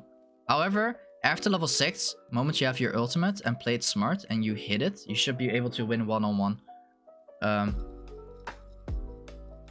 Just make sure, like, just bear in mind, right, that her W is a jump, which is mobility, right? So make sure you like make sure you ult her after she used her W, or you QR, like a fast R, for animation cancel, so you can hit your R on her. A tip I can give you on this matchup is use vision to your advantage. For example, you go in a bush, right? And she walks in that bush, you can ult her for free before she Ws, you know? You can chase her down with your Q as well. And you can use your E to dodge her R. So for example, if she uses R during the animation and you press E, right? Her R will go on a cooldown, but it will not hit you. The damage and knock-up, or knockback, sorry, it won't go through. So make sure you E her ultimate. It's pretty free. If you do this, her R will, you know, go on a cooldown and you won't take damage. So it's pretty poke. Also, every Tristana player is perma pushing, so just ask your jungler to come, man. Like, really, who's not, like, abusing a Tristana in mid lane? Vex. Vex, she literally makes you depressed, man, by punishing you when you use your Q or E. I would say it's a skill matchup, but it's definitely favorable towards decent Vex players. But the better player will usually win this matchup. A lot of Vex players do pick Vex to counter Fizz though, so... because they have like confidence in their ability. Make sure you engage when she doesn't have a red bar under her HP. That's her fear ability. So make sure you engage on Vex always when she doesn't have her fear. If she has her fear, you basically will never win, because yeah, you get feared and then she's gonna get her passive stacks on you and you're gonna take a lot of damage, man. You're gonna take a lot of damage. You know, obviously, as said before in the previous matchups, don't take too much damage from her basic attacks and abilities. It is a winnable matchup, but it's definitely more challenging than, let's say, a Lux player, right? Lux is a bit easier to kill for Fizz. Vex, you can also dodge her R with your E. Or like she uses R on you and then she comes. And usually what Vex players do is like, they press R on you and then they come with second R and then they W for the fear. You can like press E and try to dodge your fear with her. Like try to dodge your fear to W, you know? She has very little mobility, so it's, you know, abuser for your jungler. Fizz is very, very good to gank after level 6 because of your ult. Nessus. Bruiser tank Nessus mid is basically impossible to kill. And yes, I've played against this in Challenger and Grandmaster. Yes, I actually did play against Nessus mid lane. They go like Bruiser, Nessus mid, and it's pretty easy early game, but you can't really kill him. And then they build some magic resist, and it's like, what do I do now? you know? It's pretty hard because you can't really do a lot against Nasus. You can easily gank him though with your jungler, or you can roam to other lanes, so that's pretty potent. Other than that, he outskills you one-on-one, so you can't really win against him one-on-one. Like, straight up 1v1, Nasus will... You can't one-shot him, so he will just kill you, you know, with his 500 stacked Q. So basically, you just ditch the lane and roam. Early game is kind of free, but again, his passive is the same as... his passive is kind of the same as Cho'Gath, where he, like, sustains. So it's like... small traits, and then he sustains. It's like Vladimir, it's like, oh. So you trade with him, you win the trade, but it doesn't matter because he just out-sustains you. So it's like, the only time you can kill him is early game, and then mid-late game he just becomes impossible to kill. Pretty hard matchup. Gragas. Gragas is pretty tanky. Like, and he can dodge, like he can E your Q to get his combo off. So for example, if I want a Q, he can just cancel my entire Q, and my Q goes on a cooldown, and it won't do damage. And then he can get his combo off. Other than that, he also has, like, you know, sustain from his passive. That's so annoying. So he's kind of tanky, and he's sustained from his passive. It's very, very annoying. I would say this matchup is kind of favorable towards Gragas, but you won't really kill him if you play it good, you know, if you play it decently. You can dodge all of his abilities as well. Like, the best thing to do is just to play very smart and try to dodge his E with your E, you know? Never Q him first. If you try to Q him first, he will always E you and get the combo off, and then if he has phase stress or whatever, or electrocute, he will just run away, you know? Or like out damage you. So try to always E first. Try to predict his E. If you can predict his E, completely fine. Very good. Very nice. Again, skill matchup, but favorable towards Gragas because he has sustain and is tanky. And tanky and sustain kind of kills Fizz players. Or like Fizz as a champ. You can always leave this lane and roam as well, because your roams are better than Gragas roams, and also Gragas is like, you know, he won't really push fast, unlike like a Tryndamere. If you leave a Tryndamere lane, he will take your entire turret or like 3 plates when you roam. Okay, Azir. Now Azir is a pretty interesting matchup. Now some people might say, hey Esruc, why the hell did you put Azir on even and not easy matchup? Now, let me tell you, for low elo, yes, he is easy. You can press R and just run him down. Most Azir players will have no idea how to play Azir. Now if you're against a very, very good Sandman, okay? If you're against a very good Azir, the Shurima man, this guy becomes very, and I mean very, very, very annoying to deal with. Because he will poke you a lot and a lot and a lot and a lot, and he will space you out, and you basically cannot go to him, right? He has insane amount of range and DPS to do it. He can also dodge your E and R with his E. Bear that in mind. He has mobility and has insane range. A good Azir is super annoying to face against, but it's more of a skill matchup, I would say. If the Azir has no idea what he's doing, it should be very easy. However, a tip I can give you for Azir is try to like make sure you engage after he uses Q, because if he uses Q, which is like his where he like commands his soldiers to like dash, you know, if after he used that, you can press R on him, and then his dash will be like very mediocre. However, if he didn't use his Q and you R on him, he can just WER and he's like across the map, and you're like, oh nice, I will never kill him. And you also need to make sure your E you E his R, right? Because if you use your E after or before, or yeah, like before he ults, like basically what he does is just he ults you away and then he just kills you. So hard matchup, but very, very winnable when played well. Jace is very annoying early game. Very annoying. Make sure you dodge his poke with your E, right? Don't take too much damage. It's okay to give a few CS. Jace mid lane is like, it's, you know, he wins against you early game. You will probably not outtrade him. Once you have ult, you should be able to nuke him down when you have enough HP. However, when you hit 6, a good chase player will keep his distance. When this happens, I recommend you freeze the wave and QR the main wave to hit your ult on him. He's not super mobile, aside from some movement speed from his passive. Should also pretty easy to gank for your jungler as well, Jace mid. The annoying thing is that he can basically out-trade you if he plays it well, but you wanna go for one-shots, and it's very possible.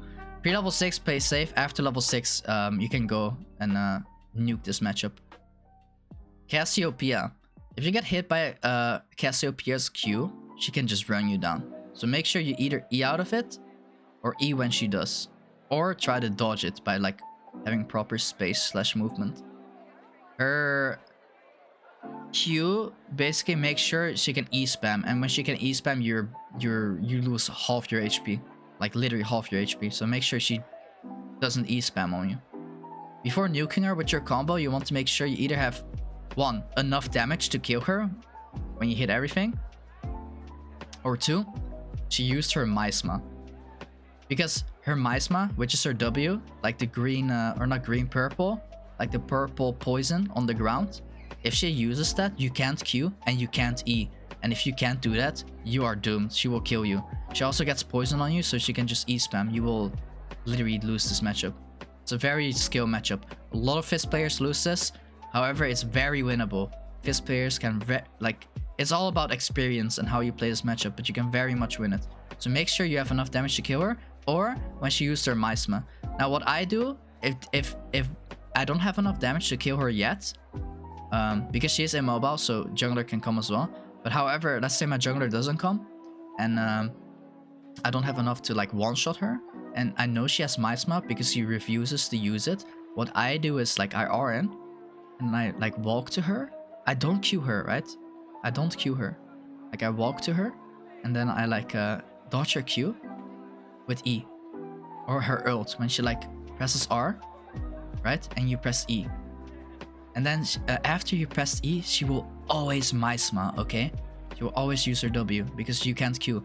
So what you do during your E, because you know this, you try to get out of the Misma instantly with your E. Does that make sense? You're like E1, she presses Misma or ult, or like ult Misma, or like, you know?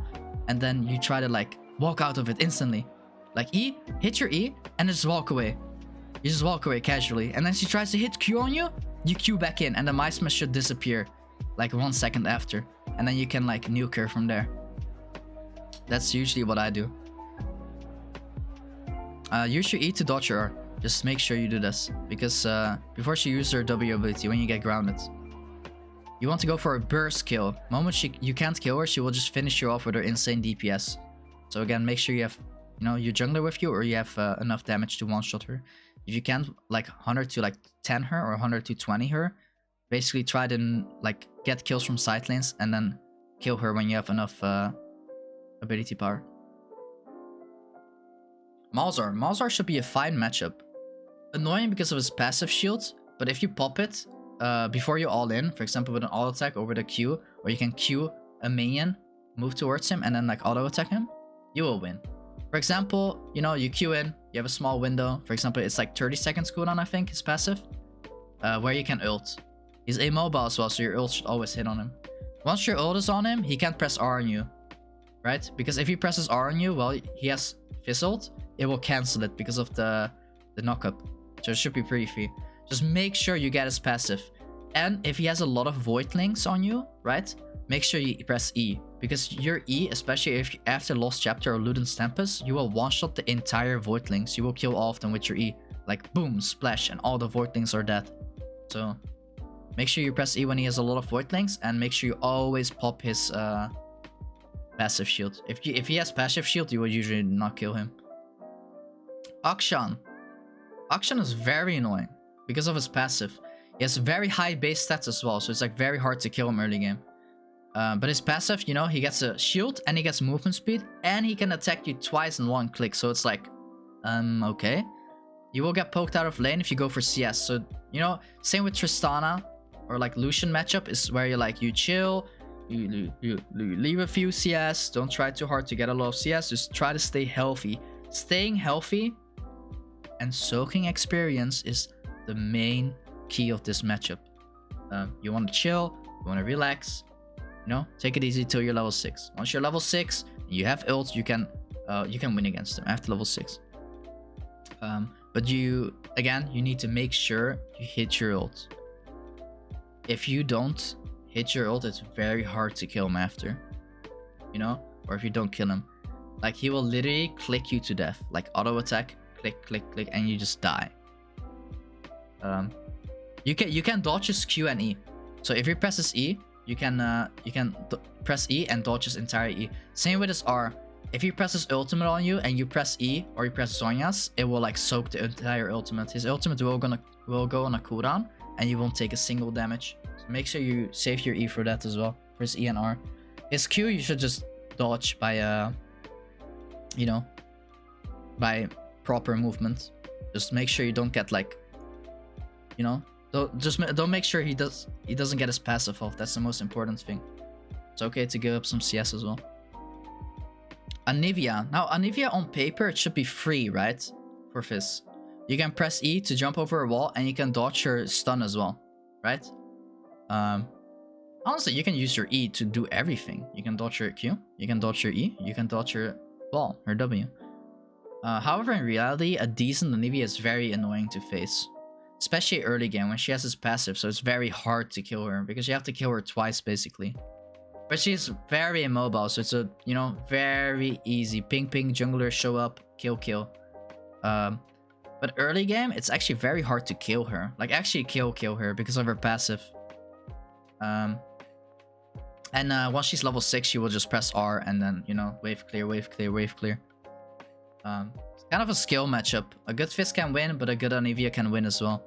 And a good Anivia, you know, will make sure she doesn't die in laning phase, and then just scale off that, and she can just press R on the minion wave, and the entire minion wave's gone in 2 seconds. So magic. Make sure you press E to dodge her stun. As long as you dodge her stun, you're fine. If you get hit by her stun, you will lose half your health. Her Q, dodging her Q, aka her stun, is very important. So make sure you dodge her stun. Also, don't fight in her R. Make sure you R her before she like you need to hit your R on Anivia. Let me tell you that. If you don't hit your R, she will just out damage you with her R. Because if you hit R and she gets knocked up, her R gets cancelled. Right? The like snow thing, the circle snow, circle, snowy circle, whatever. If she gets CC'd, it cancels. So make sure you hit your R. If you don't hit your R, don't try to go for a kill. You always need to hit your R and Anivia, or she will just out damage you. Unless it's like super late game where you know you can just one-shot her with EWQ. Qiyana. Now Qiyana's a skill matchup. The better player will usually win this, but it's more favorable towards Qiyana early game. But Fizz shines after getting Zhonya's. You have true vision on your ultimate, so you can see her when she uses her green Q. You know, the stealth one, the like leaf that she gets from a bush. So if you need your ult to kill her as well, because if you ult her leaves, which every Qiyana player will have after level 6 by the way against Fizz. But if she dodges your R, you're basically effed. But you can also dodge your R. So it's like a very skill matchup. The better player will usually win this. A tip I can give you against Qiyana though is you need to use your E to dodge your R, and you need to use vision to your advantage. With this I mean make sure you go in a bush and deny vision, so she doesn't know where you are, and if she tries to walk in that bush, you can like R her, and then she can't like go stealth, and then because of your true vision on your R, and then you can try to kill her. And you also need to predict her R though, because she might like ult instantly, but there's like a small wind up, you know, before she ults, so you have time to react if you're a decent Fizz player. Practice makes perfect. Once you have Zhonya's, you can use your E to dodge her Q, and then you can just Zhonya if she tries to ult. Should be doable, right? Talon. Fizz loses early, but same as that, you win after you have Zhonya and your ultimate ability. Just make sure you use your E to dodge his W or Q so he won't get his passive bleed on you, because his passive bleed hurts a lot. So make sure you never get free stacked. It's the same as Echo. Try to avoid the free stacking. Your ultimate ability, aka the shark, also gets true vision. So you will be able to see him after he ults, right? So let's say you ult him, then he presses R. You can literally see him. True vision. Same for Akali. Same for Qiyana Q. You can see them because of true vision. So make sure you hit your R on Talon. And make sure he doesn't get the passive bleed on you, and you will usually win this matchup. Especially after like 2 items, this matchup gets kind of easy for Fizz. Early game, he can cheese you, so make sure you don't get cheesed. Because his damage is a lot early game. Because of his passive as well. And his Q. His Q is a critical strike. So if he's close to you, he will crit you. So be mindful of that when you try to play against him. However, if Talon presses Q on you, you can press E and avoid his entire damage with his Q. So make sure Talon engages on you first. If not, then try to play around your Q to dodge his Q strike. Like his crit strike. Because if he's close to you, he will crit you. Zed. Skill matchup, favorable towards Zed early game. However, Fizz should be fine/win after level 6. When you have stopwatch/Zhonya, right? You usually win against Zed. Also, this is one of the few matchups or only matchup I do rush Zhonya's against. Zhonya's Hourglass. That is one of the few matchups I actually rush it against. Don't forget you can E his ultimate. So when he presses R on you, you can press E to avoid the entire death mark. So you don't get damaged at all. Be sure though, use your E when it's using your R on you. If you use it after he got the mark on you, the damage is unavoidable, guys. So he presses R, you instantly E. If he presses R on you and you have the death mark and then you press E, it will not work. Another tip I can give you against Zed is don't take too much harass from his Q. And player, the most important thing after like his R is his W. So his W is very important because it can avoid your Q, E, and R. So make sure playing against Zed, especially if he's after he uses W, that's your time. Like, okay, Zed uses W, this is my time to all in. If he has W up, it's pretty hard to like do anything against him. You either wait for his W or Q usage, and then you try to all in him. Also, bear in mind that if you ult him, the same goes for you. After you ult Zed, he can dodge your R as well with his ultimate.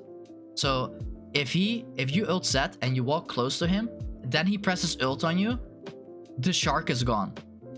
So what you do is you ult Zed and then you space. So you don't go close to him, you space. You make sure he's not in ult range, right? So he doesn't ult you. Or you E in, but usually you E in after you have Zhonya's. So what you want to do is you ult him after you use W, right? He's gonna walk towards you to R you, then he gets knocked up, then you go W, Q in, and then he presses ult on you, then you press E. That's how the matchup should go.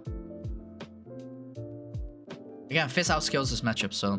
But skill matchup, a good set can win against Fizz, so be mindful of that. Aurelion. I swear, this champion is so annoying because she can nullify so much of your burst with her W. You need to play around her stacks and the minion wave. If she has no stacks, you will win. If she does have stacks, you won't win. You will lose. Moment she used her W, you all in her. And you will usually win if you're like equal in terms of gold, right? For pre-level 6, make sure you use your E to dodge your stuns. After level 6, you will always want to use your E to dodge your R. If you don't dodge your R, it's a little bit doomed. She will have multiple Qs on you and you will lose. 90% of Aurelion players always push hard or fast. So you're able to freeze and call your homie, aka the jungler. Easy kill, you know? Good setup. And Aurelion mid is free kills for your jungler. Just make sure you play around her R and around her W. Most important is her W. Also bear in mind that a lot of Aurelion players love to play around the big minion wave. So she could like... she could make sure like she doesn't push in the wave after you slow push. And then she like uses her Q, gets 4 stacks off instantly, and then all-ins you. Be careful of that. Because you need to use your E to dodge her E, which is her stun, but also her ultimate. So before Zhonya's, you need to choose which one. So you can also use your E to dodge your Q. Yone. Yone, I would say it's a skill matchup. It used to be favorable towards Fizz, but after patch 12.10, it's kind of favorable towards Yone. Because he's way tankier now. Don't fight him the first few levels, since you will lose most of the time. Well, or almost every time. Because of his passive and he has lethal tempo. Make always sure... Always, you pop his bone plating before you want to combo him. So you auto attack him or you Q him and then you run away. This is because bone plating will neglect a lot of your damage. It will soak like 100 if not more damage. So like be careful of that. Pre-level 6, you want to use your E after he used E, so you can hit it similar to like Yasuo and Echo. Try to dodge all of his Qs with movement. If he W's you in a minion wave, his shield will get bigger, so be careful of that. Use your passive to your advantage. You should usually win this if you play it properly. After level 6, most of the time you want to save your E for his ultimate, so you can dodge it. This depends on how the Yone plays it though, and in what situation you're in. But typically you want to avoid his R by dodging it with your E. If you can dodge it with the movement, it's even better. Unlike Yasuo, you can actually hit your R on this guy. If you time it properly with either vision or play around his E, so he can dash out of it. God bless, he has no wind wall. Yasuo, even matchup, better player will win usually. Now the thing is, you will never be able to ult, right? Unlike Yone. Yone has his E to dodge your R, but Yasuo has wind wall and his E, so it's even more annoying to hit your ult off. You'll never be able to rank 2 or rank 3, like range 2 or range 3 his ult. So you need to Q into instantly ult, because you will get a little bit of damage off, but also because he has wind wall, you will never hit anything bigger than the smallest R of Fizz. Don't play too much into the main wave, since he will just permanently dash. Also make sure you pop his passive shield and bone plating if he has it before you all in. So same as Yone, you auto attack him first. The cool thing about Yasuo is you will pop his passive and his bone plate at the same time, because of your W, right, and auto attack. So because of that, you always do that first, because he just soaks your entire burst if you don't do that. Again, don't play too much into the main wave. He will permanently dash and he will dodge your Q, he will dodge your E, he will dodge your R. And he has wind wall, so be careful. Long fights you will lose, okay? Do not play long fights. Just like Yone, he has lethal tempo. So, and he's an AD champ, so be careful of that. You want to play for burst, you want to play for one shots. Akali, super annoying early game because of her Q spam. And she has W as well for her stealth. Early game is pretty hard to kill her or do anything. But once you hit level 6 and you hit your R on her, you can win it. Because of True Vision. Your R gives True Vision, so her W is pretty useless. Just make sure you have a lot of HP before you do. So if you're low HP, do not all in with your R. Make sure you're almost the same HP or similar. Don't engage on her with Q. Because if you engage with her on Q, if she has you up, what she will do is press E and she will dodge the damage and get out of her range of your Q. If she's out of range of your Q, what she's gonna do is E back in and then auto attack, because she will get the passive off. And you will take a lot of damage. So you need to bait her E out before you Q in. Your ability, as I said before, gives True Vision. So make sure you play around your True Vision, aka your ult. You kinda need your ult to kill Akali. Because of her W, right? Her cloud ability. Which will make her stealthy. Now let's go to the bad matchups of Fizz. First we have Kassadin. Kassadin, the late game monster. Now let me tell you guys one thing real quick. Kassadin is my personal go-to ban champion, okay? I've been banning this champ for like 5 years straight, so I'm a little bit biased. However, Kassadin is strong into AP champs in general. And he outskills most champions, hence the Kassadin is level 16, just surrender meme. It always used to be a meme in the old seasons. If Kassadin hits level 16, you basically, you know, it's the same with kill, you like kind of FF, you know, it's like hard. It's a meme, you know? Wink wink. He does outskill you though. So he outskills you very hard actually. So however, he also wins earlier before he gets his level 16 spike. So mid and late game is kinda doomed for Fizz. However, laning phase is rough as well, since he gets stacks on his E ability whenever you last hit minions. So if you last hit minions with your W, he gets his E stacks up very fast. So you can't really hard shove waves in with your W or like last hit with your W, since you will get stacks from it. His first few levels aren't that strong, but you know, neither is Fizz. He can always, you can dodge your E plus R with his dash ability, which is his ultimate, and he has a magic shield that makes sure the trades go equal early or he even wins. Make sure you trade with him, with Kassadin, If you do not ban that champ, I personally ban Kassadin. But if you don't ban Kassadin, early game, it should be okay.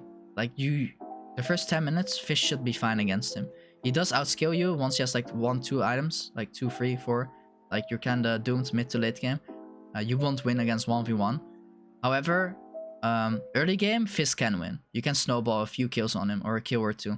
He does outscale though, so that's why I ban this champion, because he outscales very hard. And it's hard for me to deal with him on side lane. Make sure you trade with him after he uses Q. If he doesn't have his magic shield up, you can go in and trade with him.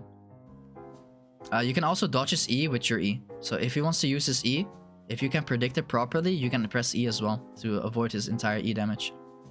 His W is quite annoying though, because it's basically impossible to dodge, because his W even goes through your E. So if you press E and he uses W on you, his W will go through. So you will always take the damage. He can also just R, you know?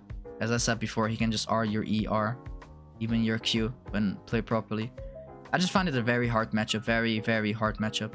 But early game is winnable, but mid to late game you basically get outskilled. Very hard matchup. I just hate this champ, man. What I personally do is I trade with him very early if I don't ban him, and I freeze the wave, and then I just let my jungler gank him 3 times in a row, and then I like perm a roam after level 6, level 7. Lissandra.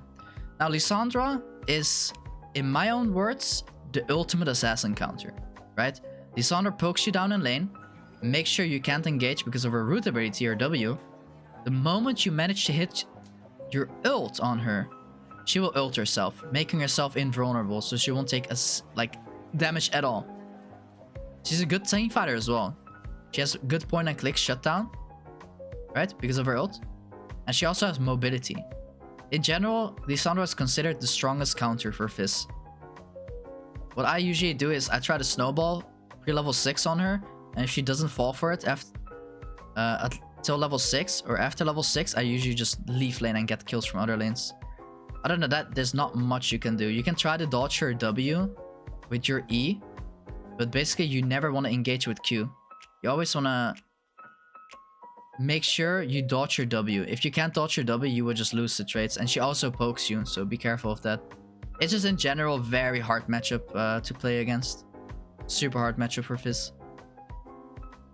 Honestly, leave lane, get kills, baby. Tryndamere. Tryndamere is almost unkillable. He outsustains you forever. I would say he's like Vladimir, like AD Vladimir on mid lane. He's very good against most assassins, including Fizz. Even if you ditch lane and you wanna roam, he will take your turret, man, at literally 8 minutes in the game.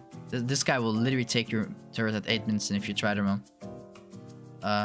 There's not much you can do against Tryndamere early game. You trade with him, even if you win the trade. If you do win the trade, right? If he doesn't crit you. The Tryndameres I play against crit me 3 times in a row for some reason.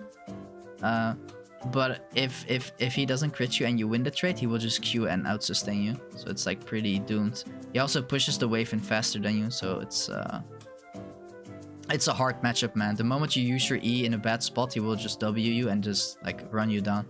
Especially most Tryndamere players also go ghost, you know? So it's very hard matchup. However, a tip I can give you into Tryndamere is try to use your E before you use Zhonya's, so you can count his duration of his ultimate. His ultimate is called Undying Rage, which makes him unkillable, right? For like 6 seconds. Was it 5 or 6 seconds? Let me... For 5 seconds. So for 5 seconds, he's unkillable. However, as Fizz, you can press E, then you can Zhonya, and then you have E up again. So you can kite out his duration on his Undying Rage. Other than that, there's not much to say on this matchup. You kind of win late game. Very late game. Like where you have like your Void Staff, Lich Bane, Ludens Tempest, Zhonya, Rabadance, or Magi. Like full build Fizz wins against Tryndamere when played well. Because you can kite his R and you will one-shot him, he is squishy. But early and mid game, this matchup is, when played well, Tryndamere will basically never lose this matchup. It's very hard for him to lose. Late game, I would say it's a skill matchup. Late game, a very good Fizz can outplay a Tryndamere. However, early and mid game, it's very doomed. Rumble. Rumble's very hard. He's very hard to kill one-on-one. you will never kill this guy basically because he has shield for ages. He has shield for traits. He can poke you down with his Q and E when you go for farm. And because of his passive, you won't outtrade him. The best thing you can do against Rumble is you try to take CS and try to stay healthy so your jungler can gank this guy because he's pretty immobile. He only has movement speed on his W. Once you're a bit ahead, it can be won because of sheer number gap, aka gold difference in items. Other than that, try to... when Rumble uses Q, tip I can give you is when Rumble uses Q, try to just run away. Like, there's not much you can do. Try to run away, try to dodge his E, and basically Rumble won't kill Fizz, but Fizz will kill Rumble. But other than that, Rumble is quite tanky and he will win short trades. But later on, once you do have your items in the mid to late game, Rumble's very killable. Just early game is basically very hard to kill. LeBlanc. Now let me tell you off by let me say this real quick, okay? The better player will win this. Fizz against LeBlanc. However, okay, it's very LeBlanc favored. She will poke you down all the time because of her range, right? And the moment you want to all in, she will use her chain. So when you use Q, similar to Akali, she will use her E, right? And then you will get chained. And you can't escape it. You cannot escape the moment you get hit by her chain. Even with your E, even if you press E, double tap E, you will not escape it because of the range it has. And also, your E, you will always get rooted. In terms of root and damage, you will always... It will go through your E. She can also easily dodge your E and R, and potentially your Q as well. As I said, it's very favorable towards LeBlanc. But if she makes a mistake, like missing her chain or using her W in a bad spot, you can win it. That's when you engage. So when LeBlanc uses her W in a bad spot, you can go in on her. A good tip for LeBlanc is you could build Mercury threats for this matchup, especially if the enemy has another AP in their team. Let's say like an Evelyn Diana jungle. Also, don't show yourself when LeBlanc wants to push in. For example, you hide in the bush and you wait for her to use the W on the wave, because LeBlanc players usually use their W on the wave to clean it. And if you are in the bush, you can ult and kill it. Mind games, dude. Mind games. Renekton. Renekton will win trades against you, one-on-one. You can easily dodge your ult with his E. His E is also double dash, so he has 2 dashes. He's very tanky because of the items he builds, and he gets HP from his R. And he gets damage per second with his R. So basically, you won't win long fights. You won't win anything. Basically. And because also, he builds bruiser items. And he goes like healing, like Gordrinker and stuff. You won't kill him late game. Like, at least mid game. So early and mid game, this matchup is kind of unplayable. There's not really much I can say other than... like, a tip I can give you is push the wave and then roam. It's like... this matchup is arguably even worse than Tryndamere. Like, the moment you're in his range, he uses W on you. And he Qs you. And he will just always out-trade you and you won't be able to kill him. Garen. Garen is completely unkillable because of his W and the item build path. He wins one-on-one against Fizz as well, at least early game. A good tip I can give you is, again, same with Renekton, is push the wave in and just roam. Try to go top, try to go jungle, try to go bot lane, try to get kills from their side, try to get an advantage over that, while maintaining most CS as you can. And then once you are like a few kills in, you could kill them. Another tip I can give you against Garen is try to play around his W. So sometimes what I do is I try to do 3 points in W, and then I press E on Garen, and most Garen players will always press W on your E or your ultimate. But especially pre-level 6 when you don't have ultimate, Garen players use E, or sorry, their W to neglect your damage of E, because they think every Fizz player is maxing E, right? So what you do is you put 3 points in W, so you win 1v1 fights. You win 1v1 fights. However, bear in mind that your wave clear is way less than, because you do put points in W. Diana. Early game is a little bit unplayable, and she's way tankier than Fizz. She has as much burst as you, except she can soak Fizz burst early game with her shield. Also, the longer you fight against her, the more chance she has of winning against you because of her on-hit passive. However, she's very easy to punish if you have a decent jungler. Good wave setup, and she's just dead. That's the reason why people play Diana jungle now and not Diana mid lane. Because Diana mid lane doesn't have a lot of good matchups, and even if she has a good matchup on mid lane, it's very easy to gank her. She has little to no mobility other than her E. But overall, it's very easy to gank Diana. Another tip I can give you against Diana is when she presses R on you, press E. Her R will knock you in her and then do a burst, right? The moon circle thing, the burst with her R. However, because you press E, you will neglect the entire damage. It won't do damage to you at all because you're untargetable. Also, try to not get hit by her Q as much. That's another tip I can give you. One-on-one, usually you don't win against Diana though. But she's easier to kill than Garen or Renekton. Galio. Now, let me tell you, Galio's very hard to kill because of his W. Making him tankier and getting an inbuilt magic shield from it. It is possible to kill Galio the very first levels during laning phase if you manage to outplay him and dodge his abilities. And then all in him with Ignite. For example, level 2, level 3, level 4. However, after level 6, level 9, Xerath, he becomes just way too tanky. Like, he's very hard to kill later on because he's just very tanky because of his W as well. And he's a very good insane frontline for the enemy team, making your life hell mid to late game. However, early game is very winnable. Against Galio, I recommend you play very aggressive to level 2, level 3, level 4. Like, the first few levels are key. Try to get 1 or 2 kills off him before he gets like too tanky, and then you can try to roam. However, Galio can follow your roams with his ult, and he has as much, if not better, wave clear than you because of his passive and Q. He can also use the E.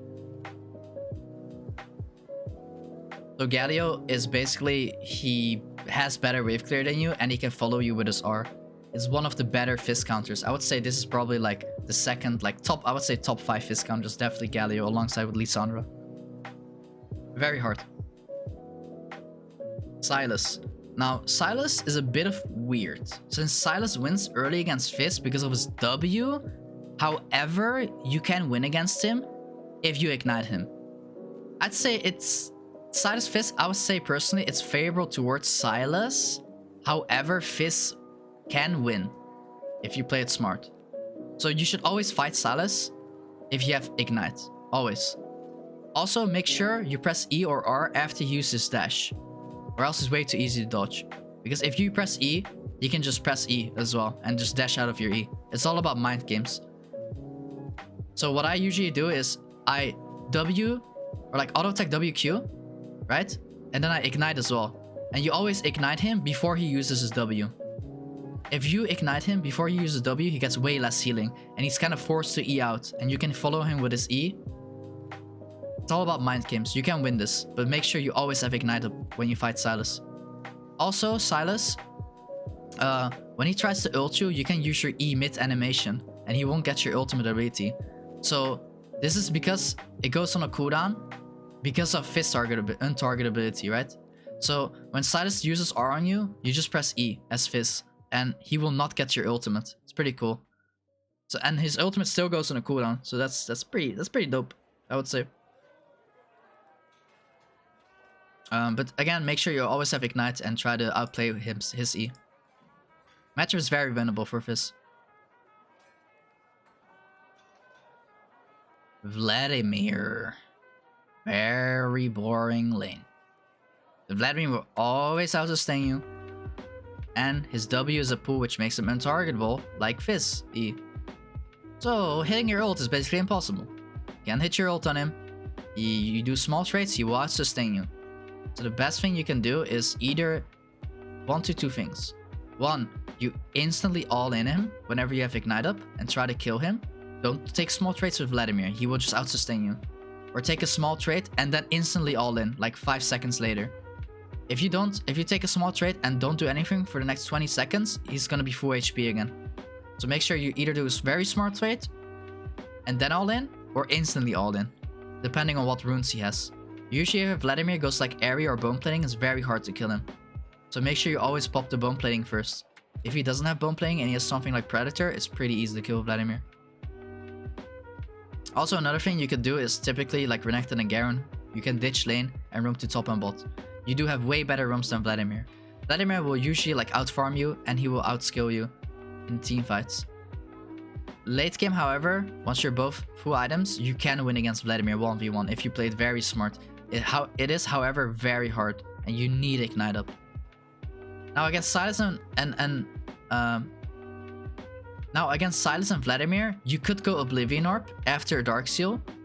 However, usually I do not build this anymore, but you could still go Oblivion Orb early game, because it will help you reduce the healing of Vladimir and Sylas. However, I just recommend you go Ignite and only fight when you have Ignite Up and you know you can kill them. Kled is very annoying. You can't really kill him, and his Q goes through your E, so he literally pulls you out of your E. So you press E, or like he Qs you, then you press E, and then he just get the hell over here, and he just boom pulls you back, and you're like, what the hell? And then he just all-ins you and kills you. So you need to dodge his Q. No matter what you do, you always dodge his Q. If he hits Q, you insta E tap, double tap E. Other than that, there's not really a lot you can do against Kled. You do outskill Kled very hard though, later on. So once you have like 2 or 3 items, you do outskill Kled, and you do make a lot of damage, and you have the potential to kill him. The annoying thing about Kled is that he wins early game, and he's quite tanky, but also you can't one-shot him in a literal sense, because if you do your full combo, he will dismount on his on Skarl, which is his pet, his mount. And if he dismounts, the damage you did will not go through. So it's pretty hard to one-shot Kled. It's a very hard matchup. Graves. Graves mid lane is, in my opinion, favored for Fizz. Fizz outroams Graves, and Graves can't really face check, because he will be hit with R.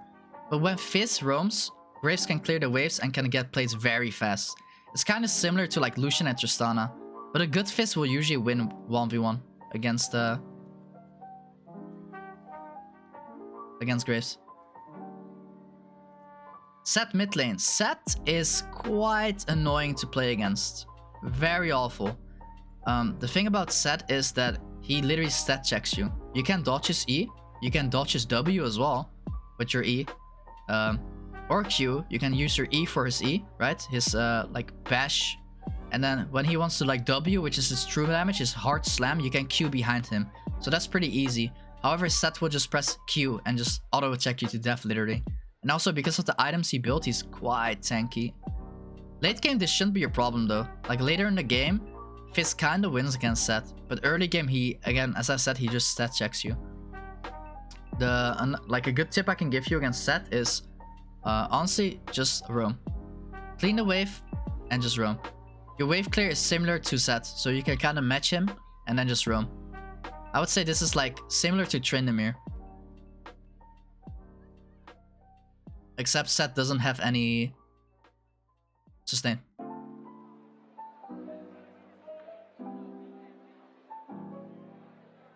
Well, this was quite a long video. So if you stayed or you watched most of the video, or if not the entire video, I really appreciate you guys. This took me a very, very long time to make, like hours and hours and hours. So I appreciate if you can leave a like, comment on what you liked, or what you didn't like, or what I should add more. And I'd be down to, you know, I'm open to feedback, so that would be pretty pog. Other than that, guys, I do stream on Twitch a lot, so if you want to check that out, I stream 5 to 6 times a week. I am streaming a lot. I'm trying to get top 50 Challenger on the US right now. So right now I'm doing the unranked to Challenger, and I want to get top 50 Challenger in EU West, hopefully within the next few months. That's my goal right now, to be like one of the only or few Fizz players that are high elo with this Sushi champion. He is very, very, very fun to play. So, you know, Fizz is definitely worth checking out. Other than that, I appreciate you guys, you know, being on stream or being here and watching this video. I really do hope that this Fizz guide helped you guys improve, or is helping you guys improve right now.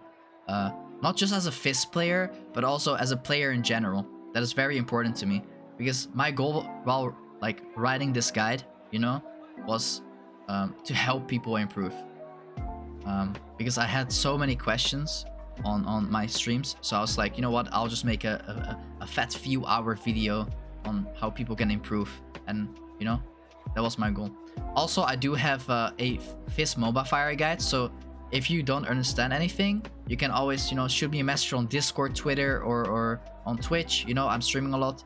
And also, you could go on Fizz Mobile Fire. 90%, 95% of the things that I handled here are all my Fizz Mobile Fire guides. I'll leave the link on the description below. So if you want to check that out, go for it.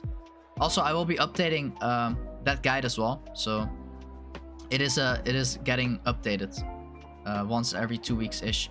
Like once the new patches release, I am updating the guide.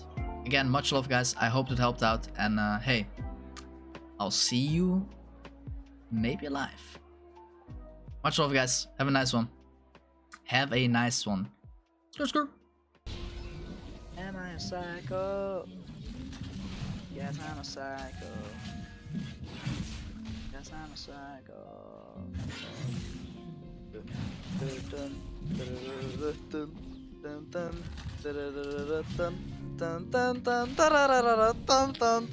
No!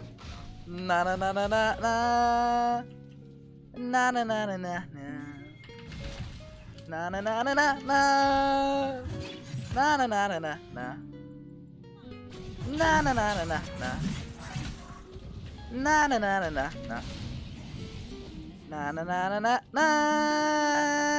Na na na na na na. Dap. Can someone please clip that?